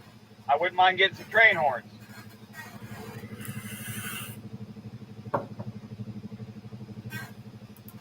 But the loud ass fucking heart stopping fucking engine brakes, dumb.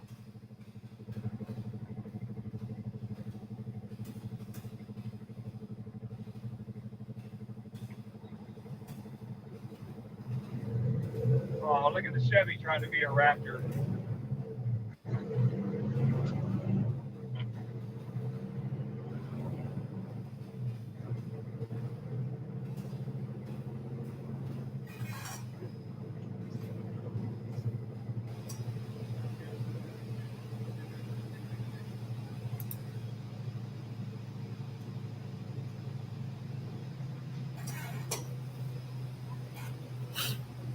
Yeah. I think we're in the middle of nowhere. What's up, Doc? Okay.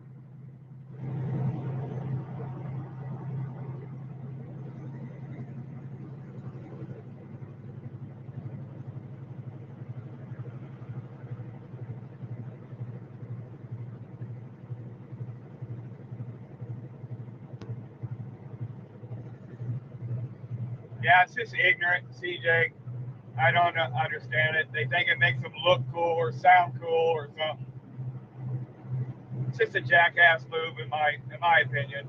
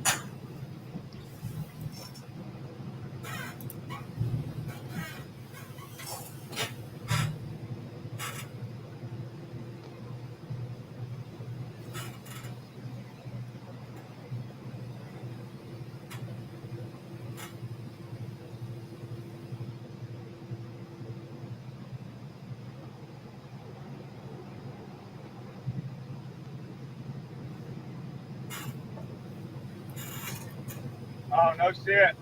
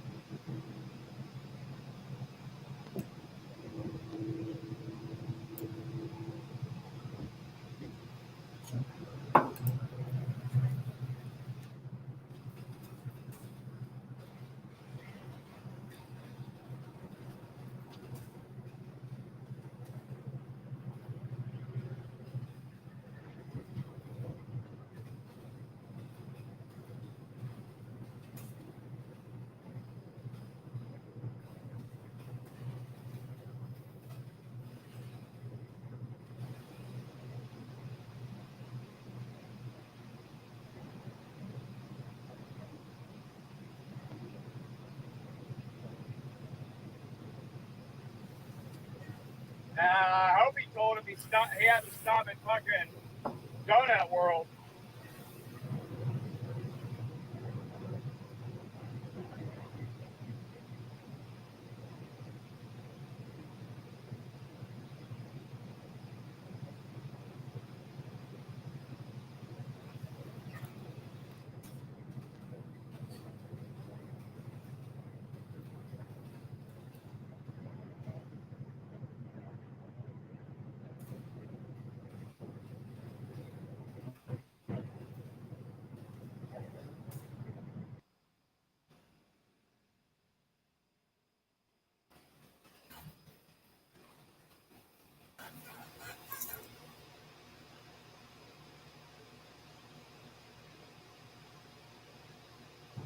Effects.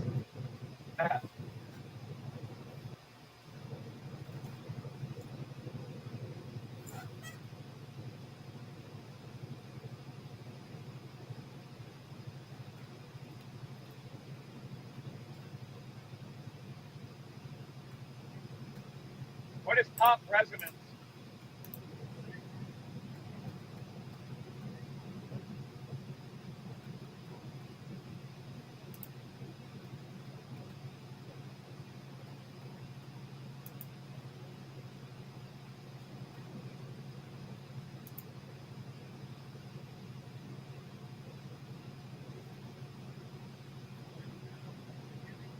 Personal items taken with me to protect myself, buddy.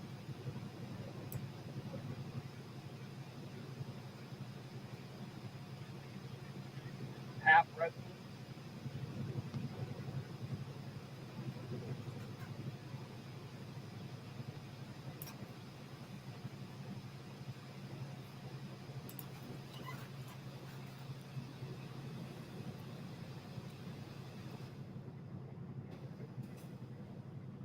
Gotcha.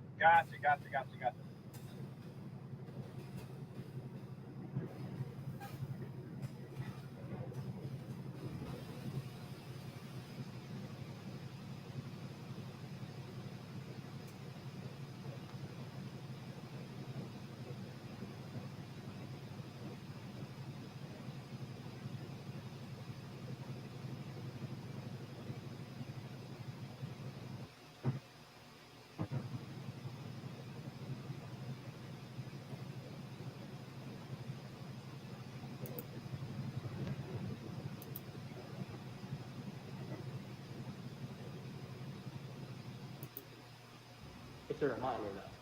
Because if they do send them, that could be a child charge. You get what I'm trying to say? Sure. Are you nervous right now, man? Okay, we're just talking, that's it. You're welcome.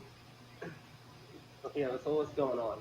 So, you said you wanted to chill and watch the movies with this minor after the conversations that went on Grindr.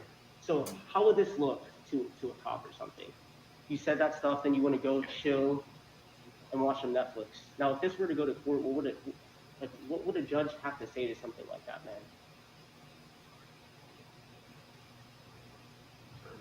True. So, have you ever done this before?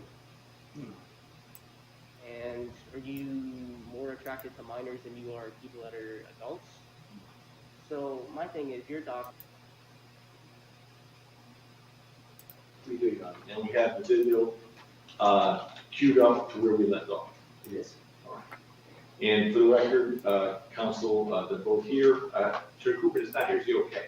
His daughter was sick, so he didn't make the trip from Brooklyn, and so, but he promises he'll be here tomorrow because he misses. He misses me? Yes.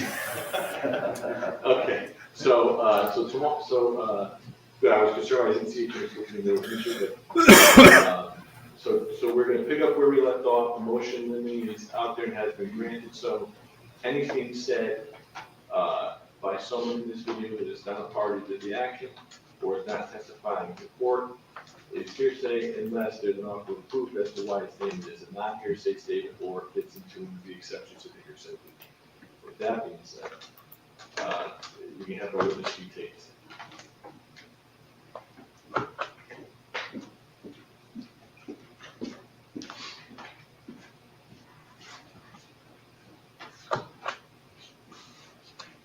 I'm gonna kill the stream, guys. I will just remind you you're still. That's what I'm watching right there. I got some work I gotta do, and I gotta use this computer for it too. Try to stop him from going up the stairs.